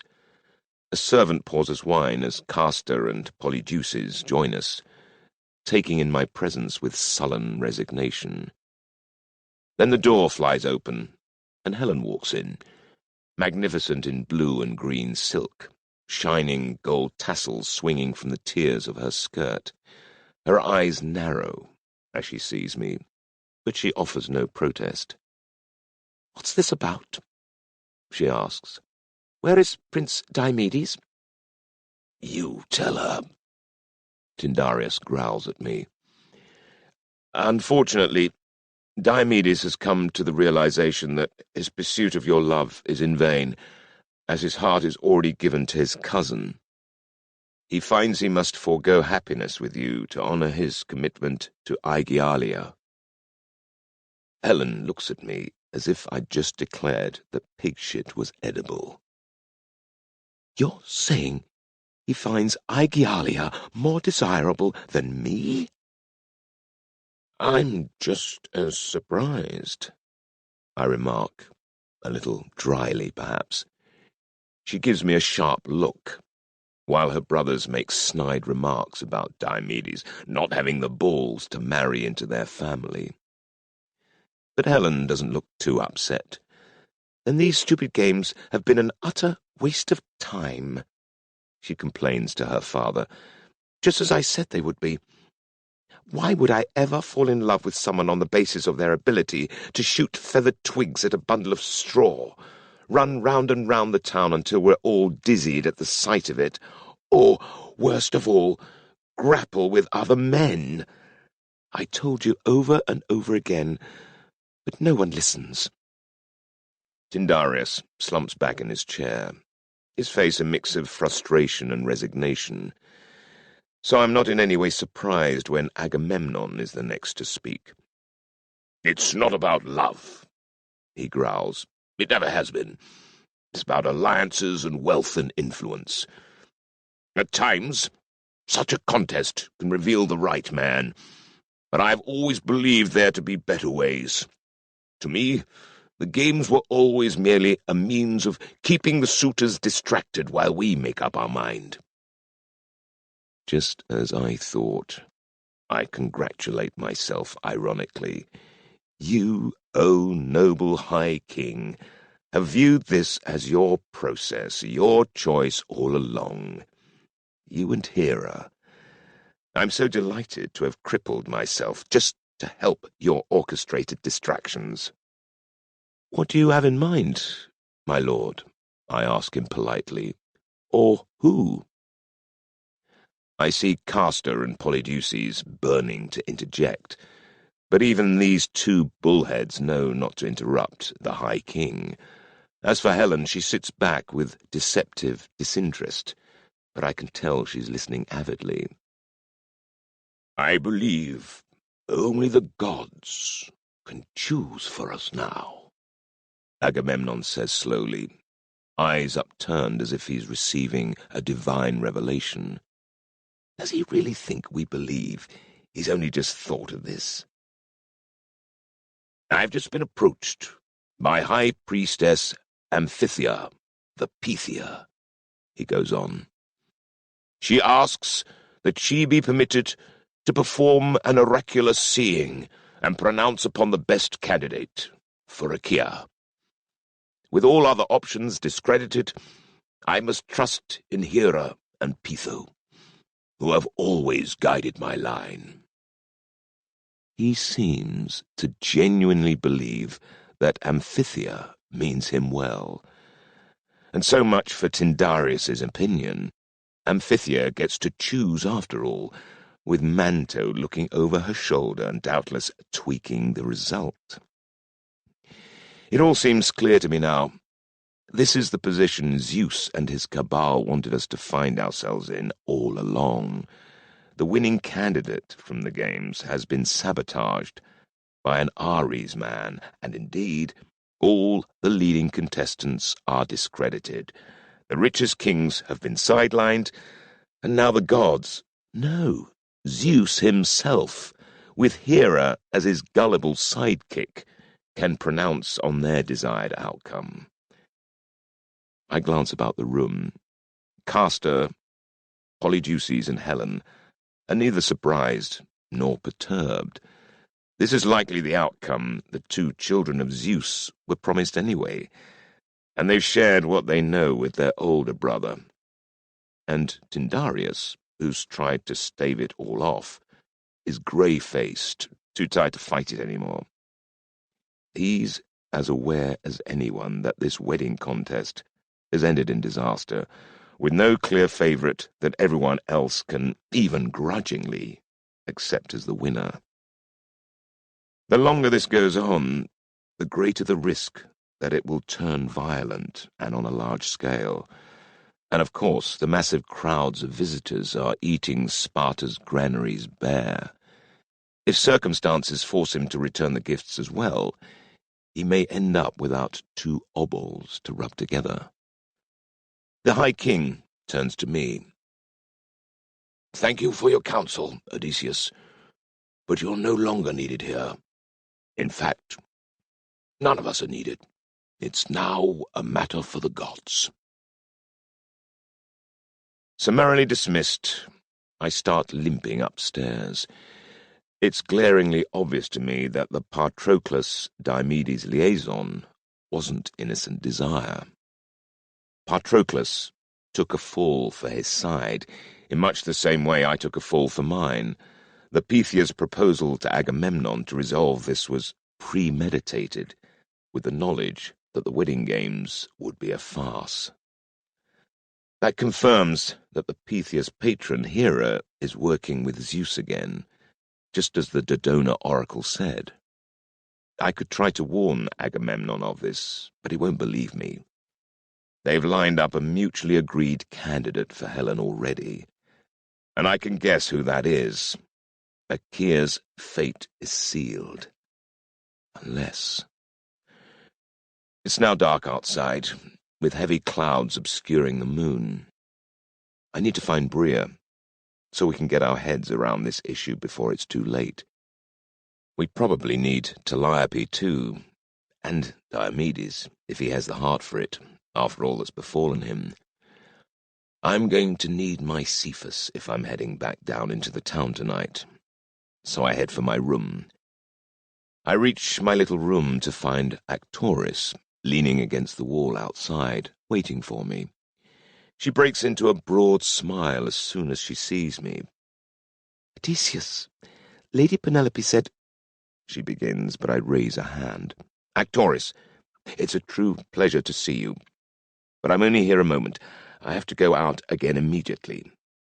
I fetch the key from my pouch. She gives me a disappointed look. "My mistress asked me to give you a message." She brushes my hand with her fingers. "That assassin note, nothing's come of it, has it? It must have been a joke, one of your funny friends.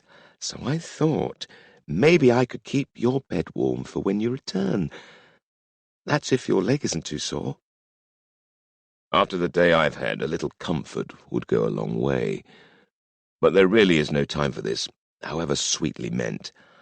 I have to go and meet someone, I tell her, honestly, and the threat of an attack still exists. Actoris looks hurt, which is vexing, and as I unlock, I try to find the words to let her down while remaining a friend. I push the door open, distracted by her presence. But these days, I never truly relax, so I'm instantly aware of a breeze coming from a window that I left shuttered and locked. The room is unlit, but the light of the hallway illuminates it, and I see immediately that the shutters are ajar and that someone is perched on the windowsill. Light gleams on metal as I grab Actoris and hurl us both aside, just as a bowstring snaps loudly in the silent, echoing space, and an arrow slams into the doorframe, the bronze tip grazing my cheekbone as it whistles past. I react instantly, hurling myself at the shutters, smashing them wide open, and throwing the assassin off his perch. He gives a startled cry as he plummets 2 flights onto the cobbles below. I look out, hoping to see him badly hurt, but he rolls as he strikes the ground and somehow staggers to his feet.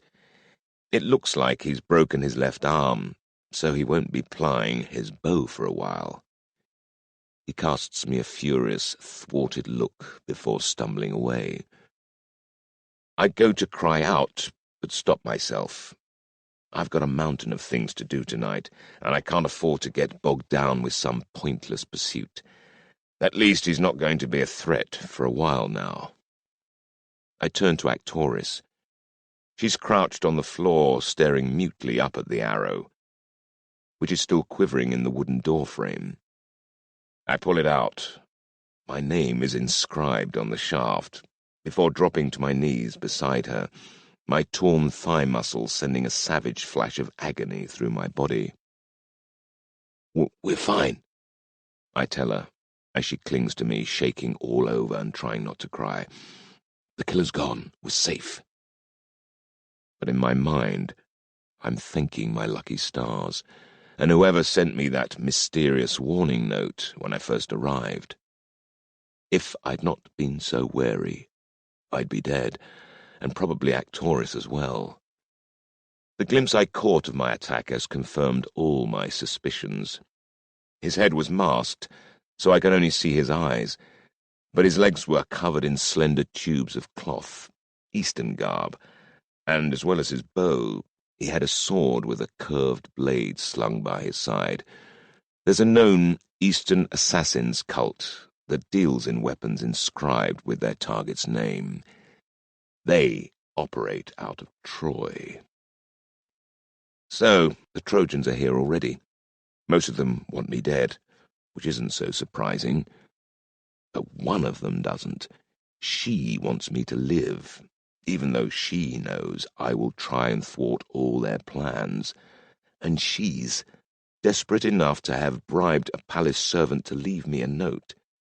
The handwriting awkward because it was written in what was to her a foreign script. Kishanda is still looking out for me. I've forgotten Actoris's mention of a message, but she fumbles in a pocket of her gown and pulls out a small wax tablet. The town springs, it reads, 1 hour, come disguised in servile garb. Bring a rope. It's from Penelope, Actoris adds unnecessarily. Oh, and she's made up some more ointment for you. She thinks this one will work better than the last. She hands me the vial. I rub the ointment into my thigh muscles, ignoring Actoris's offers of help. She's a trier, I have to admit. Then I thrust the arrow through my belt and gather the few things I need together, along with my Cephas. My leg is already feeling much better as we exit the citadel, propping each other up like two drunks as we head through the town.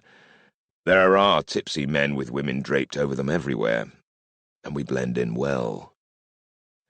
Once we reach the house where Bria has been sobering Alcmaeon up, I get Eurybates to take Actoris home, with Etanus and Polo to escort them. Then I go upstairs to find Bria sitting slumped on a stool outside a bedroom. She looks up at me in annoyance when I appear. Ithaca, where have you been? I did not come here all this way to nursemaid a drunken moulas of an Argive. Save it, I tell her. Diomedes blew it with Helen, so Tyndareus and Agamemnon have agreed to let the Pythia choose Helen's husband through an oracular reading, which Manto will be manipulating. We've already lost unless we can disrupt it. Bria gapes at me. Diomedes? What? Pythia, huh? It is so good to see her speechless. I just wish it happened more often. I give her the heavily edited highlights of the afternoon and evening, without mentioning at all what happened between Diomedes and Patroclus. Instead, I pretend that Diomedes and Helen argued, blaming it on the girl. She clearly wanted this to happen all along, I tell Bria. The wedding contests were just a ruse. This last part of my story has the advantage of being true, and I'm supposed to meet Penelope in less than an hour, hopefully to discuss whatever the Pythia and Manto have cooked up.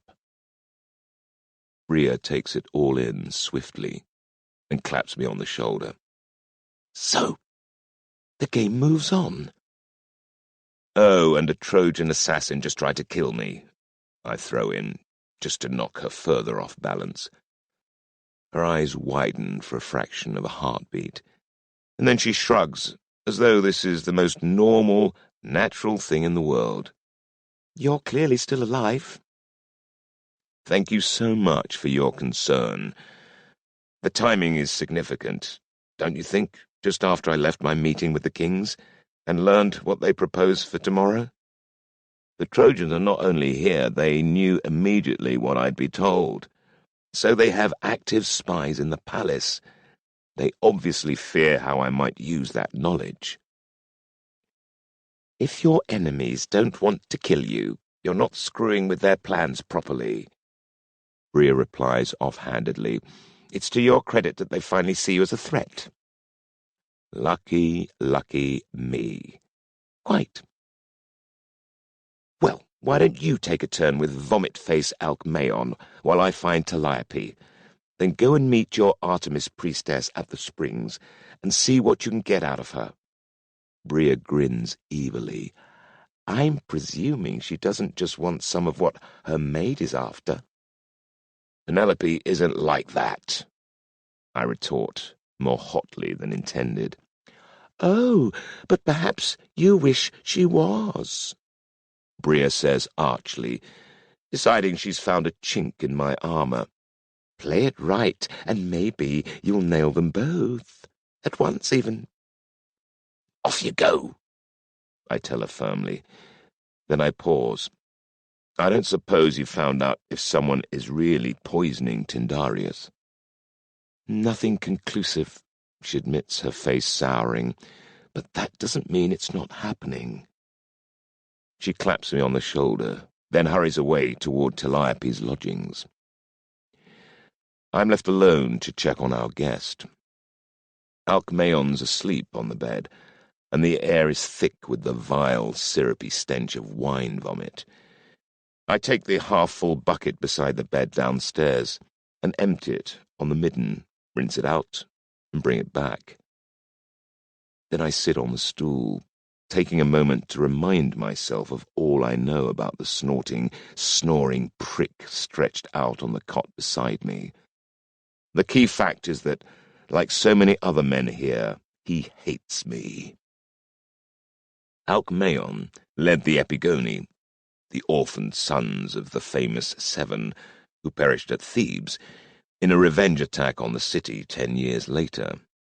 I helped them because Thebes was planning to provide a beachhead for a Trojan invasion, but he and I fell out, in particular because he wanted to torture the seer, Tiresias, and rape Tiresias's daughter Manto. I just wanted both dead, because they'd blighted my sister's life, tried to murder me, and betray all of Achaea. In the end, I had to settle for giving Tiresias a clean death, and arranging for the priestesses of Pytho to take the already pregnant Manto off Alcmaeon's hands. Alcmaeon has never forgiven me for that, and he's an important, dangerous man, the heir apparent to the throne of Argos. And he's here, drunk as a satyr, not for Helen's sake, but for Manto's. I nudge him awake. He comes to, rolls over and spews. I have the bucket ready, wait until he's done, and feed him water until he's aware enough to realize who it is that's caring for him, and that he loathes me. You, he growls. you can Again, the bucket saves the day. Good evening, Prince Alcmaeon. I greet him evenly. Are you done yet? He mumbles blearily. You're welcome. He catches the hint of sarcasm in my voice. If you think this makes amends for what you did... I never considered the possibility. I tell him, I want to know what happened between you and Manto after I left Thebes. You can go... He starts, but then his eyes narrow. Why should I tell you anything? At least he's thinking again. Because if I help you, you might help me. Help me? How? He growls. Help you get what you want, or who you want. That snags his attention. You know who I want, he rasps, but you want her dead. I've changed my mind, I reply not quite honestly. Tell me what happened between you and Manto at Thebes.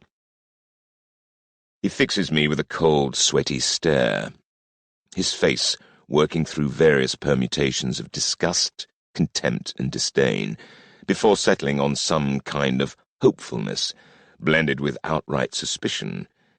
It's a very odd mixture indeed. When you fled, he begins finally, I took her back to camp. I fully intended to cut her throat when I had done with her. His voice trails off, and I start to think that's all he's going to tell me. Then he moans as if in pain. But the thing was, I couldn't get done with her. Gods, I've had women, but never, ever anyone like her. The passion, all she brought out in me, The sheer heart-pounding excitement of riding that storm. You have no idea. We're kindred souls, she and I. We were made for each other, enemies or no. We must be together. But then those interfering bitches from Pitho came for her, and they persuaded Adrastus. We fought. Damn. I must have nigh shouted the walls of Thebes down, what was left of them, but they all turned against me. He buries his head in his hands. They took her away. His voice trails off. Then he mumbles, with naked honesty. I've not been sober since. And you have a child by her? He gives me a haunted look. Aye, a son. She birthed him in Pitho, 9 months after she was taken from me. She's called him Amphilochus. Your brother's name, I remind him. Why would she do that? Alcmaeon rolls over to face the wall. You'd have to ask her, He says in a desolate voice.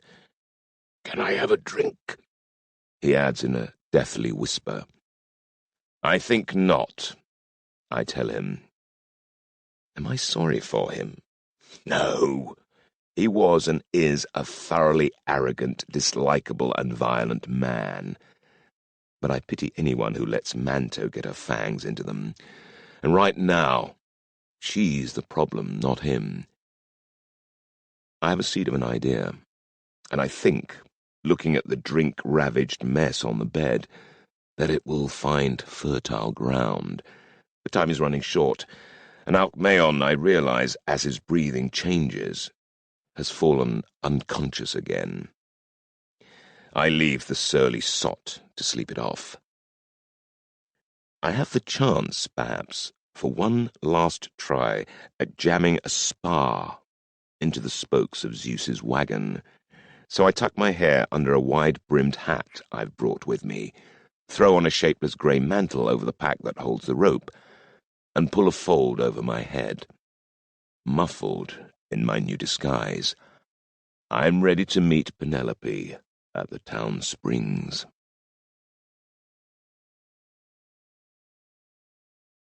Chapter 17. A Secret Olympus. How is it, indeed, that when I learnt of such things, I came here, instead of respecting the oracle of the god? Because Hera is far greater than any divine oracles, and would not forsake me. Euripides, children of Heracles. Sparta. There's a cloaked figure standing beside the low wall that surrounds the town springs, waving to me through the crowds. Penelope's composed face peers out from a fold of her priestess mantle as she looks me over. Do you think you can climb if you have to? She asks. My leg's much more comfortable now, thanks to your new ointment. I tell her, I can manage most things as long as it doesn't take too long. I look around me. Why? What do we need to climb? She gives me a conspiratorial look. I'm not sure yet, but there'll be something. And thank you for protecting Actoris. She's very lucky. We were both lucky. I hesitate, then add, I don't know how to refuse her without hurting her feelings. You're not used to refusing women, then? She says wryly, I'll have a word with her to spare your feelings and hers. She indicates the direction of the lower town and adds, Come. I find I have to hurry to keep up. Just as well my leg is feeling better than it was. Where are we going? I ask after a couple of blocks. I want to break into a shrine, she says, slowing down enough to face me. I stare. Good, but why do you need me? Do I look like someone who knows how to break into anywhere? She replies, No, but... We're friends, good friends even, but our goddesses are hardly allies. Why send for me? You have Theai in the Artemis cult who could do just as well. Yes, but I have to persuade them to do something against their scruples. You think I don't have scruples? She pauses, a smile playing about her lips. I'm sure you do, but they're not the usual set. Listen. She drops her voice so we won't be overheard by any passers-by. Sophronia has been summoned to a meeting in the house of Dionysus's local high priest, but I've not been invited. You know I have doubts about my patron's place in Zeus's new order, and I want, no need, to hear what is being said. To do so, I need the help of someone outside my cult, and the only person I know with the skills and local knowledge who'd be willing to help me is you. Or am I wrong? I'm never going to refuse that offer. I'm your man, I reply with an inadvertently flirtatious smile. I've sworn off men, remember? I've not forgotten. It's mankind's great loss. Flattery will get you nowhere. She suppresses another smile. I'm hoping you know the house. Indeed I do. Menelaus and I used to steal his ceremonial wine. Excellent. Come on. We'd better keep moving. I take the lead as we hurry on down through the town, making sure we avoid the deeper shadows, even though the Trojan assassin is hardly likely to be a threat at this point. The streets are still busy, torches on street corners and outside taverns creating small pools of light in the gloom. Boisterous laughter comes from the overflowing taverns, but the locals appear surly, probably already sick of the strangers and interlopers. Those who look at us do so incuriously, perhaps seeing a man and wife hurrying home. Although it's early summer, the air is cold. Eventually I steer her through an alley that I know will take us to the rear of the priest's house. I press Penelope against the wall as we reach the end of the alley, and creep forward, peer around the corner, and then return. There's a guard at the rear entrance, I whisper. I assumed there would be, she replies with quiet anxiety, but you must know another way in if you... Nicked the votive plonk. Quite. We'll need to hurry, though. The meeting will be about to start. Don't worry, it won't take us long. Menelaus and I used to break in here at least once a week. I smile at the memory. The wine wasn't too bad either.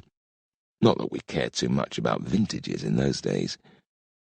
I take her to the rear of another, smaller building with a relatively low, flat roof, and help her clamber up, silently as there's a family living inside.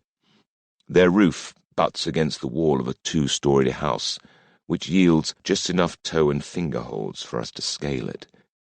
That done, we tiptoe over to a vantage point overlooking the Dionysus priest's house, just a few yards away on the other side of another narrow alley. On this side of the house opposite us, there are no windows and, more importantly, no doors, and therefore no guards. It's a modest building with a few bedrooms upstairs that open off a narrow internal balcony that surrounds a large central covered light well. Below, there's a single room that occupies the whole ground floor. If you're being grand, you'd call it a megaron, but it's not that big. There's an altar in the middle instead of the customary hearth, so it's freezing in winter. Presumably you don't feel the cold if you've drunk enough votive wine. 30 people at the most could pack themselves around the altar if they stood shoulder to shoulder, but it doesn't happen that often. Dionysus's worship is a minor one in Lacedaemon, and most of their rites are secret, ecstatic, and take place out in the fields and wilder places. Penelope moves well, like the trained huntress she is, but now our cloaks will be a nuisance. Leave your mantle here, I whisper in her ear, so you can move freely. This next part's the hardest. We shed our cloaks and I pull out the thin, tough cord I've brought with me and tie a loop at one end, using a slip knot. I wait until the guard comes around the corner on a cursory sweep before returning to his position out of sight. If he's kept up the habits of years ago, there'll be a small brazier and a flask of wine back at his usual station, and he won't budge from there for a while. All's clear. There's a wooden beam jutting out from the edge of the roof opposite, with a sturdy vertical pin near the end, the twin of a beam on our side. The men who build houses round here use such beams to secure a pulley so they can haul up roof tiles and other building materials. I send the rope snaking over the alley and loop it over the peg on the first attempt. It's satisfying to find I haven't lost the knack after all these years.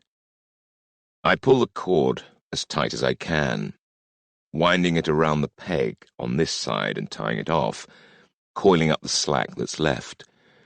With Penelope watching open-mouthed, I step onto it, as much to make sure I still have the skill as to test the strength of the rope. "Have you ever walked tightrope?" I whisper, after returning to the solid footing of the rooftop. She gives me a panicky look. "No." "Then I'll make it easier for you." I tie another loop several feet along the slack and reach down to hook it over another bronze peg below us. Menelaus and I put it there all those years ago for this very purpose, and a sharp tug on the rope reassures me that it's still firmly wedged into a joint in the massive timber framing that supports the wall. Once that's safely done, I stand and, with the coils of the remaining slack in one hand, tentatively place a foot on the upper rope, spreading my arms. "Are you insane?" she whispers, incredulous. "I've done it before," I whisper back, and step fully onto the tightly strung cord. Then, very, very carefully, I walk, one splayed foot after the other, across the empty space and onto the opposite roof. Okay, it's not quite that straightforward. In fact, at one point I nearly fall and only my good balance enables me to steady myself. But I make it. Once there, I stretch down to hook the last of the slack around yet another peg, the twin of the lower one opposite, drawing it as tight as I can before tying off on the beam at roof level.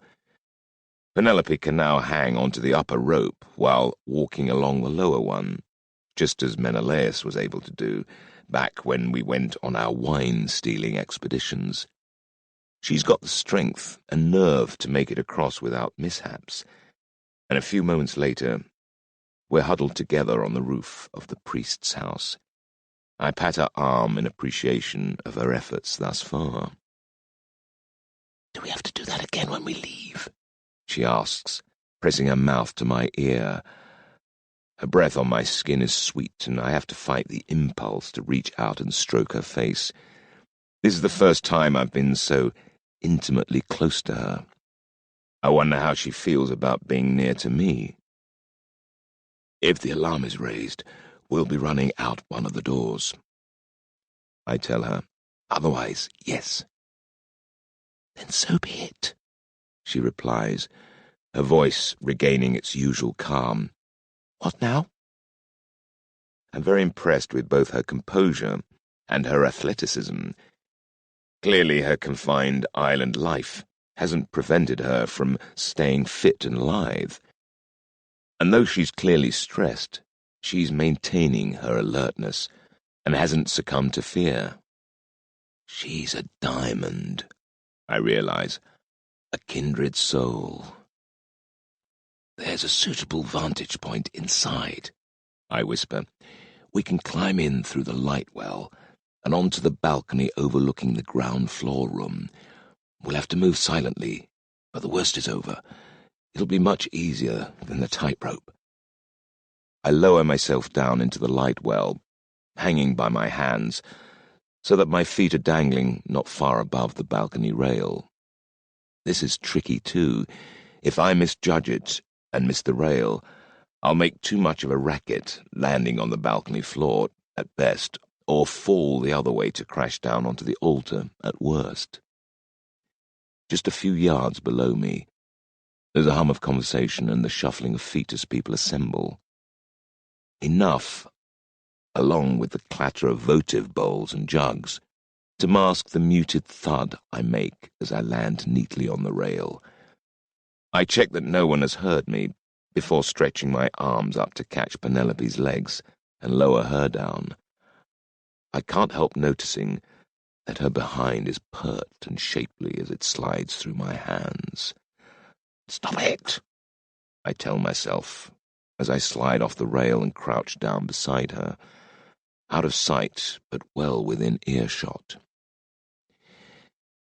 We're barely settled when I hear my grandmother, the Pythia, speak, just a few yards below us and clearly audible. "Welcome, Sophronia," she announces in a cold, formal voice. "Greetings, Amphithea." The high priestess of Artemis responds coolly. "No doubt," my grandmother goes on, "you know some of these others." A familiar male voice interrupts her, one that makes my skin creep. "I'll speak for myself," it says in a strong Eastern accent. "I am Prince Sciamandu of Troy. With me is my half-brother, Prince Parasi, and my sister Kishanda. We speak with the authority of the King and Queen of Troy on all matters." Kishanda. My poor heart feels such pain, I almost groan aloud. My face must have betrayed my anguish, and Penelope, bless her, covers my hand in hers and squeezes. I twist my hand over and squeeze back, straining my ears to hear my lost love speak. But the next voice is new to me, a gravelly, resonant Achaean one, with an aged burr to his tones. "My name's Carnus, a seer in service of Hylas and the sons of Heracles, and an initiate of the Order of the Sphinx." I know both the name and the reputation. He's a prophet who has always stood in Tiresias's shadow, but he's well known for his cunning and wisdom. The Order of the Sphinx is some kind of cabal operating throughout Achaea and Egypt in service of Zeus. I'm doubly thankful to Penelope for asking me to come here with her. Our eyes meet in the half-dark, hers shining with nervous excitement. The following voice I know only too well. "And I am Manto," the Theban prophetess says, "daughter of Tiresias and the great Heracles." I tighten my grip on Penelope's hand. Oh, for my bow and a quiver of arrows. "And I, Melampus, priest of Dionysus, will be presiding over this gathering tonight."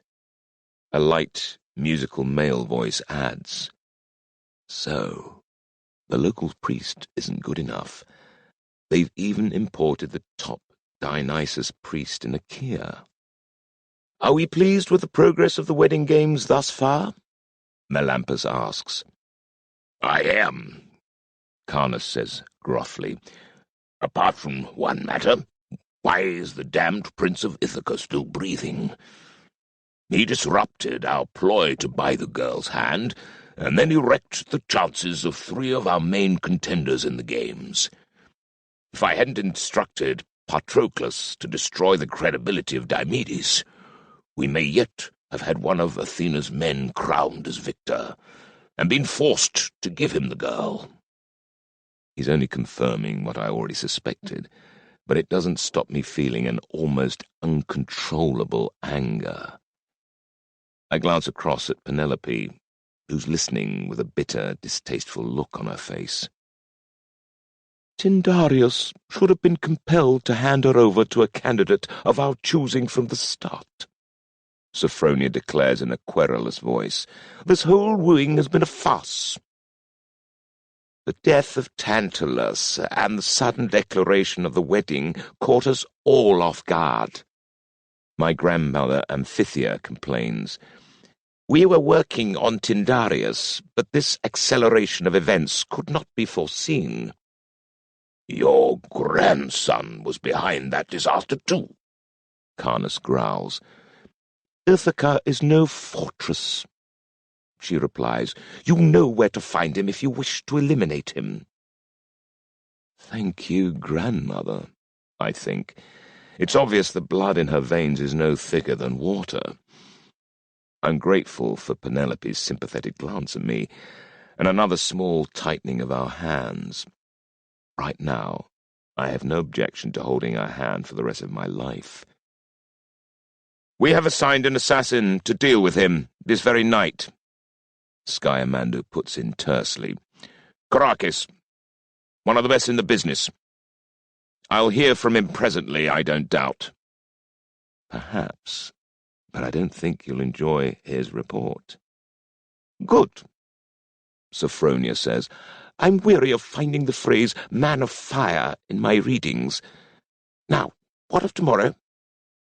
Very simply this, Amphithea responds. I shall go before King Tyndareus and proclaim that Zeus and Hera themselves command that this matter be resolved. I will tell him that in the sacred shrine at the heart of the palace, where all the gods are honored, I will grant him a special oracular pronouncement. It is an ancient place, and with a blood sacrifice and Manto's help, I can enter a trance that will open a path to the spirits. But how will you ensure that you utter the right words when the prophetic fit overcomes you? Carnus asks. We all know that we are helpless when walking the serpent's path, and we must speak as we are compelled. Manto's father Tiresias found a way to control the visions, she replies, causing a stir among her audience. Didn't he, dear? There's a murmur of acquiescence from Manto. Manto also has this skill, Amphithea goes on. We will arrange it that she uses her powers to channel and manipulate the spirits, and I will speak the agreed phrases. Through easily interpreted symbolism, we will point the king in the direction of Prince Parasi, alongside a prophecy of shared prosperity for Troy and Achaea. Once Tyndareus and Agamemnon hear our words, they'll have no choice but to surrender Helen to us. And I'll finally get the woman I was promised, a confident Eastern male says. It's Parasi himself. I recognize the tone of his voice from the gathering on Mount Ida 2 years ago, though he's dropped the fake country bumpkin accent. She's grown into quite the beauty. I can fully believe she really is the most beautiful woman in the world. And with her at your side, as she desires, Agamemnon's attempts to unify Achaea will die stillborn, Carnus says. When the moment comes, resistance will be paltry. Polydeuces will usurp his father as king of Sparta and be made high king of Achaea as a client of King Priama of Troy, and the new Trojan Empire will finally take shape. And what does Kishanda think? She's staying very quiet. Penelope and I look at each other. I'm silently swearing that this will not come to pass if I can possibly help it. From the grim expression on her face, she's feeling the same. She notices suddenly that we're still clutching hands, and shyly releases mine, her face colouring. I miss her touch instantly. And of course, Hera will be given full dominion here, Amphithea puts in imperiously, as well as being honoured in Troy alongside their queen goddess, Hanwasuit. This must be pledged. I have the authority to give that pledge, Carnus says firmly. I am both seer and avatar, and call now upon the Skyfather to attest this. There's a sudden shiver in the air, like a wind that surges over all my skin, and then a deeper, darker male voice resonates. Penelope and I stare at each other in alarm. Carnus has taken on the spirit of Zeus himself. I, Zeus Tarum, King of Olympus, do testify that Hera, my queen, shall be known in the East as Anwasuit, Queen of Thrones, and given worship throughout the kingdom of Troy and its adherents. Let this sign be my pledge.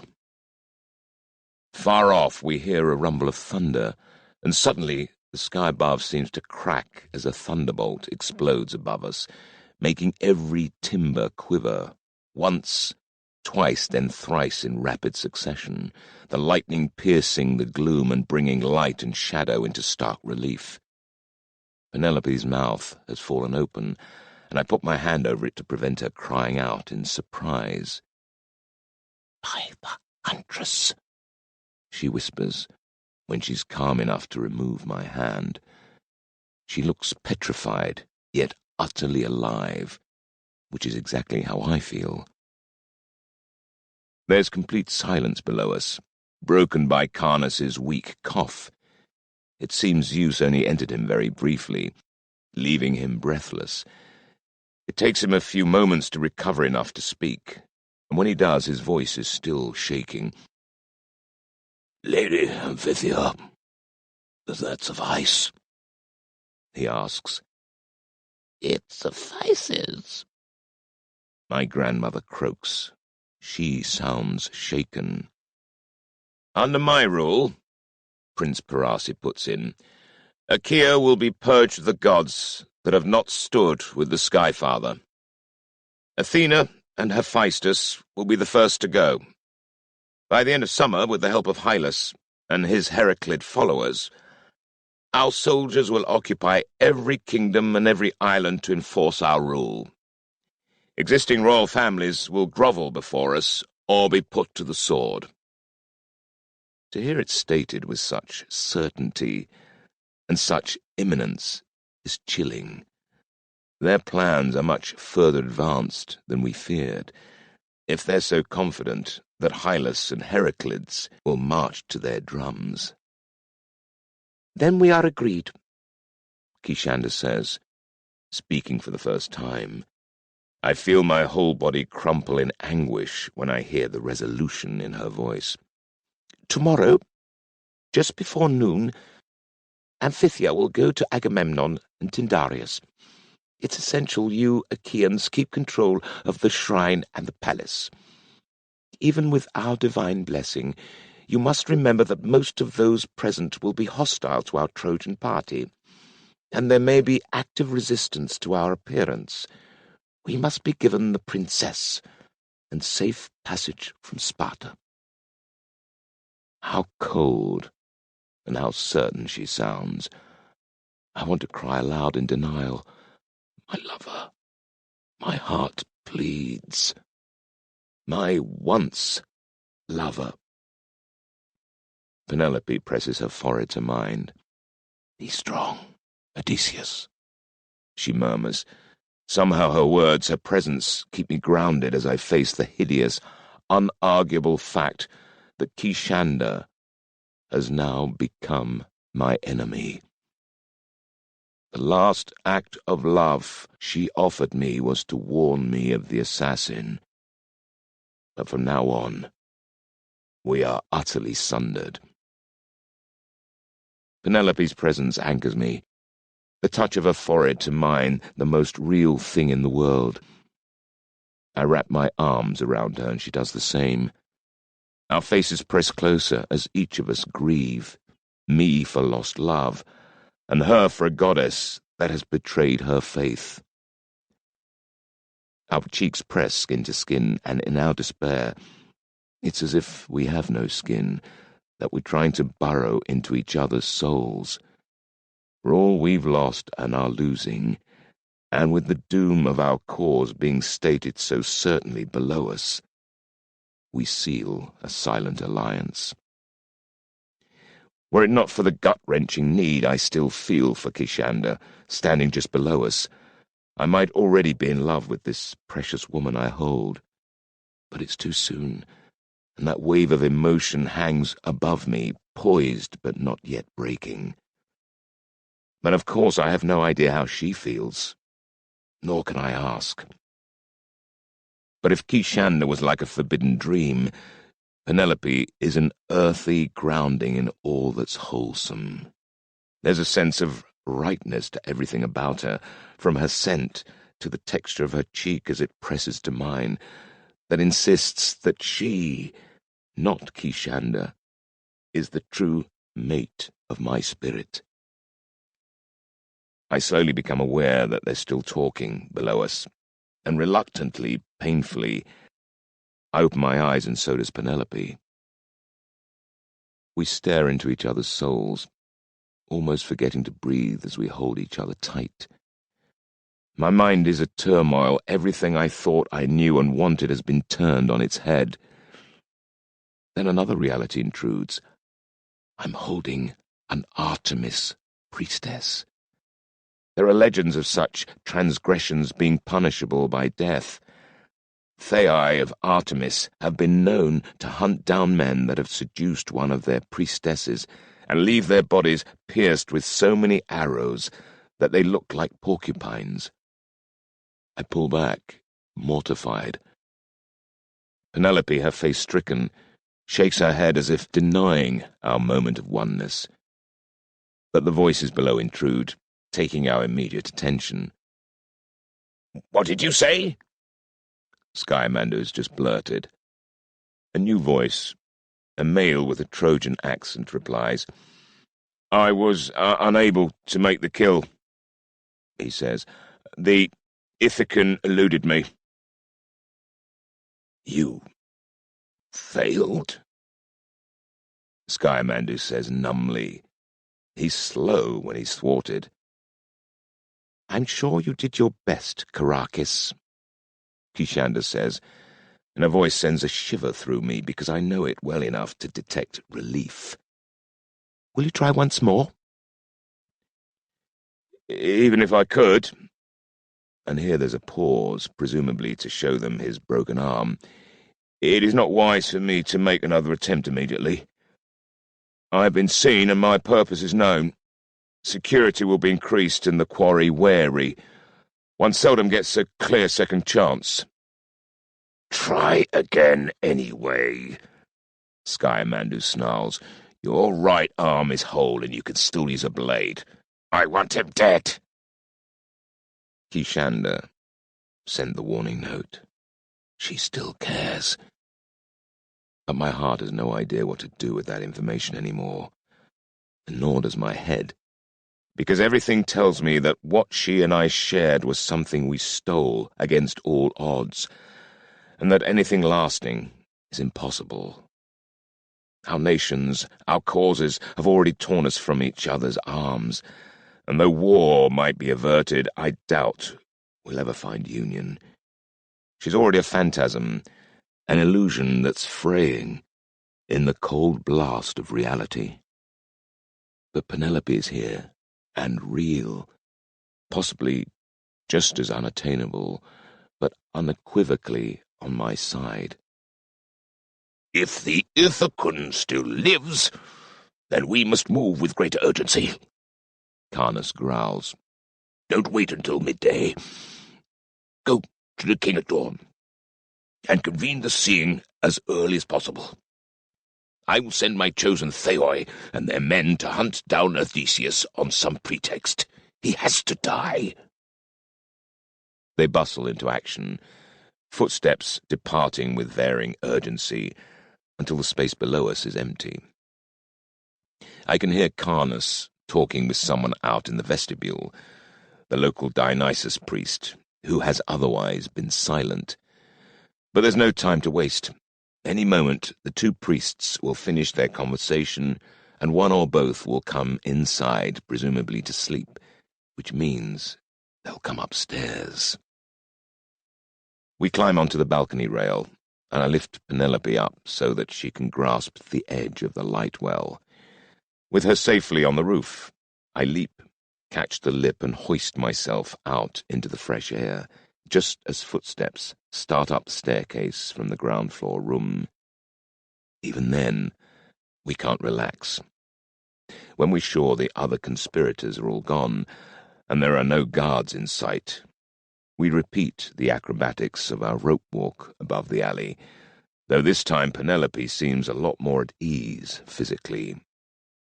Once she's across, I dismantle the lower rope, repeat my tightrope exercise in reverse, free the final stretch of rope, and slowly reel it in. In less than a minute, the entire coil is in my hands. I turn to face Penelope.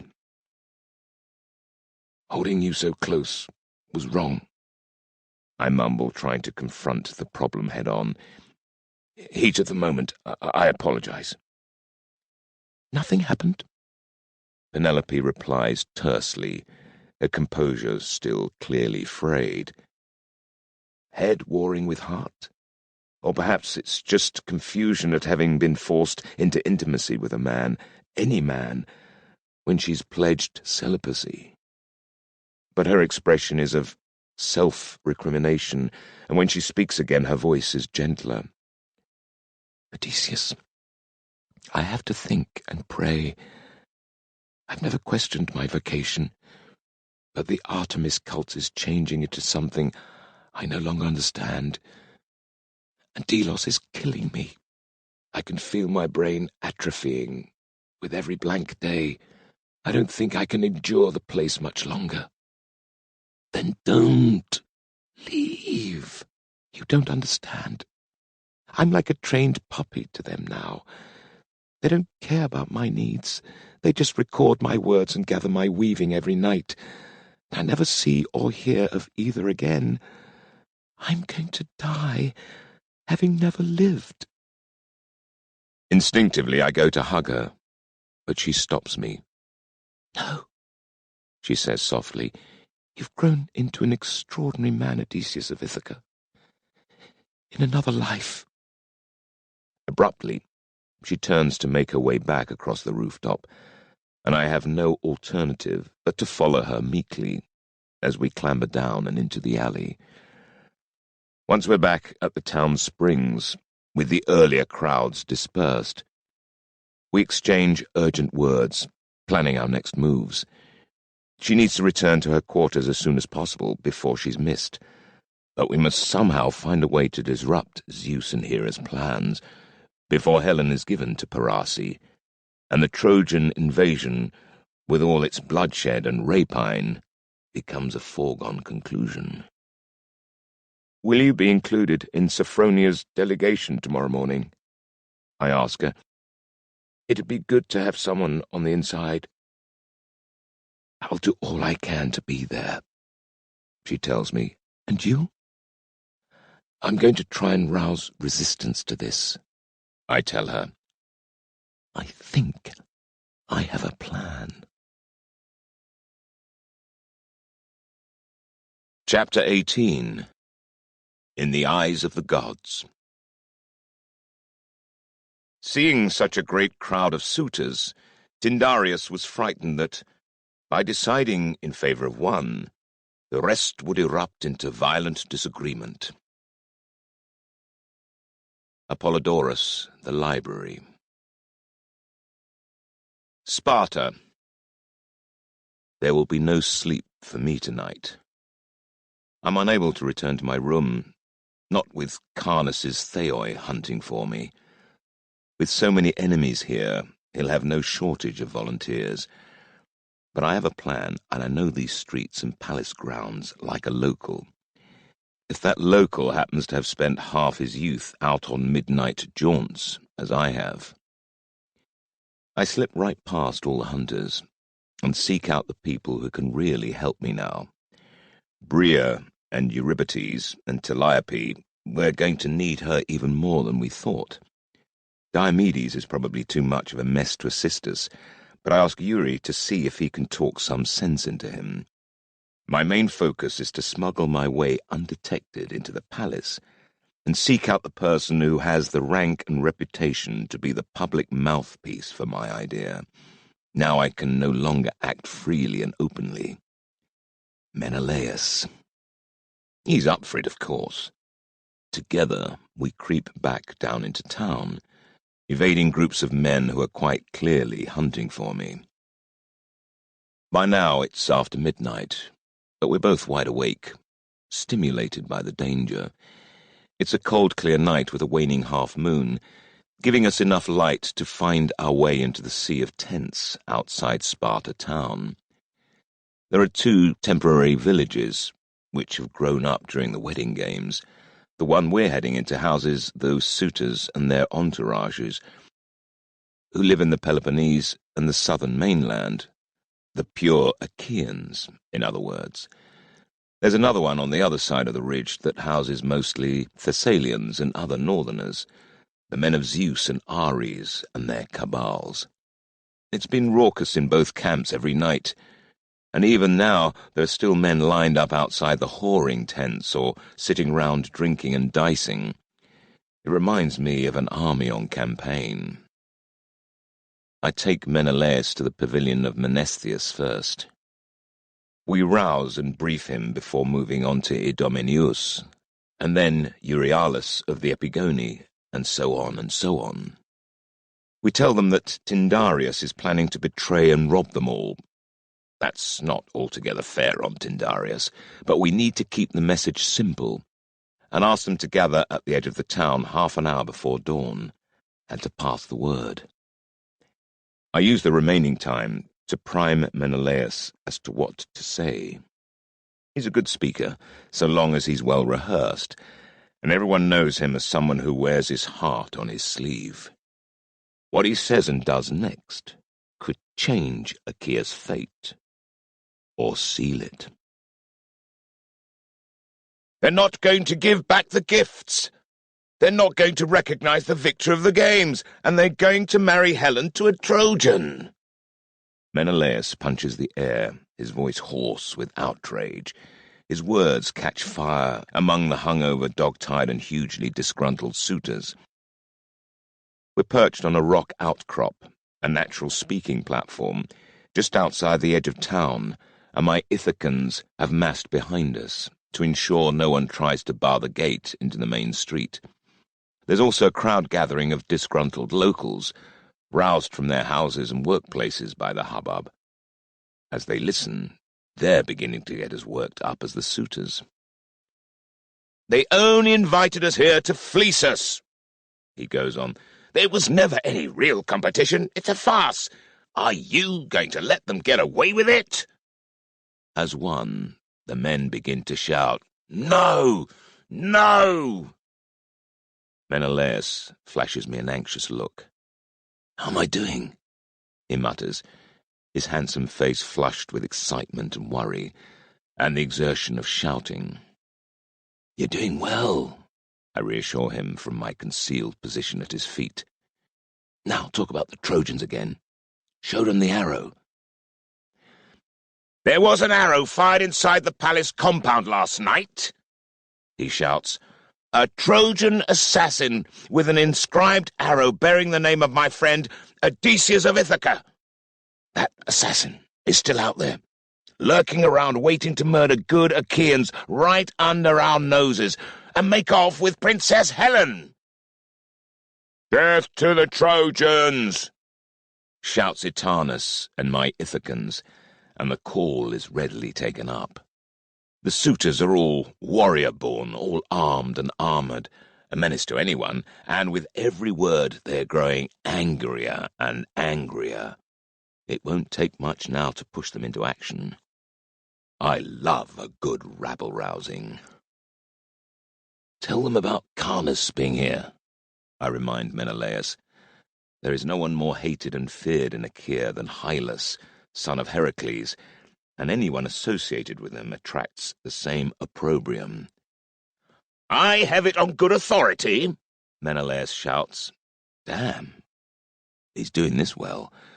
"that the seer Carnus, who serves Hylas, the man who ravaged the Peloponnese and lusts to do so again, is here, right now. He's up there, at the palace shrine, plotting to kidnap our princess, the daughter of Zeus, and hand her over to our enemies. Are we going to let him?" "Fuck no," roars an Arcadian champion. "Let's go get that piece of shit and tear him apart." The whole crowd starts bellowing. A sea of heads and open mouths, lit by blazing torches held aloft, sparks flying up into the night sky as they're shaken about. The men are fully primed now, ready to surge through the town and up to the palace. Just like that. Our work here is done. I rise and clap Menelaus on the shoulder, keeping a fold of my cloak over my head. "Go on, take the lead," I urge him. "Keep them focused and angry. I'll stay hidden in the crowd for now. There are still men hunting me." He gives me an anxious grin. Menelaus is a decent and conservative young man, and this kind of wild, near riot is anathema to him. He also loves Tyndareus, but he believes in me and what I've told him. He really does fear for Helen and for Achaea, and rightly so, leaving aside the fact that Helen is complicit in all this plotting with Troy, a small detail I haven't yet shared with him. Our mass of angry Achaean warriors goes bullocking through the town, joined by scores of excitable Spartan men, equally inflamed by Menelaus's words. I scamper along in their midst, huddled close to Eurybates as we exchange information. Bria has gone ahead. She has a vital mission right now, a move that might just turn the tide our way. Yuri reports that the small band of Ithacans he sent off earlier have been partially successful and returned with one of their targets to join our rearguard. It's not all good news. Diomedes has ruled himself out. He's too humiliated to show his face, and perhaps that's for the best, given his moment of weakness could be used against him and us. Worse, word comes from a runner that the other suitors' camp, the one made of mostly Thessalians and other wild northerners, has been warned, and they're also on the move, surging into town through another gate. Those local people not already joined with us are barricading themselves into their homes. If this goes badly, the bloodbath Tyndareus and I have feared could easily come to pass. It's a huge gamble with people's lives, which I will be responsible for. I'm desperate to prevent such a bloodletting, despite the hornet's nest Menelaus and I have kicked here. Our plan has to succeed. "We must get to the palace gates before the other lot," I tell Eurybates, and he hurries off to urge Menelaus, now at the head of the mass of men, to redouble his pace. We are striding out now, and I disperse my Ithacans to flank the column and provide early warnings. There's danger in the air, and the taste of blood. But we started first, and we reached the palace before the northerners. Tyndareus has barred the gates, not at all surprising in the circumstances, but he's nowhere to be seen on the battlements above us. Over beyond the Parnon Mountains in the east, there's just the faintest hint of dawn light. The ceremony in the palace shrine must be about to begin, if it hasn't done so already. There's a guard commander fretting above the gates, and I imagine it looks terrifying from his perspective, a sea of angry warriors breaking against the rock he's perched upon. But the citadel has walls 12 feet high, lined with guardsmen, bows and spears at the ready. If this really turns bad, he's got all the advantages. Already some of the men behind Menelaus are aware of this, and the energy of this march is starting to dissipate, and the mainland camp, all those damned northerners, are starting to arrive behind us. We're about to be caught between a rock and a very hard place indeed. That's where sending Bria ahead pays off, because she appears atop of the gatehouse with Agamemnon.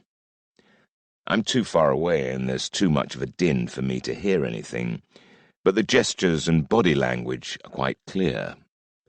Agamemnon, resplendent in purple and gold, is ordering the guard captain to stand down and open his gates, and the captain is maintaining that he's answerable only to Tyndareus. Agamemnon raises his voice at this point, so that even I can hear him, down in the baying crowd. His message is basic. He's the High King and Tyndareus' overlord, and so every fucking body is answerable to him. And does the captain wish to be hurled from the gatehouse right now? That threat, and Agamemnon's hallowed status, a reverence for lineage and blue blood, all the stuff that gets ingrained into every Achaean from birth, caused the captain to back down, indeed, crawl down, pretty damn fast. Just as the chanting that Menelaus is leading is beginning to falter, the gates are thrown open, and Agamemnon joins Menelaus at the head of the column that spews into the palace grounds and pours upward to the royal shrine at the centre of the citadel compound. And the gates get slammed shut again in the faces of the northerners. Nice touch, that. At this stage, I decide that the safest place in the world is right behind Agamemnon, so I elbow through the crowd as best I can, and so I'm virtually treading on the heels of the High King and his brother, who look more pleased with each other than I've ever seen, as they burst into the sacred gardens and interrupt my grandmother's little gathering. The shrine is a colonnaded garden with a statuary icon of every Olympian god, one beneath each column, and an altar in the middle piled high with offerings and votive candles and oil braziers that never go out. The greatest statues are of Zeus and Hera at the head of the rectangular space, flanked by Ares, Aphrodite, Dionysus, Apollo and Artemis on one side, and Poseidon, Hades, Hephaestus, Hermes and Athena on the other. No Leto, of course. This is the heartland of Lacedaemon and the Peloponnese where old tales die hard. The Apollo statue is especially new and the least garlanded. Before some of these statues of the divinities are poised their primary servants. Carnus, a balding man with a thick, bushy grey beard and the build of a warrior, has placed himself before the Zeus icon. My grandmother, Amphithea, is positioned before that of Hera. Sophronia, high priestess of Delos, stands before the Artemis icon, beside an Easterner I don't know, languid in coloured silks, beside the Apollo figurine. A burly man in furs is stationed before the Ares statue, next to a shapely young woman, representing the Aphrodite priestesses. A rather handsome grey fox of a man is before the Dionysus statue, presumably Melampus. No others, no Athena, Poseidon, Hades, Hephaestus or Hermes servants, just 7 of the 12 Olympian gods, Zeus's new inner circle. They all have extra attendees. I see Manto among those people gathered behind my grandmother, and right now they're all seething with indignation at being interrupted. But it's more than indignation. I read fear and frustration, shock and bravado on their faces in equal measure. Tyndareus and his family are also here, not just Helen, Castor and Polydeuces, but also his once beautiful, once vibrant wife Leda, whose life has been destroyed by a longing that turned to drunken despair in the aftermath of her one night of divine love with Zeus. Even Tyndareus' younger children are present, 3 prepubescent daughters, Timandra, Phoebe, and Philonoe, who are clutching their mother in bewilderment and fear.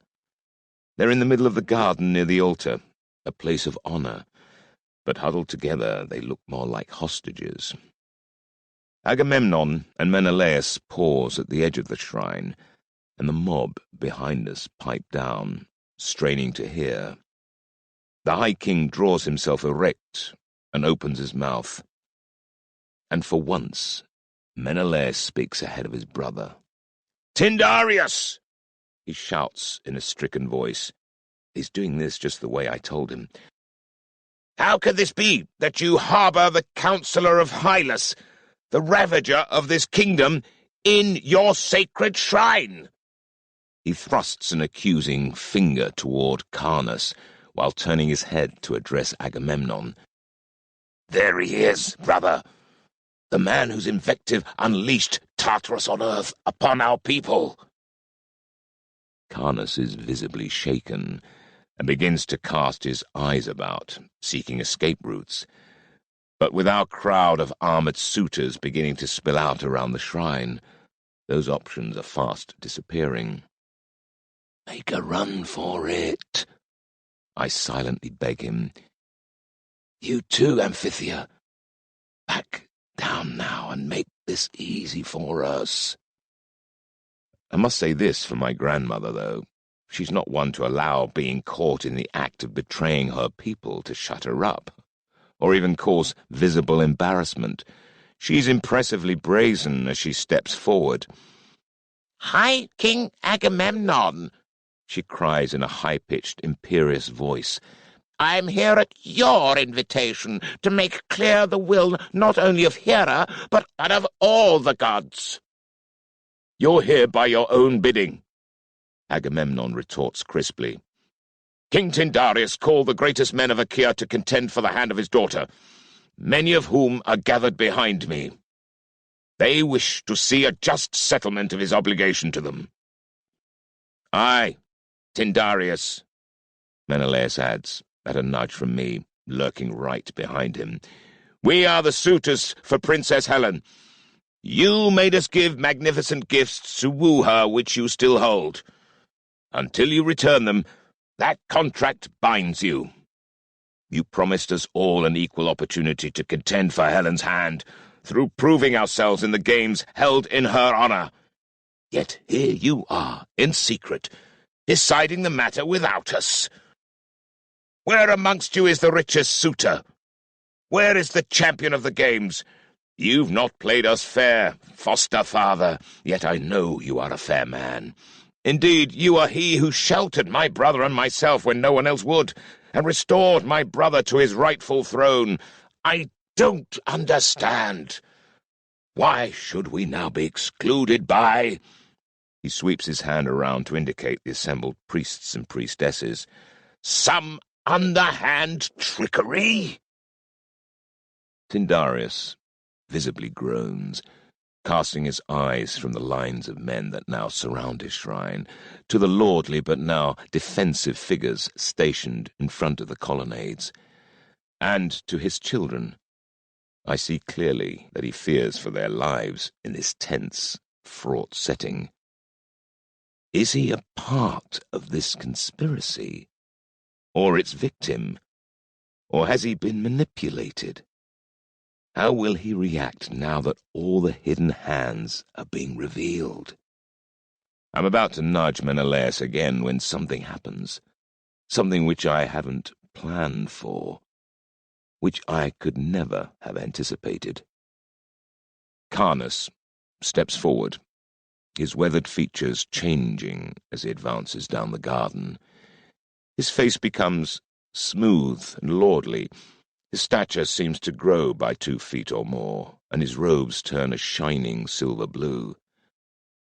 "Then you shall see this matter resolved," he pronounces, and every man present shudders. I'm among the closest, so I see the illusory form take shape.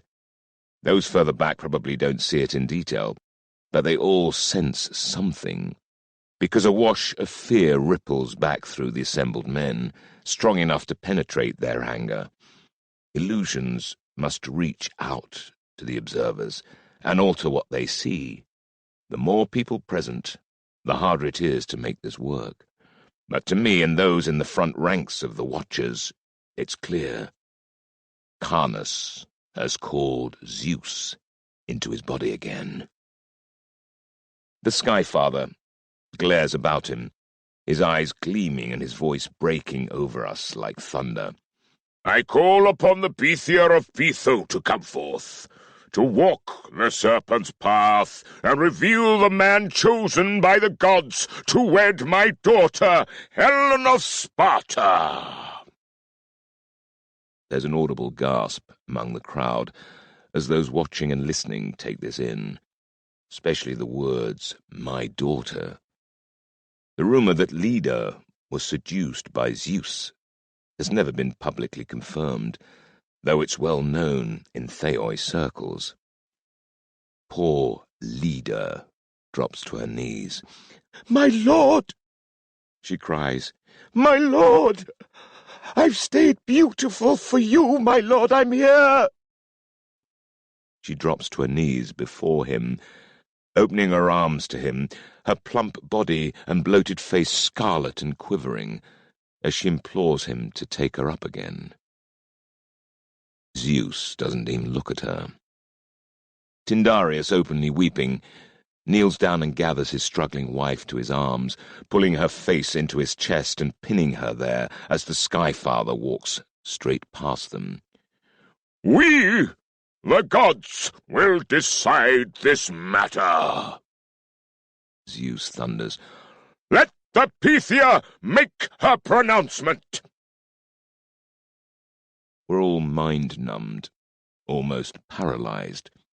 Those who can see are in awe of the sight, and those behind are milling in confusion. I confess I'm completely stunned. Of all the ways this might play out, I never imagined Carnus invoking his god in public like this. Menelaus and Agamemnon look as helpless as I feel, all our brave initiative stolen away from us. A trice later, the priest of Ares and the priestess of Aphrodite start to shimmer with light. Clearly they're also avatars because they grow in size, radiant with power and beauty respectively. Those men close enough to be affected by the illusion gasp in wonder, as Ares glowers about him, his gaze enough to make everyone take a step back, while the glorious visage of Aphrodite is enough to freeze the brain. Amphithea seizes the opportunity to take full control once more, with a vengeful glance at me. She steps to the side of the Skyfather, claps her hand, and a black horse is led forward, already painted with symbols and garlanded in readiness for sacrifice. Before our stunned eyes, an axe, wielded by one of her guards, slams into its skull, and its knees buckle. Tyndareus cries out in agonized protest. It's his favorite horse. Normally, with a sacrifice, the animal's throat is slit. The blood is collected to offer to the god. Then attendants discreetly remove the body to be dissected somewhere out of sight. But here, the axeman keeps hacking at the horse in a bloody frenzy, blood spurting everywhere, while Amphithea invokes Hera, her voice rising and falling in a pulsating chant. As she does, the blood fountaining from the horse's body gathers and forms a spiral pattern on the flat cobblestones, a spiral only too familiar to me from my own experience of walking the serpent's path. This garden has been transformed into a sacred oracle, where prophecies may be taken by a Theos seer. My heart lurches as my grandmother steps to the beginning of the spiral pattern, and behind her Manto lifts her arms in supplication and preparation, just as they spoke of last night. I can't let them do this without at least trying to prevent it, so I step forth from behind Agamemnon and Menelaus, I challenge this desecration! I shout. My grandmother whirls at the sound of my voice, her reptilian face contorting in fury, but worse is the visage of Zeus Carnus, which is instantly inflamed with a terrifying wrath. He raises his hand, and I am suddenly absolutely aware of one of the most central beliefs concerning the Sky Father, that he can destroy man with a thunderbolt. Among the gods, in a sacred place, belief is reality. He shouts aloud, and I am certain that I have overstepped, fatally. Time seems to freeze as lightning crackles across the sky. I am about to be destroyed. Prometheus, save me! I whisper, no, scream inside my soul. An image flashes into my mind of my tortured great-grandsire, hanging by a manacle on a cliff face, naked and bleeding. His face is twisted and distorted by agony. His mouth emits a howl of perpetual torment, but his eyes are still clear as they see me, and the bravest smile I've ever seen transfigures his face. Odysseus, he says inside my head, I am with you. Instantly, I sense something like a burst of energy envelop me. Zeus shudders and Carnus almost loses his grip on his deity, and although Zeus then reasserts himself, the energy required drains away the forces he'd conjured. There's no thunderbolt, and I breathe again. My link to Prometheus tells me there wouldn't have been an actual thunderbolt, not one that mortal eyes could have seen, but I would have collapsed from a massive heart seizure, and the moment would have been utterly lost. But I haven't.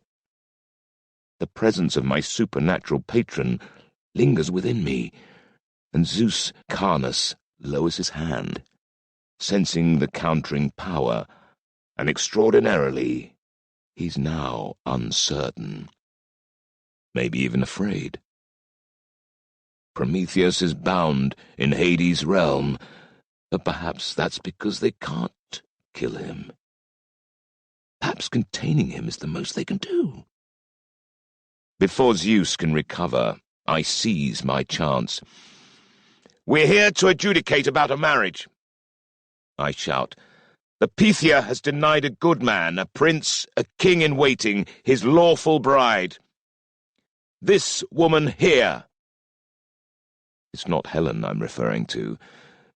My accusing fingers thrust at Manto, who stares at me at first in stunned disbelief and then contempt, which turns to disgust as Bria shoves Alcmaeon through the crowd and out to the front to stand with me. "This is Prince Alcmaeon of Argos," I declare, "who has fathered a child with Manto, daughter of Tiresias. Under law, that child and this woman now belong to him. She has left the guardianship of the Pythos shrine and is therefore subject to the laws of Achaea." This is a law I've argued against many a time, a horrible one-sided statute that has condemned many an unwilling woman, often the victim of rape, into a marriage that is little more than slavery. When I'm king of Kefalonia, I will abolish it in my kingdom if it's the last thing I do. But right now, although the law is an ass, it's my ass. Few people here understand why I'm doing this. To most, this gathering is all about Helen, and they're completely dumbfounded as to why I'm suddenly invoking common law about someone else. But Zeus Carnus knows, and so do Amphithea and Manto herself. Manto shrinks away as Alcmaeon advances toward her, his face twisted with desperate, uncontrollable want. It's piteous, but his lust is something she's conjured up and fed until it has penetrated his very marrow. She is responsible for what he is. She made him this way. I'm waiting for her to try some trick, even to invoke some sorcerous spell that will avert this fate. But her face has changed from disgust to something more calculating. There's even a glimmer of hope there. Perhaps she's not Amphithea's ally after all. Perhaps she's her slave, and this is a way to escape, even if it's into a different kind of bondage. But knowing her, she won't be in bonds for long. She throws me a look that's supposed to be of utter loathing, but she can't hide a gleam in her eye that just might be gratitude. She'll hate herself for that. All this is intensely ironical, because I was the one that suggested she be taken to Pitho in the first place, and now I'm freeing her from their clutches. These are tangled webs I've woven, and it's not the first time I've had to fight to undo my own schemes. Just ask Theseus and Helen. Are you, legally, the wife of Alcmaeon of Argos? I demand of her. Yes, Manto snarls, before Amphithea can open her mouth. So I guessed right. The sorceress rushes to Alcmaeon as though he's her every dream, falling to the ground and clutching his knees, wailing her thanks to the gods. Tears course down Alcmaeon's cheeks as he bends down, sobbing, to embrace her and pull her to her feet. She responds by stroking his chest and gazing adoringly into his eyes, and lightly reasserting her control. Alcmaeon has no further interest in this gathering. He pulls her away, and she lets him. As they leave the courtyard, they pass close by me, and she shoots me a truly terrifying look, instantly covered by a simper. I thought you wanted me dead, she murmurs. Being married to him will do just as well for now, I whisper back, while Alcmaeon just gazes at her with the blank need of a poppy juice addict. This isn't over between us, she threatens, fixing me with those bewitching, scary eyes. I know. That's all we have time for. Alcmaeon rouses himself from whatever erotic reverie he'd lost himself in, and pulls his reclaimed wife impatiently away. The crowd parts and closes again behind them. I really don't ever want to see either of them again. But I'm seldom that lucky. I turn back to see how Amphithea likes having her prop snatched away.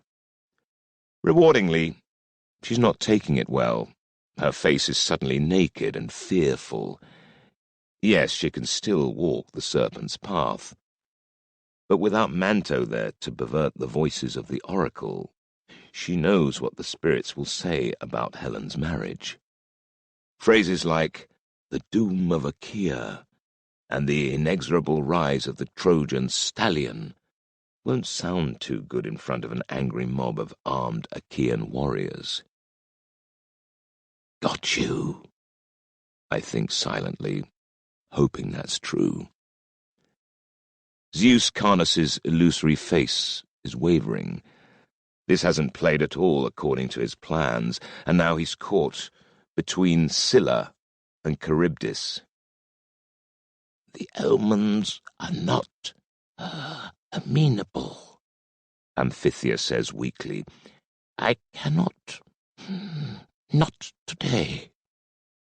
She feigns weakness, as though on the brink of a fainting fit. Should I allow her to retreat, or insist on her seeing it through?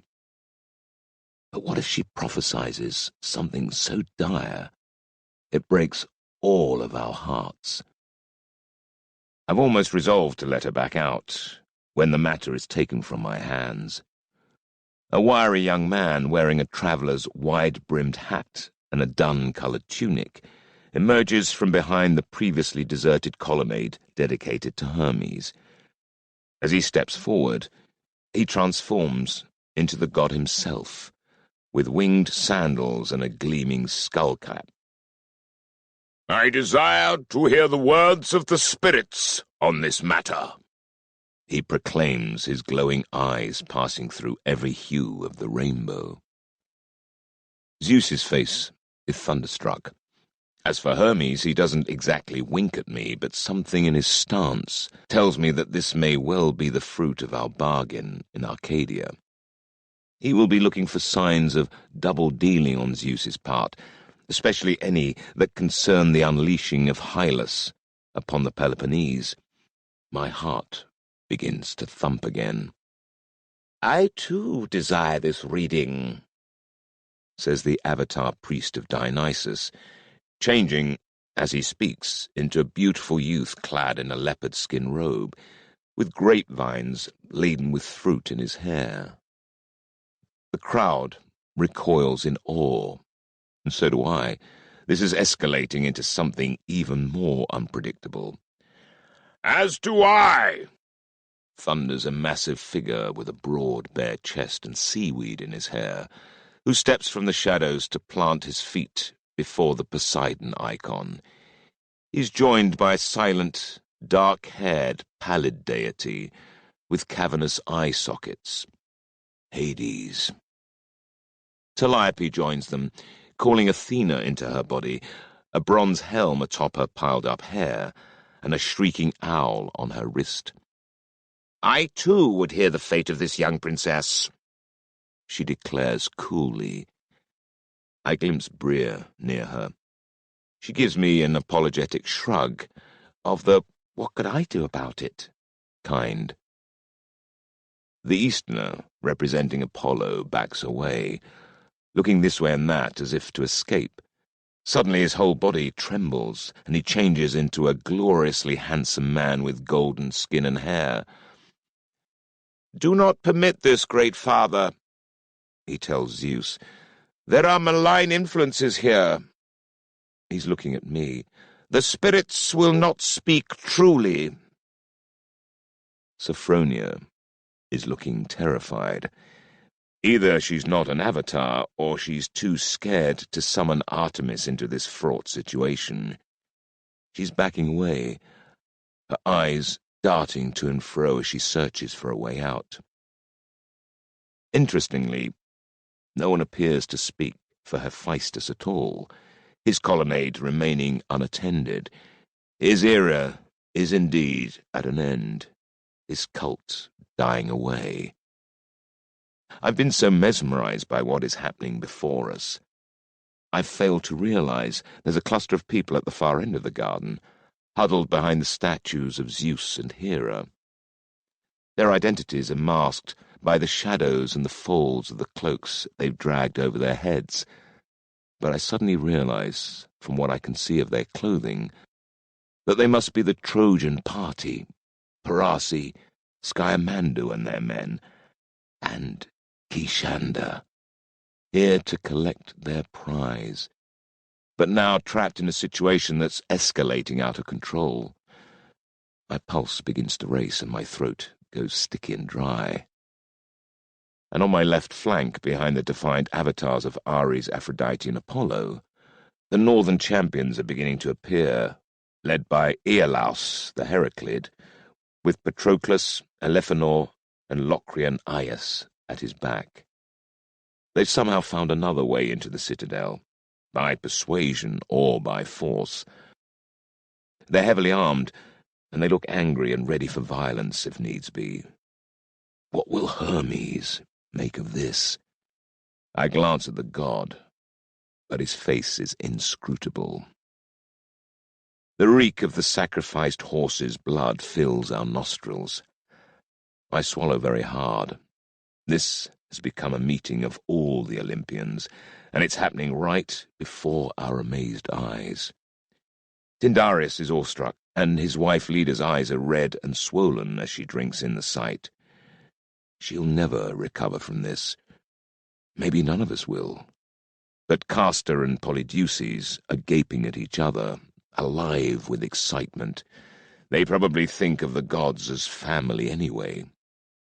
As for Helen, she's watching avidly, her lips parted and moist. After making all the great kings and heroes of Achaea fight for her, now she's about to watch the gods contend as well. She seems to regard it as her due. Zeus rallies at Apollo's words. I do indeed see malign influences, He thunders, wheeling back and pointing at me. The last bastard Promethean for one. Give him the same fate as his father. Only a few of the people here know or suspect who my real father is, Sisyphus, who seduced my mother, then died on the streets of Corinth, his body left to the dogs. The rest have no idea what Zeus is talking about. But Aias of Locris draws his sword, and Patroclus, Elephanor, and a dozen of their cronies follow suit, weapons bared in a sacred place. The watching priests among the crowd clamour protests, but no one's listening. My Ithacans have stepped up, protecting my back, and now everyone's got a weapon out, as the Northerners urge on their men, and Menelaus and Agamemnon's guards array to protect their masters, not me. Suddenly, terrifyingly, we are teetering on the edge of the bloodbath I have feared all along. And the war god is here, in the flesh. Ares stalks toward me. Be still! His voice rings out. I feel the soldiers around me go rigid with fear. The ground quivers as he approaches, his gleaming bronze Cephas rasping from his scabbard. He's 8 feet tall, he's built like a bull, and nothing my brain screams at me can unlock my limbs. I try to reach inside myself to find Prometheus again, but it's as if there's some inner barrier around me, and I can't reach him. I look to Athena, but Ares shoulders her aside as she tries to intervene. They might both be deities of war, but I've just glimpsed the relative might they wield. Ares lifts his blade, and no one, least of all myself, can stop him from hacking me down. Who do you pray to when your own goddess has just been swept aside? Then someone emerges from the crowd and interposes his blade between me and death. Diomedes. Ares roars and swings anyway, but the Argive prince's sword, wielded two-handed, slams into the space between the arcing blade and my neck, and with the deafening clang of metal on metal, god and hero strain against each other. Get out of my path, you cock-sucking weakling! Ares snarls, and Diomedes flinches. But he doesn't give way. He's struggling, though, his muscles bulging and his joints twisting under the stress. But his intervention has unlocked my limbs and those of my men. We prepare to do something really stupid, something that will almost certainly end in our deaths. Enough! Athena shouts, and suddenly she's right there, her spearhead against Ares' neck. My champions have my protection, and this is a holy place. Respect that if you're capable. Ares goes rigid, because avatars can die, and when they do, their patron gods had better not be inside the body, if they don't want to be crippled, and cast into the void for a very long time. There's even a chance he might never recover, especially if the tale becomes gospel. But Athena, war goddess of Attica, slew mighty Ares. Half of me wishes she'd just do it, and damn the consequences. But she doesn't, Because there's too much at stake here, and she, like Ares, is far from invulnerable when inhabiting a human body. It takes several seconds to both call and release a divinity's spirit, moments in which they are as mortal as you and I. So, like two great predators that come face to face in the wild, they snarl and show their teeth, and then back away. My skin is slick with sweat. My heart is racing and my very bones won't stop shaking, but somehow I summon the strength to grip Diomedes' shoulder. "Thank you, brother," I manage to gasp, as Ares stalks backwards, mouthing his fury but unwilling to take the fatal step. "You kept my disgrace a secret," Diomedes whispers. "I owe you, brother." There's no time even to embrace. Over on the other side of the garden, Zeus, Ares, Aphrodite, Apollo, and Dionysus are now arrayed with their priests and seers, with the northern champions on one side and the Trojans on the other. A moment later, Hermes joins them, but his eyes meet mine as he does so, with a faint shake of the head that could mean anything. Poseidon and Hades are watching with open interest, neither obviously taking sides, and their dread presence is somehow enough to quell the spread of violence. For now. So that leaves only one actively arrayed against them as Athena, alone and defiant. Interestingly, Hera, like Artemis, hasn't possessed her avatar. Perhaps the goddess has some compelling reason not to appear. I think I know what it is. While this was a secret meeting in which a prearranged mockery of a prophecy would be delivered, one that made marrying Helen to a Trojan prince seem like the will of Olympus, Hera could claim to be working for the Achaean people. But now their subterfuge is in the open. She's afraid to show, knowing that any prophecy that emerges from the spiral path will be uncontrolled and delivered before a volatile crowd of Achaeans, all of whom have been fantasizing about murdering each other for days. If someone or something lights the tinder, the whole of Achaea will go up in flames. Today. That will suit Zeus very well, but it most certainly doesn't suit Hera.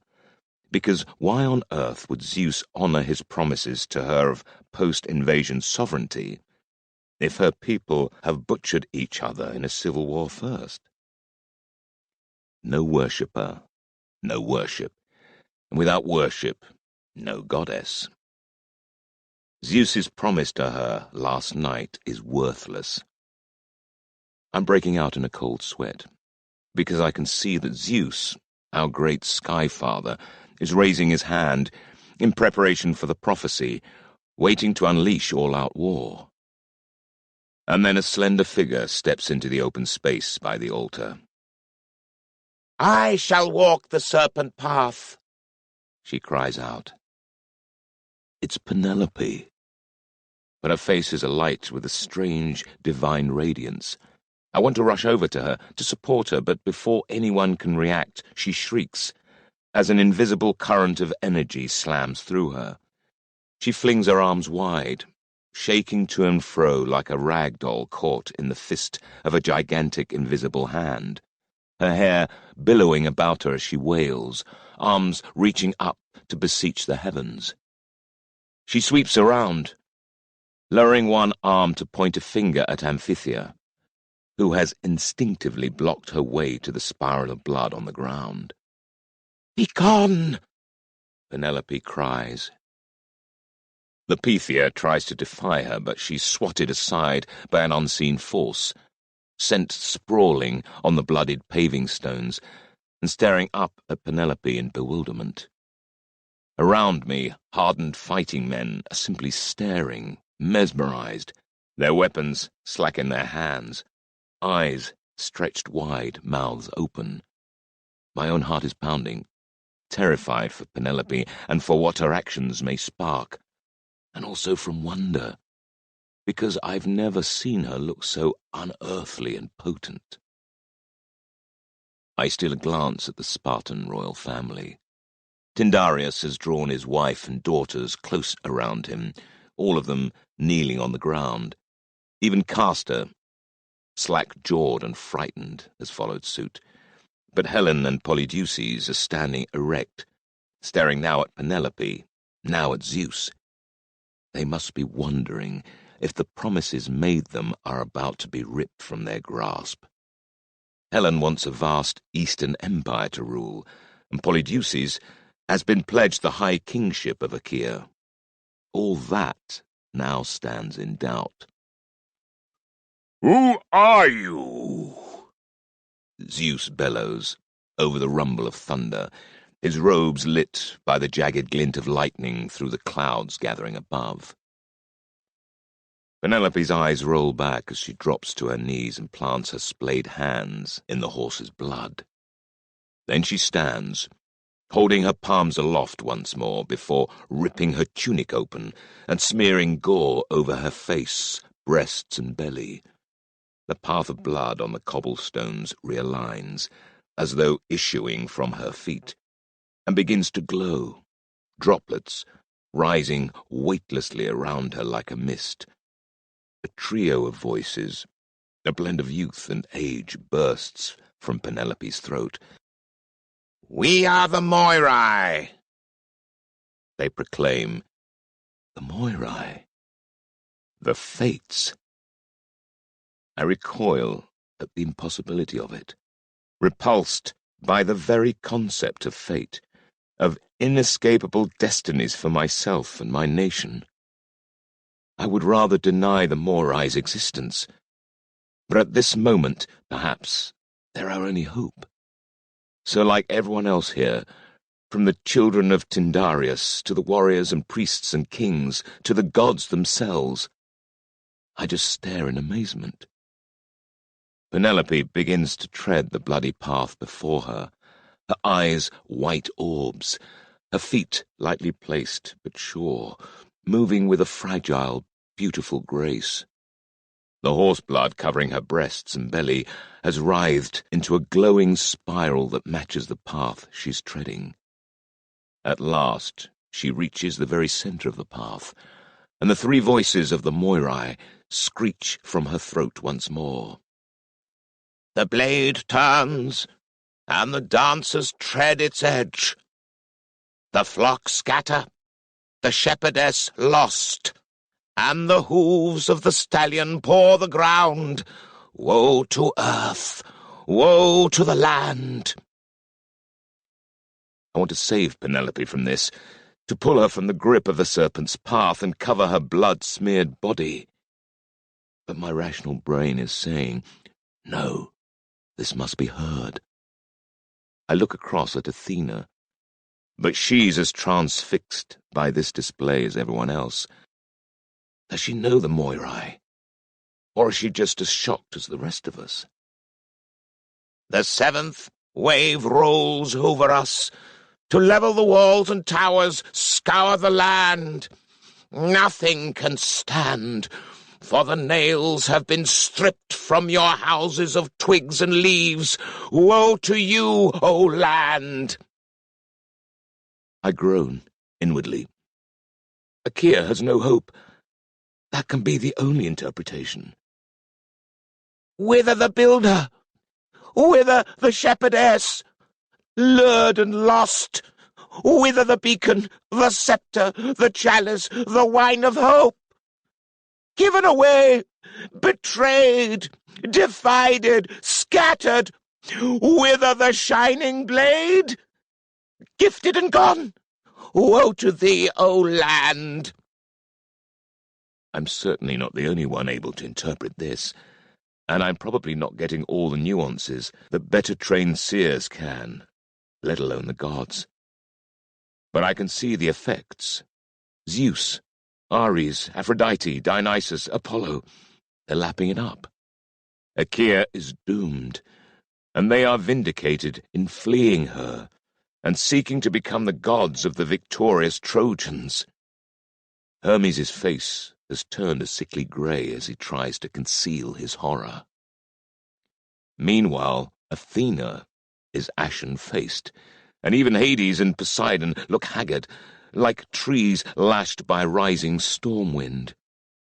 And my grandmother, Amphithea, is on her knees, head in hands, because she is for Hera, but she is also for Achaea, and the promise of Hera being dominant in a post-invasion, Trojan-dominated Achaea is being exposed as a lie. Take up the scepter, take up the chalice, take up the blade, The Moirai cry through Penelope's tortured throat. Find the builder, find the shepherdess, bind your threads, ye weavers, light a torch, man of fire, take up the blade, take courage, O land, for thine only hope is hope. Abruptly, the Moirai are gone, and Penelope's left, half naked and smeared in blood, kneeling in a bloody puddle next to the horse's sprawling body in the centre of the courtyard, surrounded by the gods. Beyond them are the watching priests and warriors, almost all of us Achaean, and most, if not all, of those Theoi present will have understood what we just saw. We've just heard the doom of Achaea pronounced. It's as if I'm the only one whose limbs still work. I race forward, unpinning my cloak and wrapping it round the blooded, disoriented Penelope, pulling her to her feet and against me. She looks up at me blearily. I heard, she groans. I heard from far away. She sags against my shoulder, so exhausted her legs are giving way, and I have to loop an arm under her armpit to hold her up. To have done what she just did must have taken a reserve of strength beyond my imagination. "It's a prophecy of disaster!" someone wails, a priestess from among Hera's retinue. "No!" I shout out. "It's a message of hope!" Zeus turns to face me, his majestic face livid to find me still underfoot, still defiant. "How so, mortal?" "Find the builder, find the shepherdess, bind the threads, light the torch," I reply defiantly. "The Moirai exhort us to unite. The fates are not Trojan or Hittite gods, they're Achaean, like us. Woe to the land, they cry, for it's their land also. They are telling us that our only hope is unity." I throw out a hand pointing straight at Helen. "There is the chalice!" And then Polydeuces. "And there the shining blade! Will we give these precious talismans away to our enemies, the Trojans?" "No!" shout a few voices, led by Diomedes, Menelaus, and Bria. But soon they are joined by a swelling chorus, the suitors and the Achaean priestly retinues on both sides of the shrine, people both of the Peloponnese and the north. "No!" Iolaus the Heraclid is silent, though, his eyes fixed on Zeus, as though waiting for some sign. I glance across at Hermes. Has he noticed? Is this enough, subtle as it is, to convince him of the nature of the betrayal the Moirai just spoke of? "Where is the builder and the shepherdess with her scepter?" I ask. I look up, right into the eyes of Zeus, the Sky Father, challenging him, and then glare at my grandmother, who has regained her feet, but looks like a corpse. Have they gone over to our enemy, or are they still with us? Renounce your path, or renounce us. Zeus knows. He sees exactly what has happened. His overarching authority has been challenged by the Moirai. and I've just given him both an ultimatum and a way out. Right here, where his human avatar is vulnerable. He could just depart his avatar and run, but surely it's too soon to abandon Achaea completely. Even though he's now in Troy as Zeus Tarum, if he abjures us, he'll risk becoming just another minor deity in the overcrowded pantheons of the East. Here, he's the big dog. Can he afford to abandon us yet? But that means backing down, and at least pretending to side with Achaea. It means abandoning Helen to an Achaean wedding, a setback to his Trojan allies, and a failure to be marked against him in their eyes. I spare a glance for the others behind him. Ares is sullen and watchful. He understands. So too does Aphrodite, whose glittering divine eyes want to burn me to ash.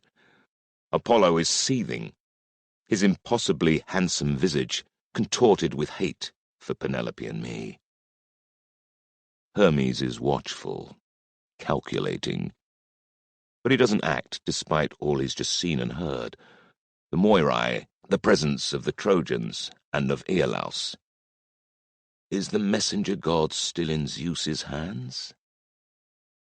Then, after what seems like an eon but can only be a few heartbeats, Hermes sidles up to Zeus and whispers something in the Skyfather's ear, and the king of the gods nods slowly, his expression falling into blank resignation. I am the builder, Zeus says in a thick, menacing voice. I am your father, Achaea, and I give you my daughter, Helen of Sparta, in token of my love for thee, O land. Hermes finally meets my eye, momentarily before kissing Zeus's hand, the loyal Chryx advising his master. But whatever he said may just have spared Achaea from disaster and given us back control of our fate. And I am the shepherdess, A woman calls, the avatar of Hera, transformed at last into her goddess, finally taking sides now the outcome is known. She strides down the center of the garden, through the blood of the sacrificed stallion. I am the goddess of the earth and of the land. I shall never abandon my people. Bravo, I think scornfully, though her skill in conspiring for war, then switching sides, just in time to take credit for peace, isn't to be sneezed at, I suppose. With all the pomp and grandeur Hera can muster, she takes the hand of her unwilling husband and raises them both high. It is time for unity among the people of Achaea. We, the gods, are as one, watching over you all. I, Calls Athena, her grey eyes glinting. I, The other gods chorus, in voices laced with false triumphalism. Even golden Apollo and too pretty Dionysus, the most eastern of them, feel compelled to follow the lead set them. They have little choice. Their small Trojan retinue is standing mute and helpless, and the avatars containing them must surely be close to exhaustion by now. One day the gods may emerge to battle openly for supremacy, but it won't be here and now. Zeus glances at me again, and he whispers into my mind, I will punish thee for the rest of time for this. I will nail you up beside Prometheus and watch you scream for all eternity. Then suddenly the avatars are all emptied, a row of mere men and women, utterly drained by their efforts. The gods have gone, Not just because their avatars can't be possessed any longer. They can't risk tarnishing their golden auras of infallibility by remaining amongst us. And I'm absolutely certain they simply can't stand to be with each other a moment longer either. But as their avatars reel in the aftermath, it's as if the air has been sucked out of all our lungs, and we're all left gasping for breath. Penelope stirs beside me, giving me a quick smile as she regains her balance. "Thank you," she says with firm assertiveness. "I'll be all right now. I must stand alone." I'm still concerned for her, and very doubtful that she's half as recovered as she pretends. But there's still a touch of the Moirai about her, and I do as bid, though I allow myself to hover at her shoulder just in case. Inside the cloak I've loaned her, she's visibly trembling. Those around me look as though they've just been shaken out of a coma. Such is the intensity of being in the presence of the gods. Tyndareus is clutching Leda, who's weeping with renewed loss. Polydeuces is gaunt-faced, one hand grasping his brother Castor's arm with whitened knuckles, and staring into the void. And Helen, gorgeous, ramrod-straight and sharp-eyed Helen, is slumped like a discarded doll, emptied of volition, defeated, her dreams of empire broken before her eyes.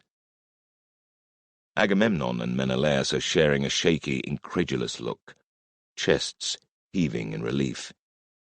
Amphithea's crouched by Hera's colonnade, too frail and broken to stand unaided. Even Bria looks pale, and if there's anyone who's seen it all, it's her. In the aftermath of the gods, we mortals struggle to cope with our own reality, and in moments of bewilderment, often it's the person that speaks next who wins. I make sure it's me. "My king!" I say loudly, directing my words at Tyndareus. "The gods have spoken. Will you choose a good Achaean husband for your daughter?" The king of Sparta looks like he's too confounded to think. That's fine, I'll do it for him. When he nods vaguely, I turn that gesture into words, turning to face the shrine and shouting, "Thank you, great king! Let us take counsel together and choose Helen a husband, here and now. I nominate—" I break off, because a figure has just emerged from the crowd. A Trojan with a javelin, and before anyone can react, he hurls the weapon with its gleaming, wicked-looking head. I see his face, in the instant that he throws. It's the assassin, Korakis. But the javelin flies not at me, but at Princess Helen. "No!" I shout, turning in horror as the shaft hurtles past me, and skids across Menelaus's armoured shoulder as he throws himself at Helen, bearing her to the ground and covering her with his body. "Take that man alive!" I shout, but I'm too late. Blades are already drawn, and the closest man lunges in. Swords flash up and down, and Korakis is dead in an instant, hacked, slashed, and stabbed, before being cut almost in two by the giant Aias of Salamis. Then they turn their swords on the watching Trojans. "No! No!" I shout, terrified for Kishanda. "No more killing!" Thanks be, this time I'm heeded, along with those others that take up my cry, principally the local priests, that have just seen their holiest shrine desecrated with human blood. That doesn't prevent the Trojans from being seized and dragged roughly forward, then thrust to their knees before Agamemnon, who takes charge. "Unmask them!" he shouts, and their cloaks are pulled away from their faces. There's a dozen of them, most just soldiers, I deem, but Parasi, Skyamandu, and Kishanda are known by a few here. All three have cast their eyes down, but now Kishanda raises her head to look at me, standing oh so close to Penelope. Her eyes well up, and tears run down her face. I can only blink my own away. Why Helen? Why did Caracas attack Helen and not me? Logic answers me. I might be a nuisance, but Helen is the sacred bride, the woman whose husband will rule the Aegean. Caracas tried to kill her, to prevent any Achaean from possessing her. Possess the twain and rule. If a Trojan couldn't have her, no one would. But did he come to that conclusion alone? Or did Skyamandu order it? Or did Zeus himself inspire the act out of spite?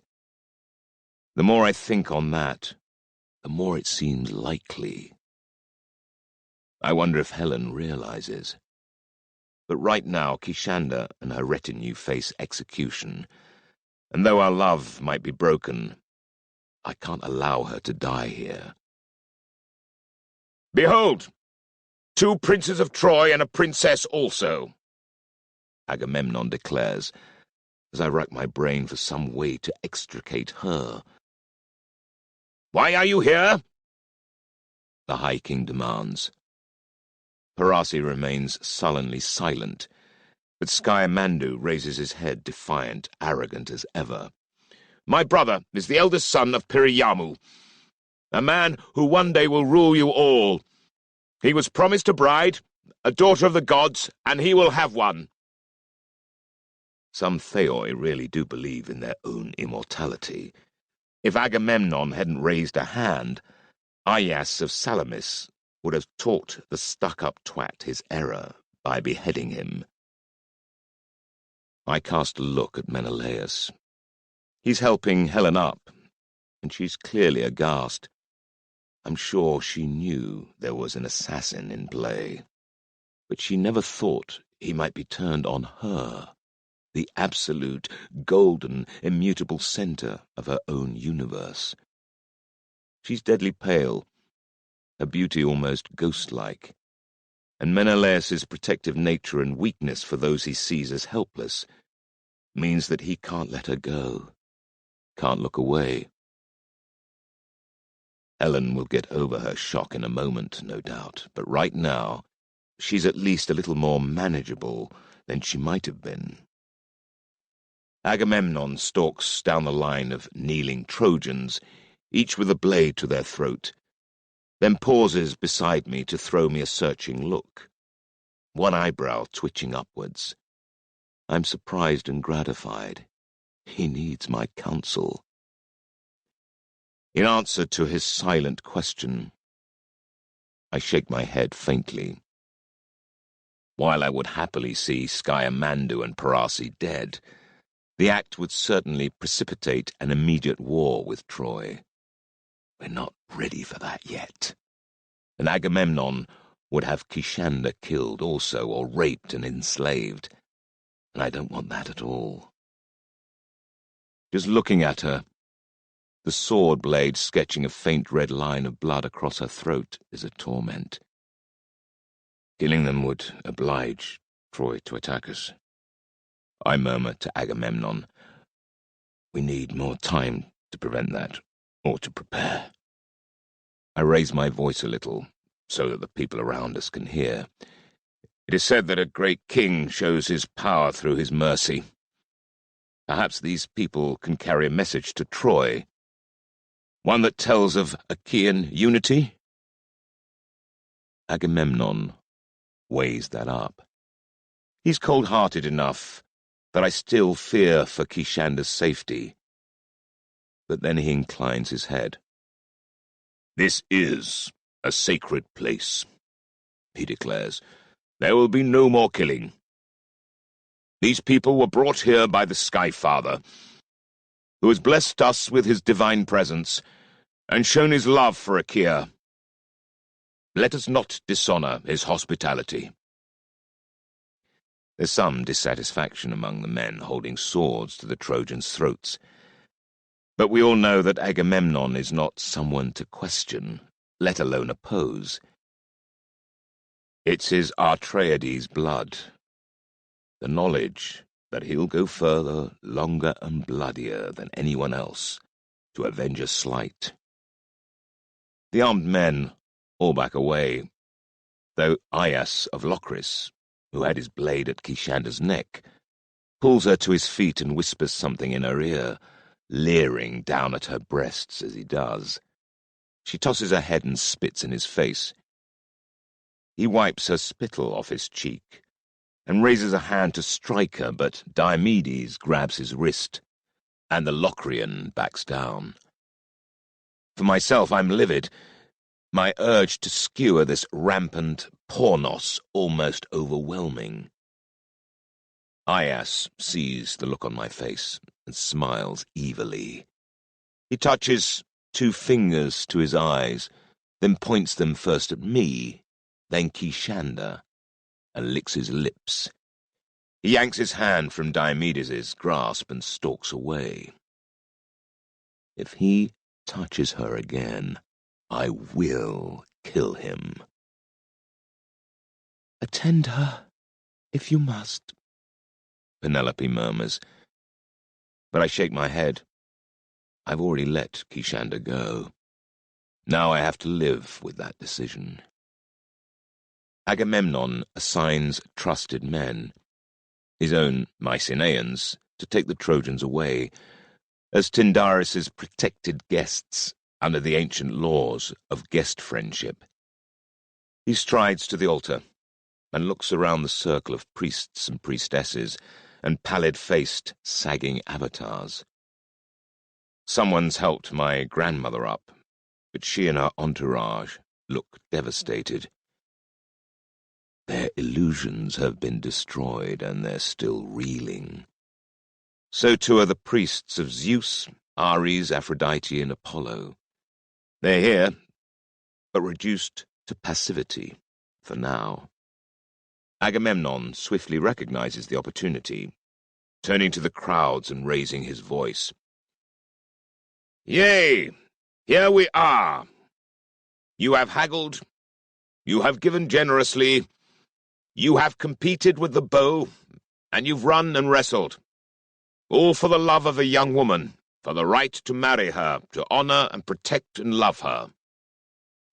Very occasionally, someone speaks as well as I do. Not often, mind. Seldom is someone better at seizing the moment, but Agamemnon is doing that now, and I have a horrid feeling where he's heading. I don't like it at all. But do we have any alternative? It's as though we've all been caught up in an avalanche, flailing about, and now it's coming to rest, with our bodies tossed about and jumbled together in the most unlikely combinations.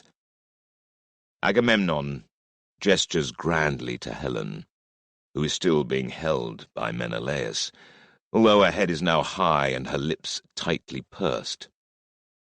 "I could elaborate about the need for the leading suitor to be of noble birth," the High King continues, "for him to be whole of limb and fair of face, great-hearted and gentle, a warrior and a leader, the type of man who can rally men behind him and challenge wrongs, a man for whom being a husband and father is his greatest and longest-held dream." My heart sinks as my guess becomes a certainty. Agamemnon doesn't need to name names when his brother fits all these criteria. "It might even help if the princess knew this man, had known him all her life, and forged bonds of love and trust with him already," says Agamemnon in that pompous but compelling voice of his. "That instead of a stranger, she could be easy of heart, knowing that for them both, marriage will be an extension of the friendship they share, and for her to know that in a moment of supreme danger, her husband is the only one present whose first and only thought was for her safety. My mind is full of fear and doubt. I'm terrified for my friend, but we need to keep Helen in Achaea. We need her married and safely guarded. Who has the strength to clasp such a viper to his breast?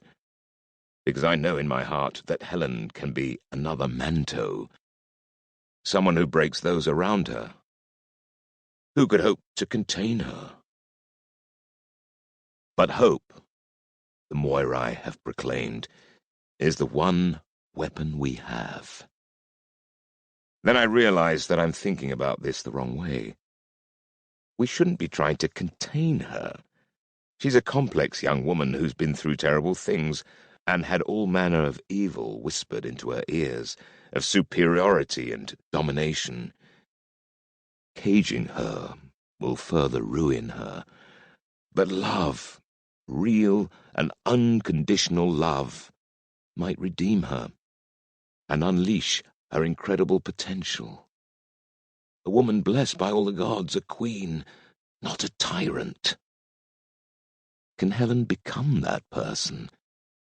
Can she open that cold heart of hers to be warmed by the love of a decent, caring man? If anyone can reach her with kindness and loyalty, it's Menelaus. No one else sees her as anything other than a prize, but he feels her pain, and he wants to heal it. Not even Diomedes is capable of that. Might unquestioning love be the only thing that can reach her and give her back the innocence and happiness Theseus ripped from her? That I helped him rip from her. I watch, torn and confused, as Menelaus beseeches her with his eyes. Even Agamemnon dare not speak now. My eyes meet his, and I can tell he, like me, realizes that this marriage will never work unless Helen herself makes the final decision. Although nobody utters so much as a whisper, I'm almost deafened by the sound of my blood hissing and surging in my ears. What's the tipping point? I don't think she's capable of true gratitude. Even Menelaus throwing himself in front of death to save her is probably something she just expects lesser mortals to do.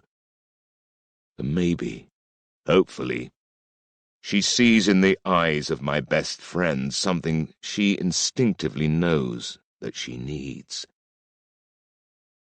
For a moment I think I glimpse her real self. A still unformed girl, too privileged to feel empathy, but possessing tremendous resource and potential. Then the mask slams down, and she's the girl the audience wishes to see, the princess seeking love. She smiles, tremulously, murmurs something only he can hear, then kisses my friend's mouth with all the passion and intensity that a beautiful young woman can summon. The groom has been chosen. No one else need speak, and no one does, until Agamemnon claps his hands together, and all those round us burst into a ragged cheer that is as much relief as it is joy.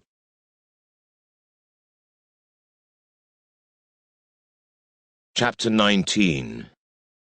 The Oath. Hesiod.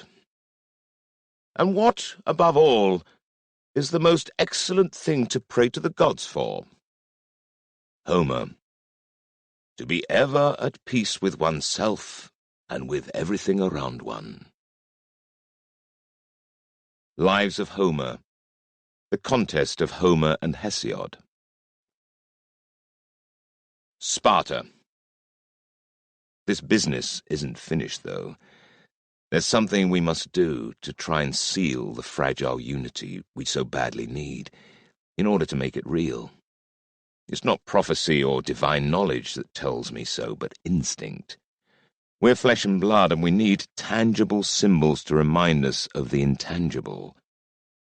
I rack my brain, and an answer begins to form.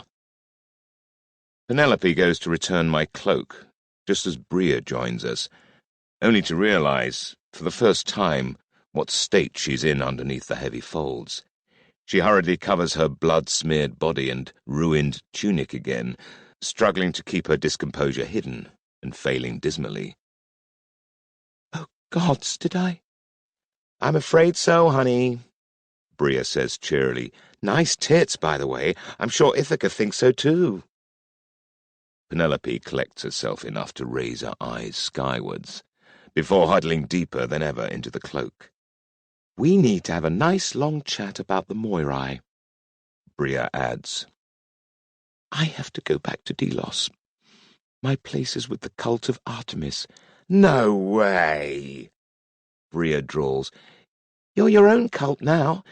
You don't belong on that bloody rock. And after what you just did, you're not safe there anymore."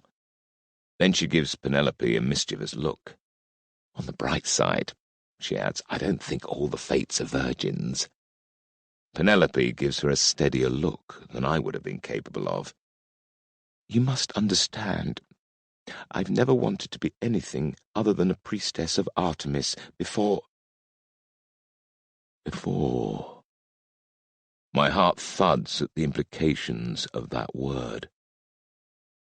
Her eyes flicker to the knot of Artemis priestesses and huntresses, staring at us with hard eyes.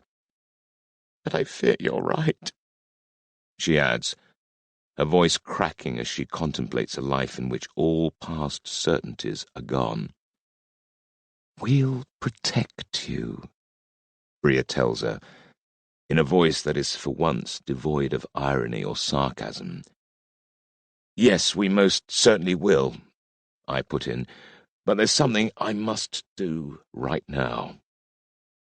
The two women look at me quizzically, but I turn away as my plan takes shape.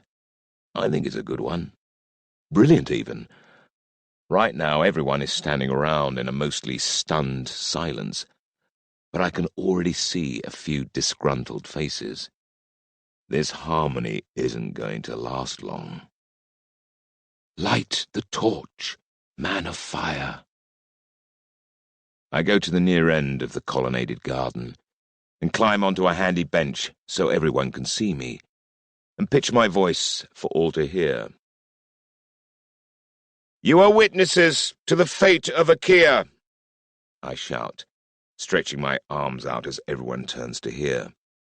"You heard the seer speak of a land whose very soil will be scoured if we do not provide the nails to hold it together. A land that would give away those very things it needs to keep us safe, its chalice and its blade. A land which almost lost its builder and its shepherdess." The listening men nod anxiously as I confirm their own interpretations. "The seeress spoke of hope," Eumelus calls, Penelope's friend. I give him a nod of thanks. "I believe the spirits gave us a warning, not of what is and will be, but of what will become of us if we do nothing. They showed us what we need to save ourselves, and as soon as they spoke, our needs began to be met. Great Zeus vowed to be our builder, the unifier who will keep us together and strong. Great Hera promised to be our shepherdess and drive away the wolves that divide us." "Aye," a few men reply, the mood of the gathering lifting. "So let us bind ourselves to that promise of hope," I tell them, pointing to Helen and Menelaus. "We've all contended for the hand of Helen of Sparta, sometimes rancorously.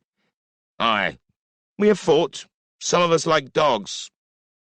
We've made enemies, I'm sure. Too bloody right we have.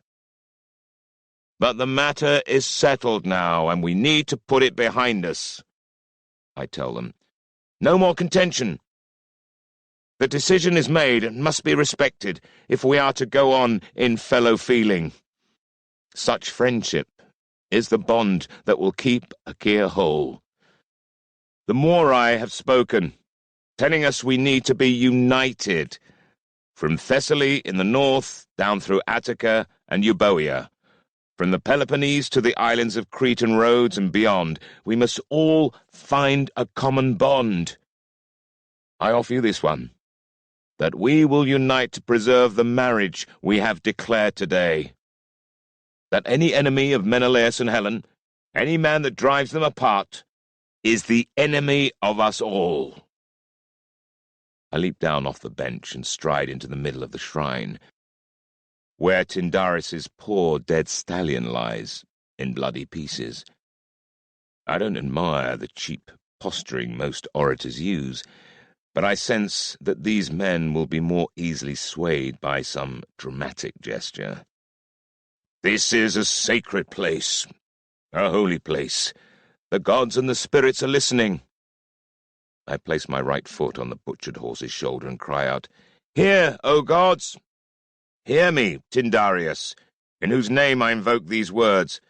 Hear me, Lord Poseidon, master of horses, whose puissant power fills the blooded pieces at my feet. I, Odysseus of Ithaca, pledge to preserve the union of Menelaus and Helen. He who comes between them is our enemy, and I will unite with you, my brothers, to strike any and all of them down.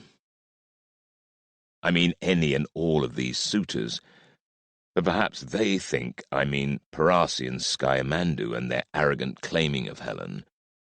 Regardless of some sideways glances, they begin to come forward, and for no reason other than my example, they decide that placing a foot on that poor horse's remains makes the oath more solemn and binding. Perhaps it does, because whatever Amphithea did to that horse's blood, I can sense the spirits that fuel the oracles straining to listen. They see everything we do, it's said, but some moments are more significant than others. The web is woven and cast over us all. I step away, wondering what it is I've really done. Bria's frowning, but she gives me a nod of approval. And Penelope is gazing at me, and I can see that she too approves. That's all the acclaim I need. 2 days later, as evening gathers, I'm sitting on a bench, watching musicians play and supping ale. All around the campsites, men are feasting, drinking, gaming, wrestling for fun or to prove a point, and generally forming the sorts of bonds that are easy in peacetime, but can be the glue that keeps an army together in war. We're even mingling, islanders and mainlanders, north and south, men from every corner coming together to boast, laugh, and just perhaps become a nation. The oath of Tyndareus, as the promise I encouraged them to take is being called, named for the man we all swore it to, is binding us together in common cause. Achaea, perhaps more than in any previous time, is one nation under one high king. I did that. A few hours ago, Amphithea married my best friend, Prince Menelaus, to Helen of Sparta, the most beautiful woman in the world. She looked radiant and utterly composed. Or was that resigned? I don't trust her.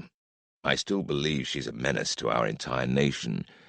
But if love has any power, perhaps Menelaus's might change her heart and bring her to love her people. As for Menelaus, he looked delirious with joy.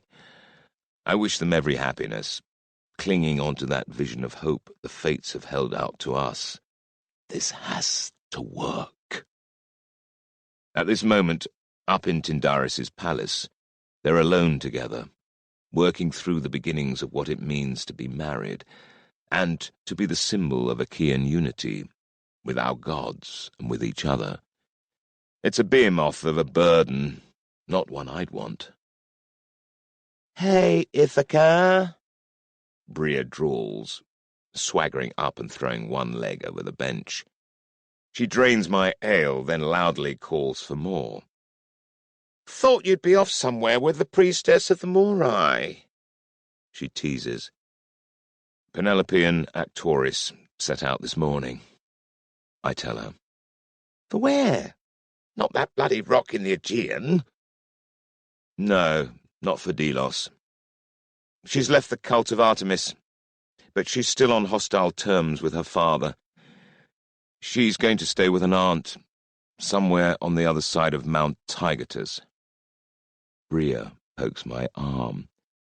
"Thought you'd have something to say about that." I will have something to say, I admit, when she's ready. But she says she has to relearn who and what she is. She expected to serve Artemis all her life, and now she has to find a new path. She has to think it through. "I always think better after a nice long fuck," Bria comments in her usual charming way. "Anyway, won't her prick of a father, Icarius, yes? Just peddle her off again to the highest bidder, like some dromas?"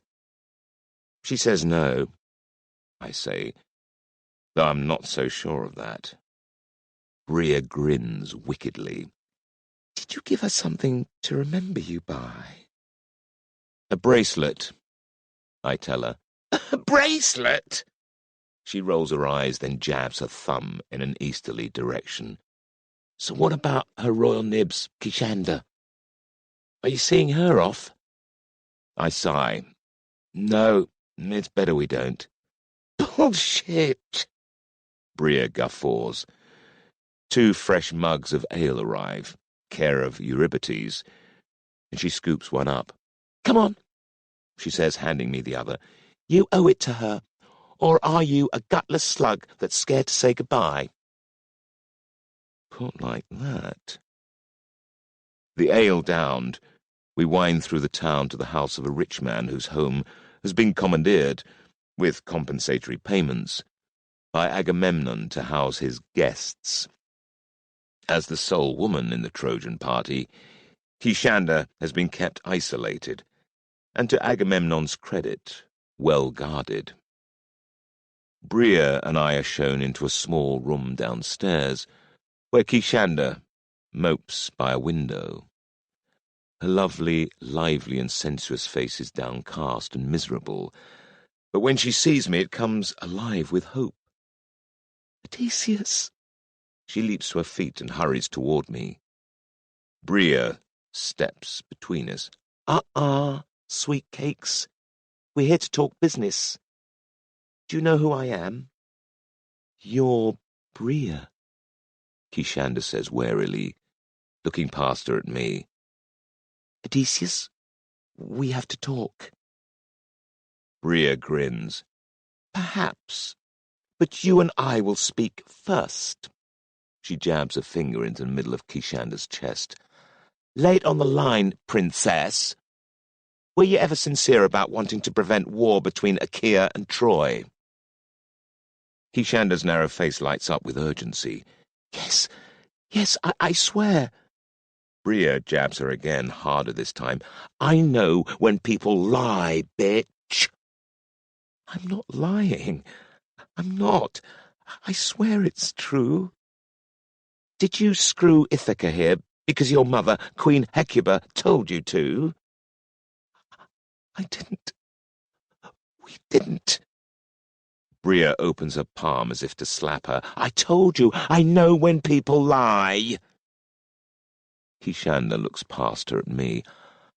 "I swear, I do love Odysseus. My love is true." "Knew it." Bria grunts in satisfaction, holding up a hand to prevent me from intervening. "But you still want to enslave our people, don't you, princess?" "No, I want peace. Honestly, I swear. Peace. Only on Trojan terms.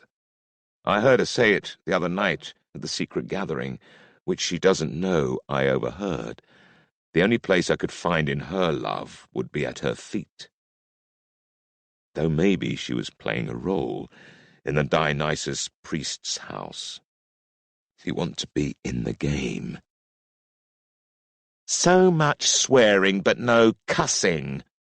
Bria snickers. Prissy high-born bitch.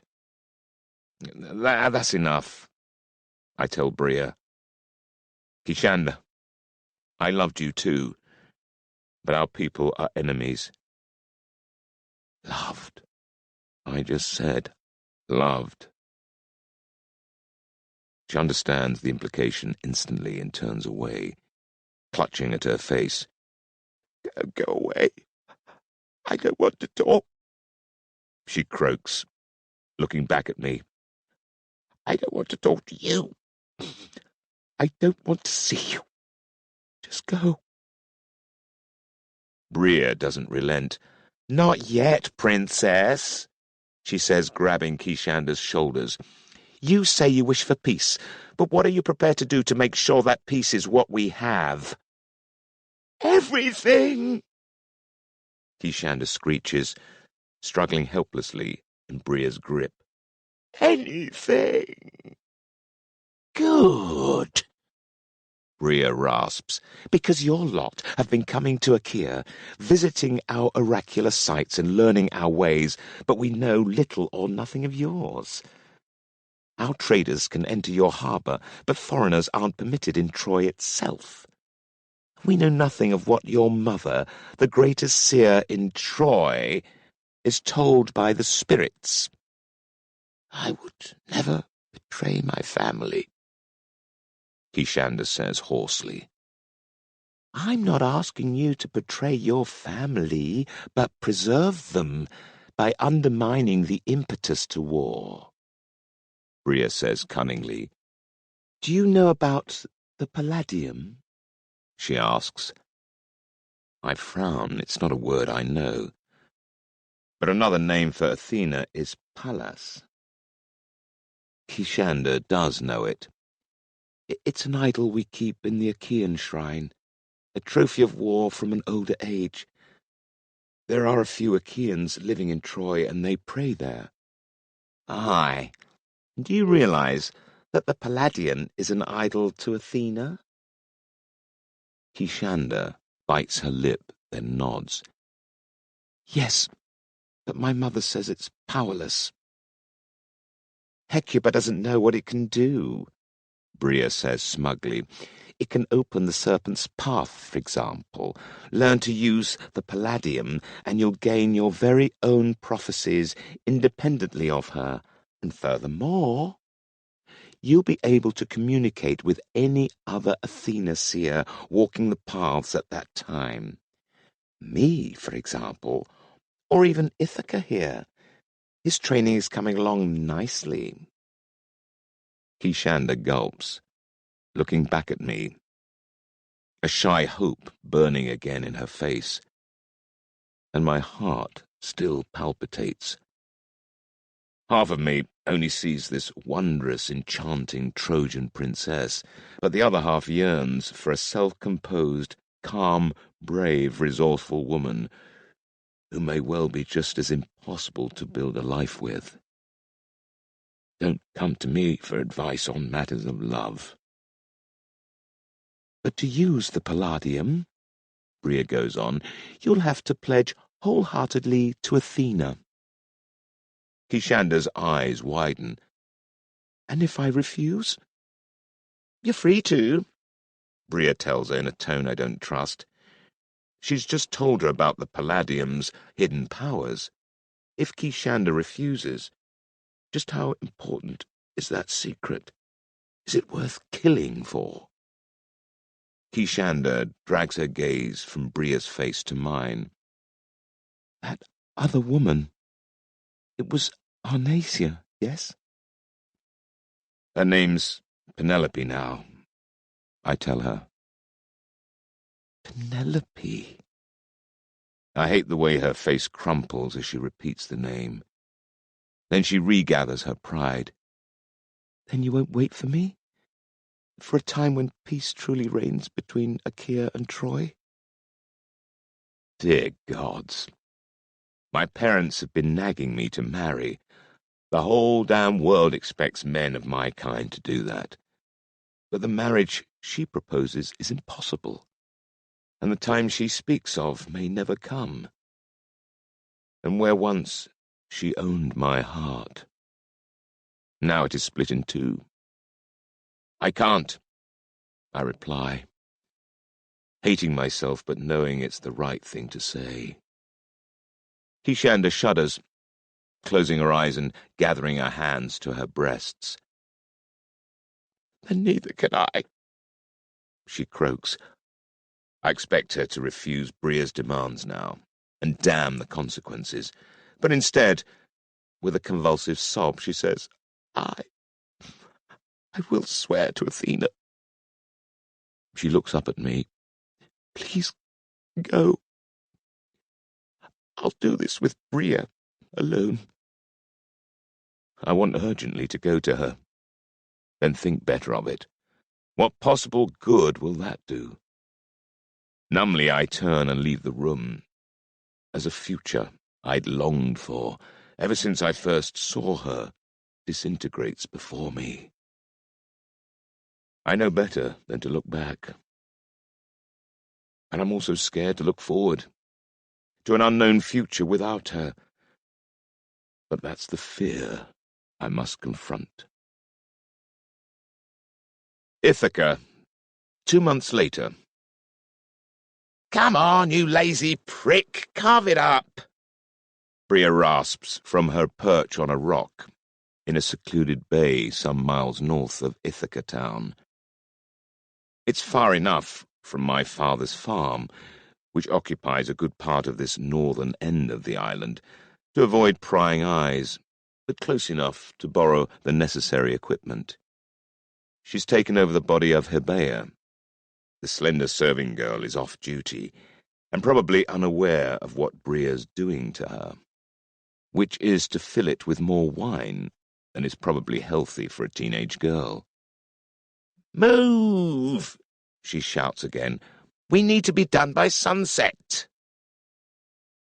I have a farmer's plough, the sort a pair of oxen would be harnessed to drag round a field and break up the turf before planting. I have an ox on one side of the yoke, with the other side taken up by an extremely bemused and recalcitrant ass, making the ploughing very lopsided. I'm steering this strange contraption up and down the beach, just out of reach of the waves. I'm blindfolded too, just for good measure. That's apparently to help my concentration. Why? Because I'm learning how to prophesize. Bria says I have the gift. What's now needed is to find the medium for unlocking it. Some oracles use symbols on wax or parchment to be melted or burned. Others use cloud shapes or the flight of birds or pig entrails or wine lees or 100 other routes to inspiration or madness. But after all kinds of tests and false turns, Bria's decided that what might work for me is the sand and sea, farming implements, and this peculiar combination of animals. It's because you're an islander, she tells me, and you don't fit into any conventional mould. Worth a try, anyway.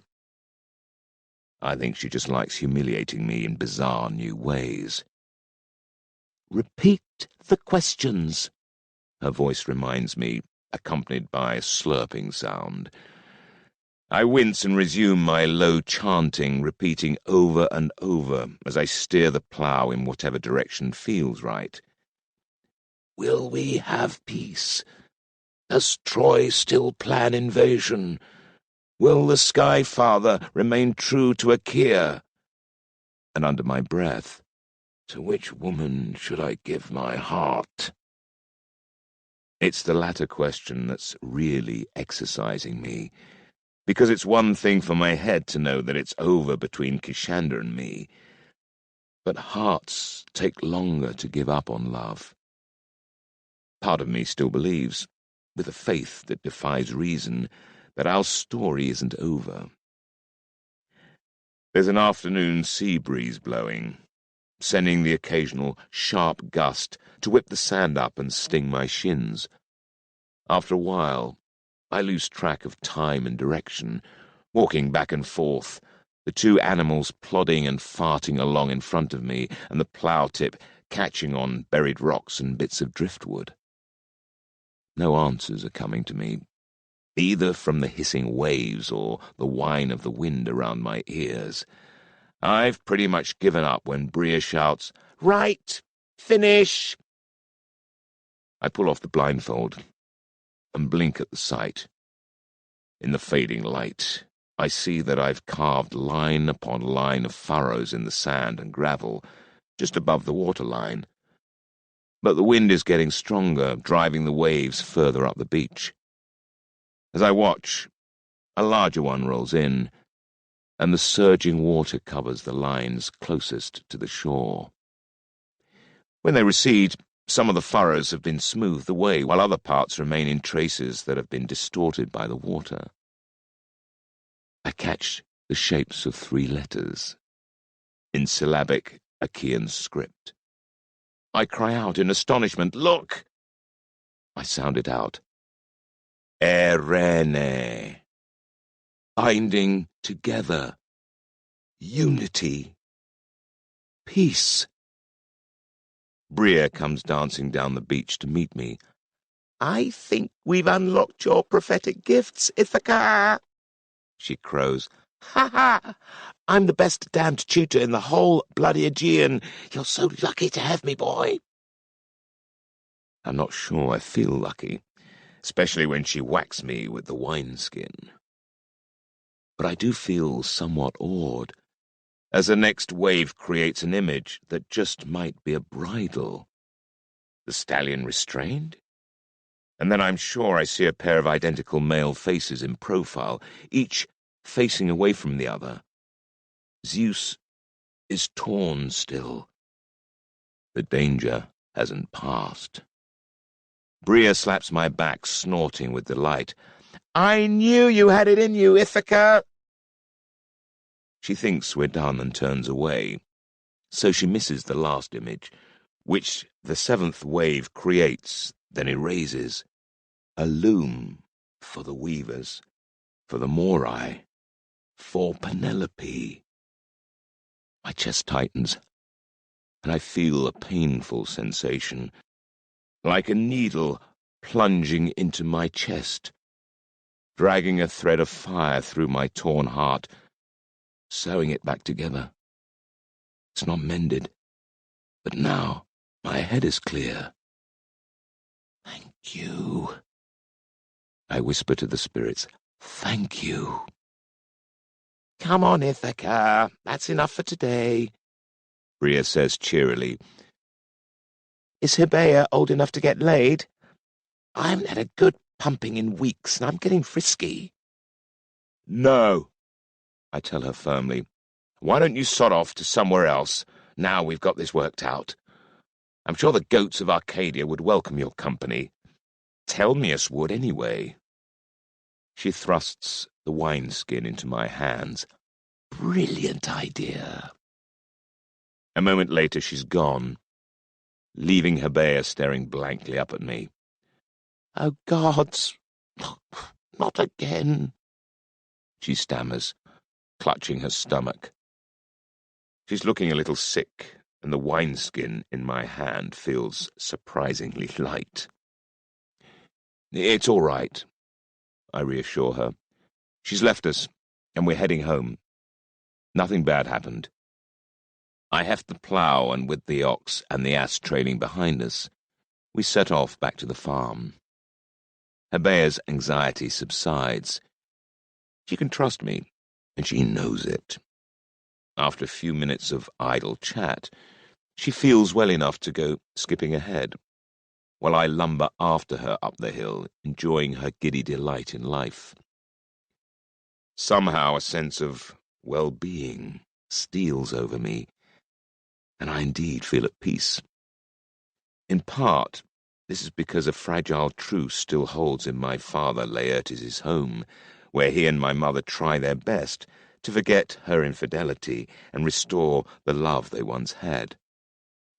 Peace also resides in Achaea for now. High King Agamemnon reigns unchallenged, and his newly wedded wife Clytemnestra is already with child by him.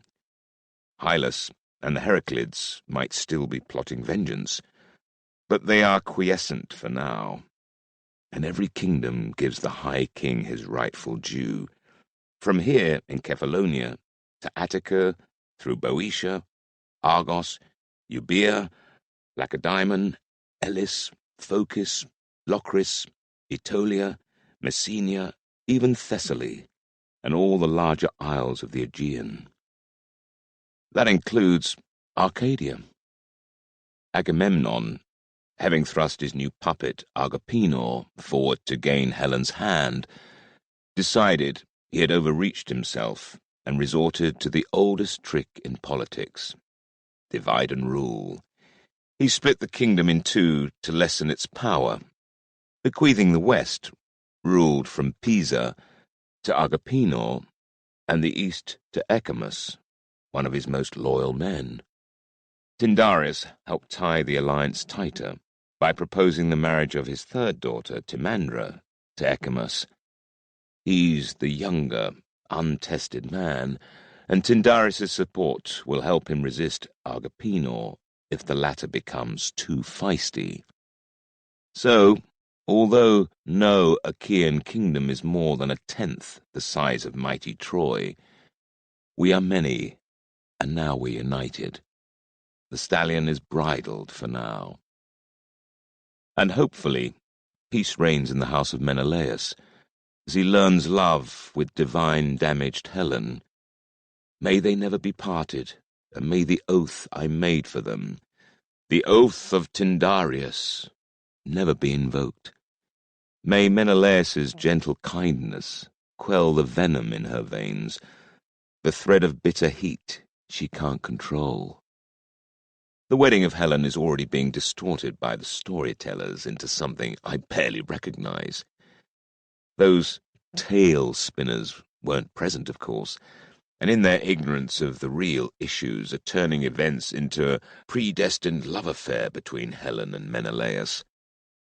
The presence of the Trojans, the near outbreak of war, even the appearance of the gods are being glossed over or ignored.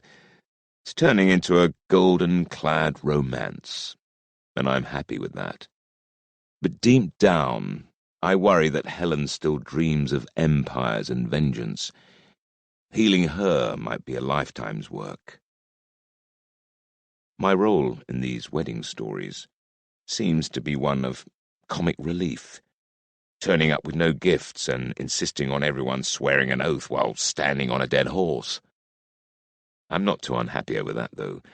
Better funny than dead. I still don't believe in fate, either. That some overarching, immutable destiny binds our every act and hope. Are the Morai, the Fates, anything more than just another set of hungry spirits, preying on mankind's fears?